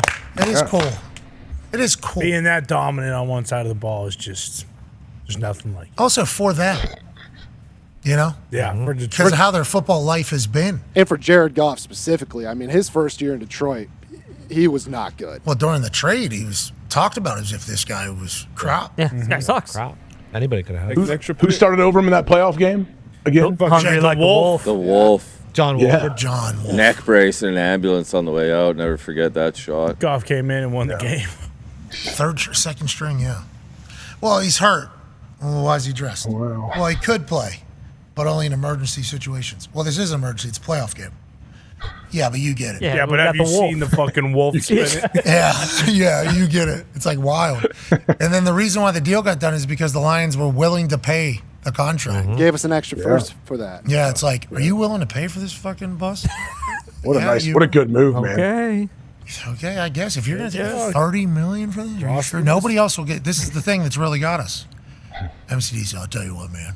Yeah. Get him in our place. That's the first move this new regime made, was trading Stafford and getting Goff. Yeah. Good on you, Goff. Yeah. Wow. Jared Goff. Jared Goff. Jared Goff. They used to say Jared Goof. Not anymore. Nope. You're the goof if you think Jared Goff is a goof. Yep. Amen. Because that means you don't know the truth, which is the fact that Jared Goff is the truth. Hell yeah. Well said. Jared Goff football. Let's go to the last one here. This is from Sean Callahan at SP. What do you think middle name is there? P. Paul. Sean Paul. Peter. Shauna Paul. Shauna Paul Callahan. This could be Sean Paul. Yeah, it could be Sean Paul Callahan. A lot of hits. A lot of hits. 20, a lot of them. We be earning up to the I love Sean Paul. Sean Paul's awesome. Hashtag I don't want to overreact. But Mike McDaniel was the worst coach in NFL history. The quirky and odd personality was funny year one, but no leadership or ability to rally troops should have him on the couch before the end of the year, with or without Tua. Wow. Now, he admitted that it's all fun if you win. If you don't win, though, it's not as fun.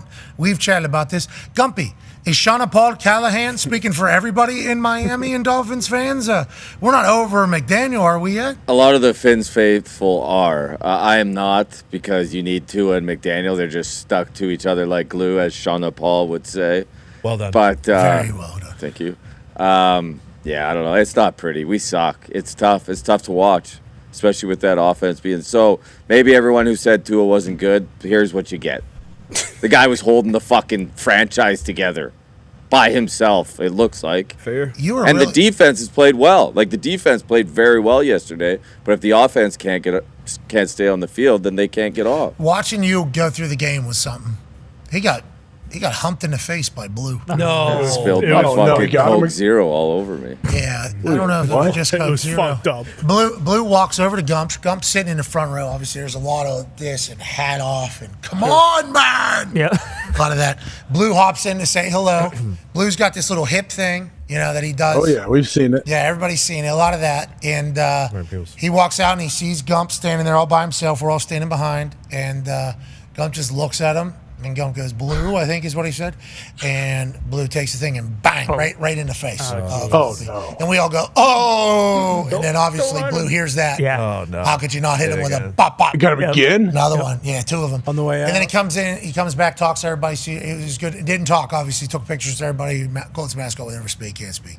And then on the way out, he does it again. Pow, jumps over thing. Boots his Coke Zero Jack Daniels. Boots all that thing all over Gumpy. Gets on the field, okay? And Gumpy goes, thanks, Blue, And then Blue hits him with the nose things. Oh, jeez. Right in the hat of Gumpy. What a menace. And then Blue walked away. It was like Blue is the man. Blue is awesome. Blue just bullied the shit out of Gumpy. It was about a 2.5 minute time. Yeah. And he just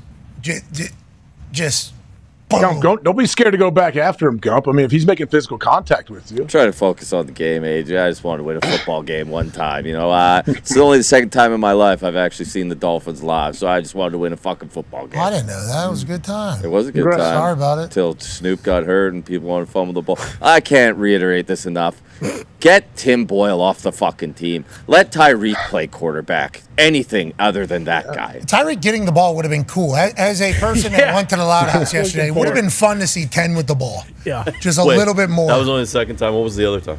They beat the Colts here. No, they lost to the Colts here when Tannehill was there. It's so incredibly sad. Oh, man. Yeah, that's being a fucking Dolphins fan. Yeah, you wonder why I'm the way I am. This is what I've been watching for how long, dude? That was a tough watch. He had one catch for 8 yards. Dude, two targets. So. But he jogged on the field a couple times. Like, we saw him jog on the field, and he looked quick. Yeah. It was like, oh, shit, I forgot Tyreek's on the team. Get him the ball. And then he would do something, and he wouldn't get him the ball, and he'd get to the sideline, and it was like, okay, he's still on the team. Achane, him and Tyreek about the same size. I don't know if we know that. Did we know that? I knew he was. I didn't know that. I didn't realize that. I didn't know that either. He's fucking explosive. I don't think he got the ball. There's really nobody that was like explosive that is worthy of watching. Really got the rock. But I'm telling you, Odell was striding out just right. Jonnu Smith went off. He He's did. been very good with Snoop. He had like 100 yards. Quarterbacks are very important, but I've never seen an offense like just go from good to just absolute shite when they lose their quarterback. So the Loud House was due a shit game. Sure. We had some like good games, electric. So we were due for a crop one. Felt very early it was going to be crop. Yeah, right away, really. Yeah, we knew. Dallas Clark didn't deserve that because he's obviously electrifying. And all the boys were back. Well, maybe he just brought all of like just Iowa with him into that building. Maybe it was Kirk's Those 1 p.m. games tend to have that every once in a while.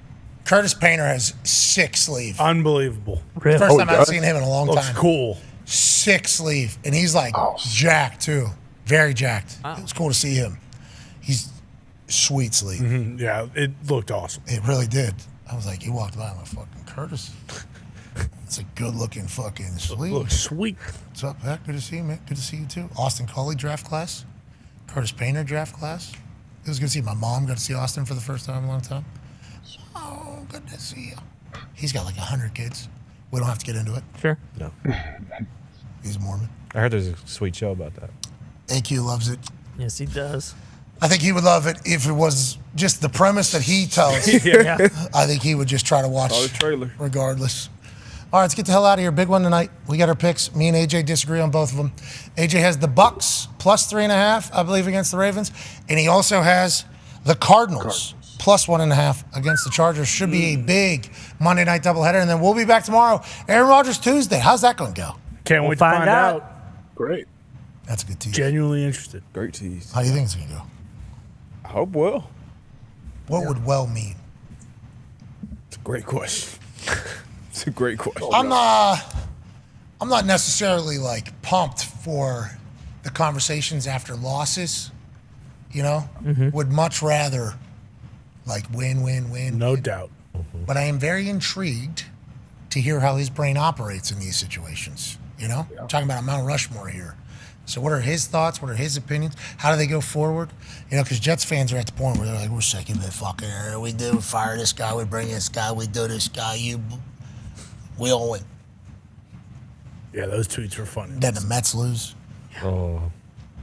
Because normally it's Mets, Jets, right? Mm-hmm. Giants, Yankees. Is that normally how it is, Bruce? Yeah, with the Rangers and the... Yeah, that is the predominant split. And then the Knicks are kind of like the central. How are you guys going to be this year? How the Knicks going to be? So Josh Hart, yeah, I mean, who cares? But vibes aren't great right now. The Celtics I was going to go like to- down the roster, but who cares? Vibes aren't great right now, though. We're a little thin already. Here.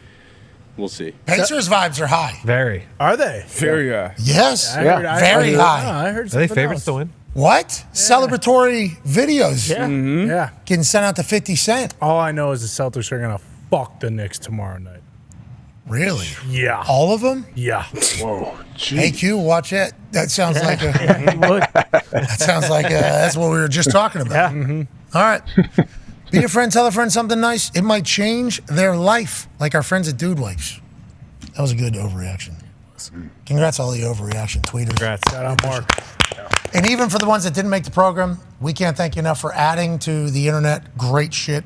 That's a fun little scroll through. If you want to check how NFL fandoms are feeling. Who was the loudest, you think, if you had to Jets. guess? Jets fans. Without a doubt. Oh, that's a shame. Yeah, those tweets were funny. There's a lot of them out there.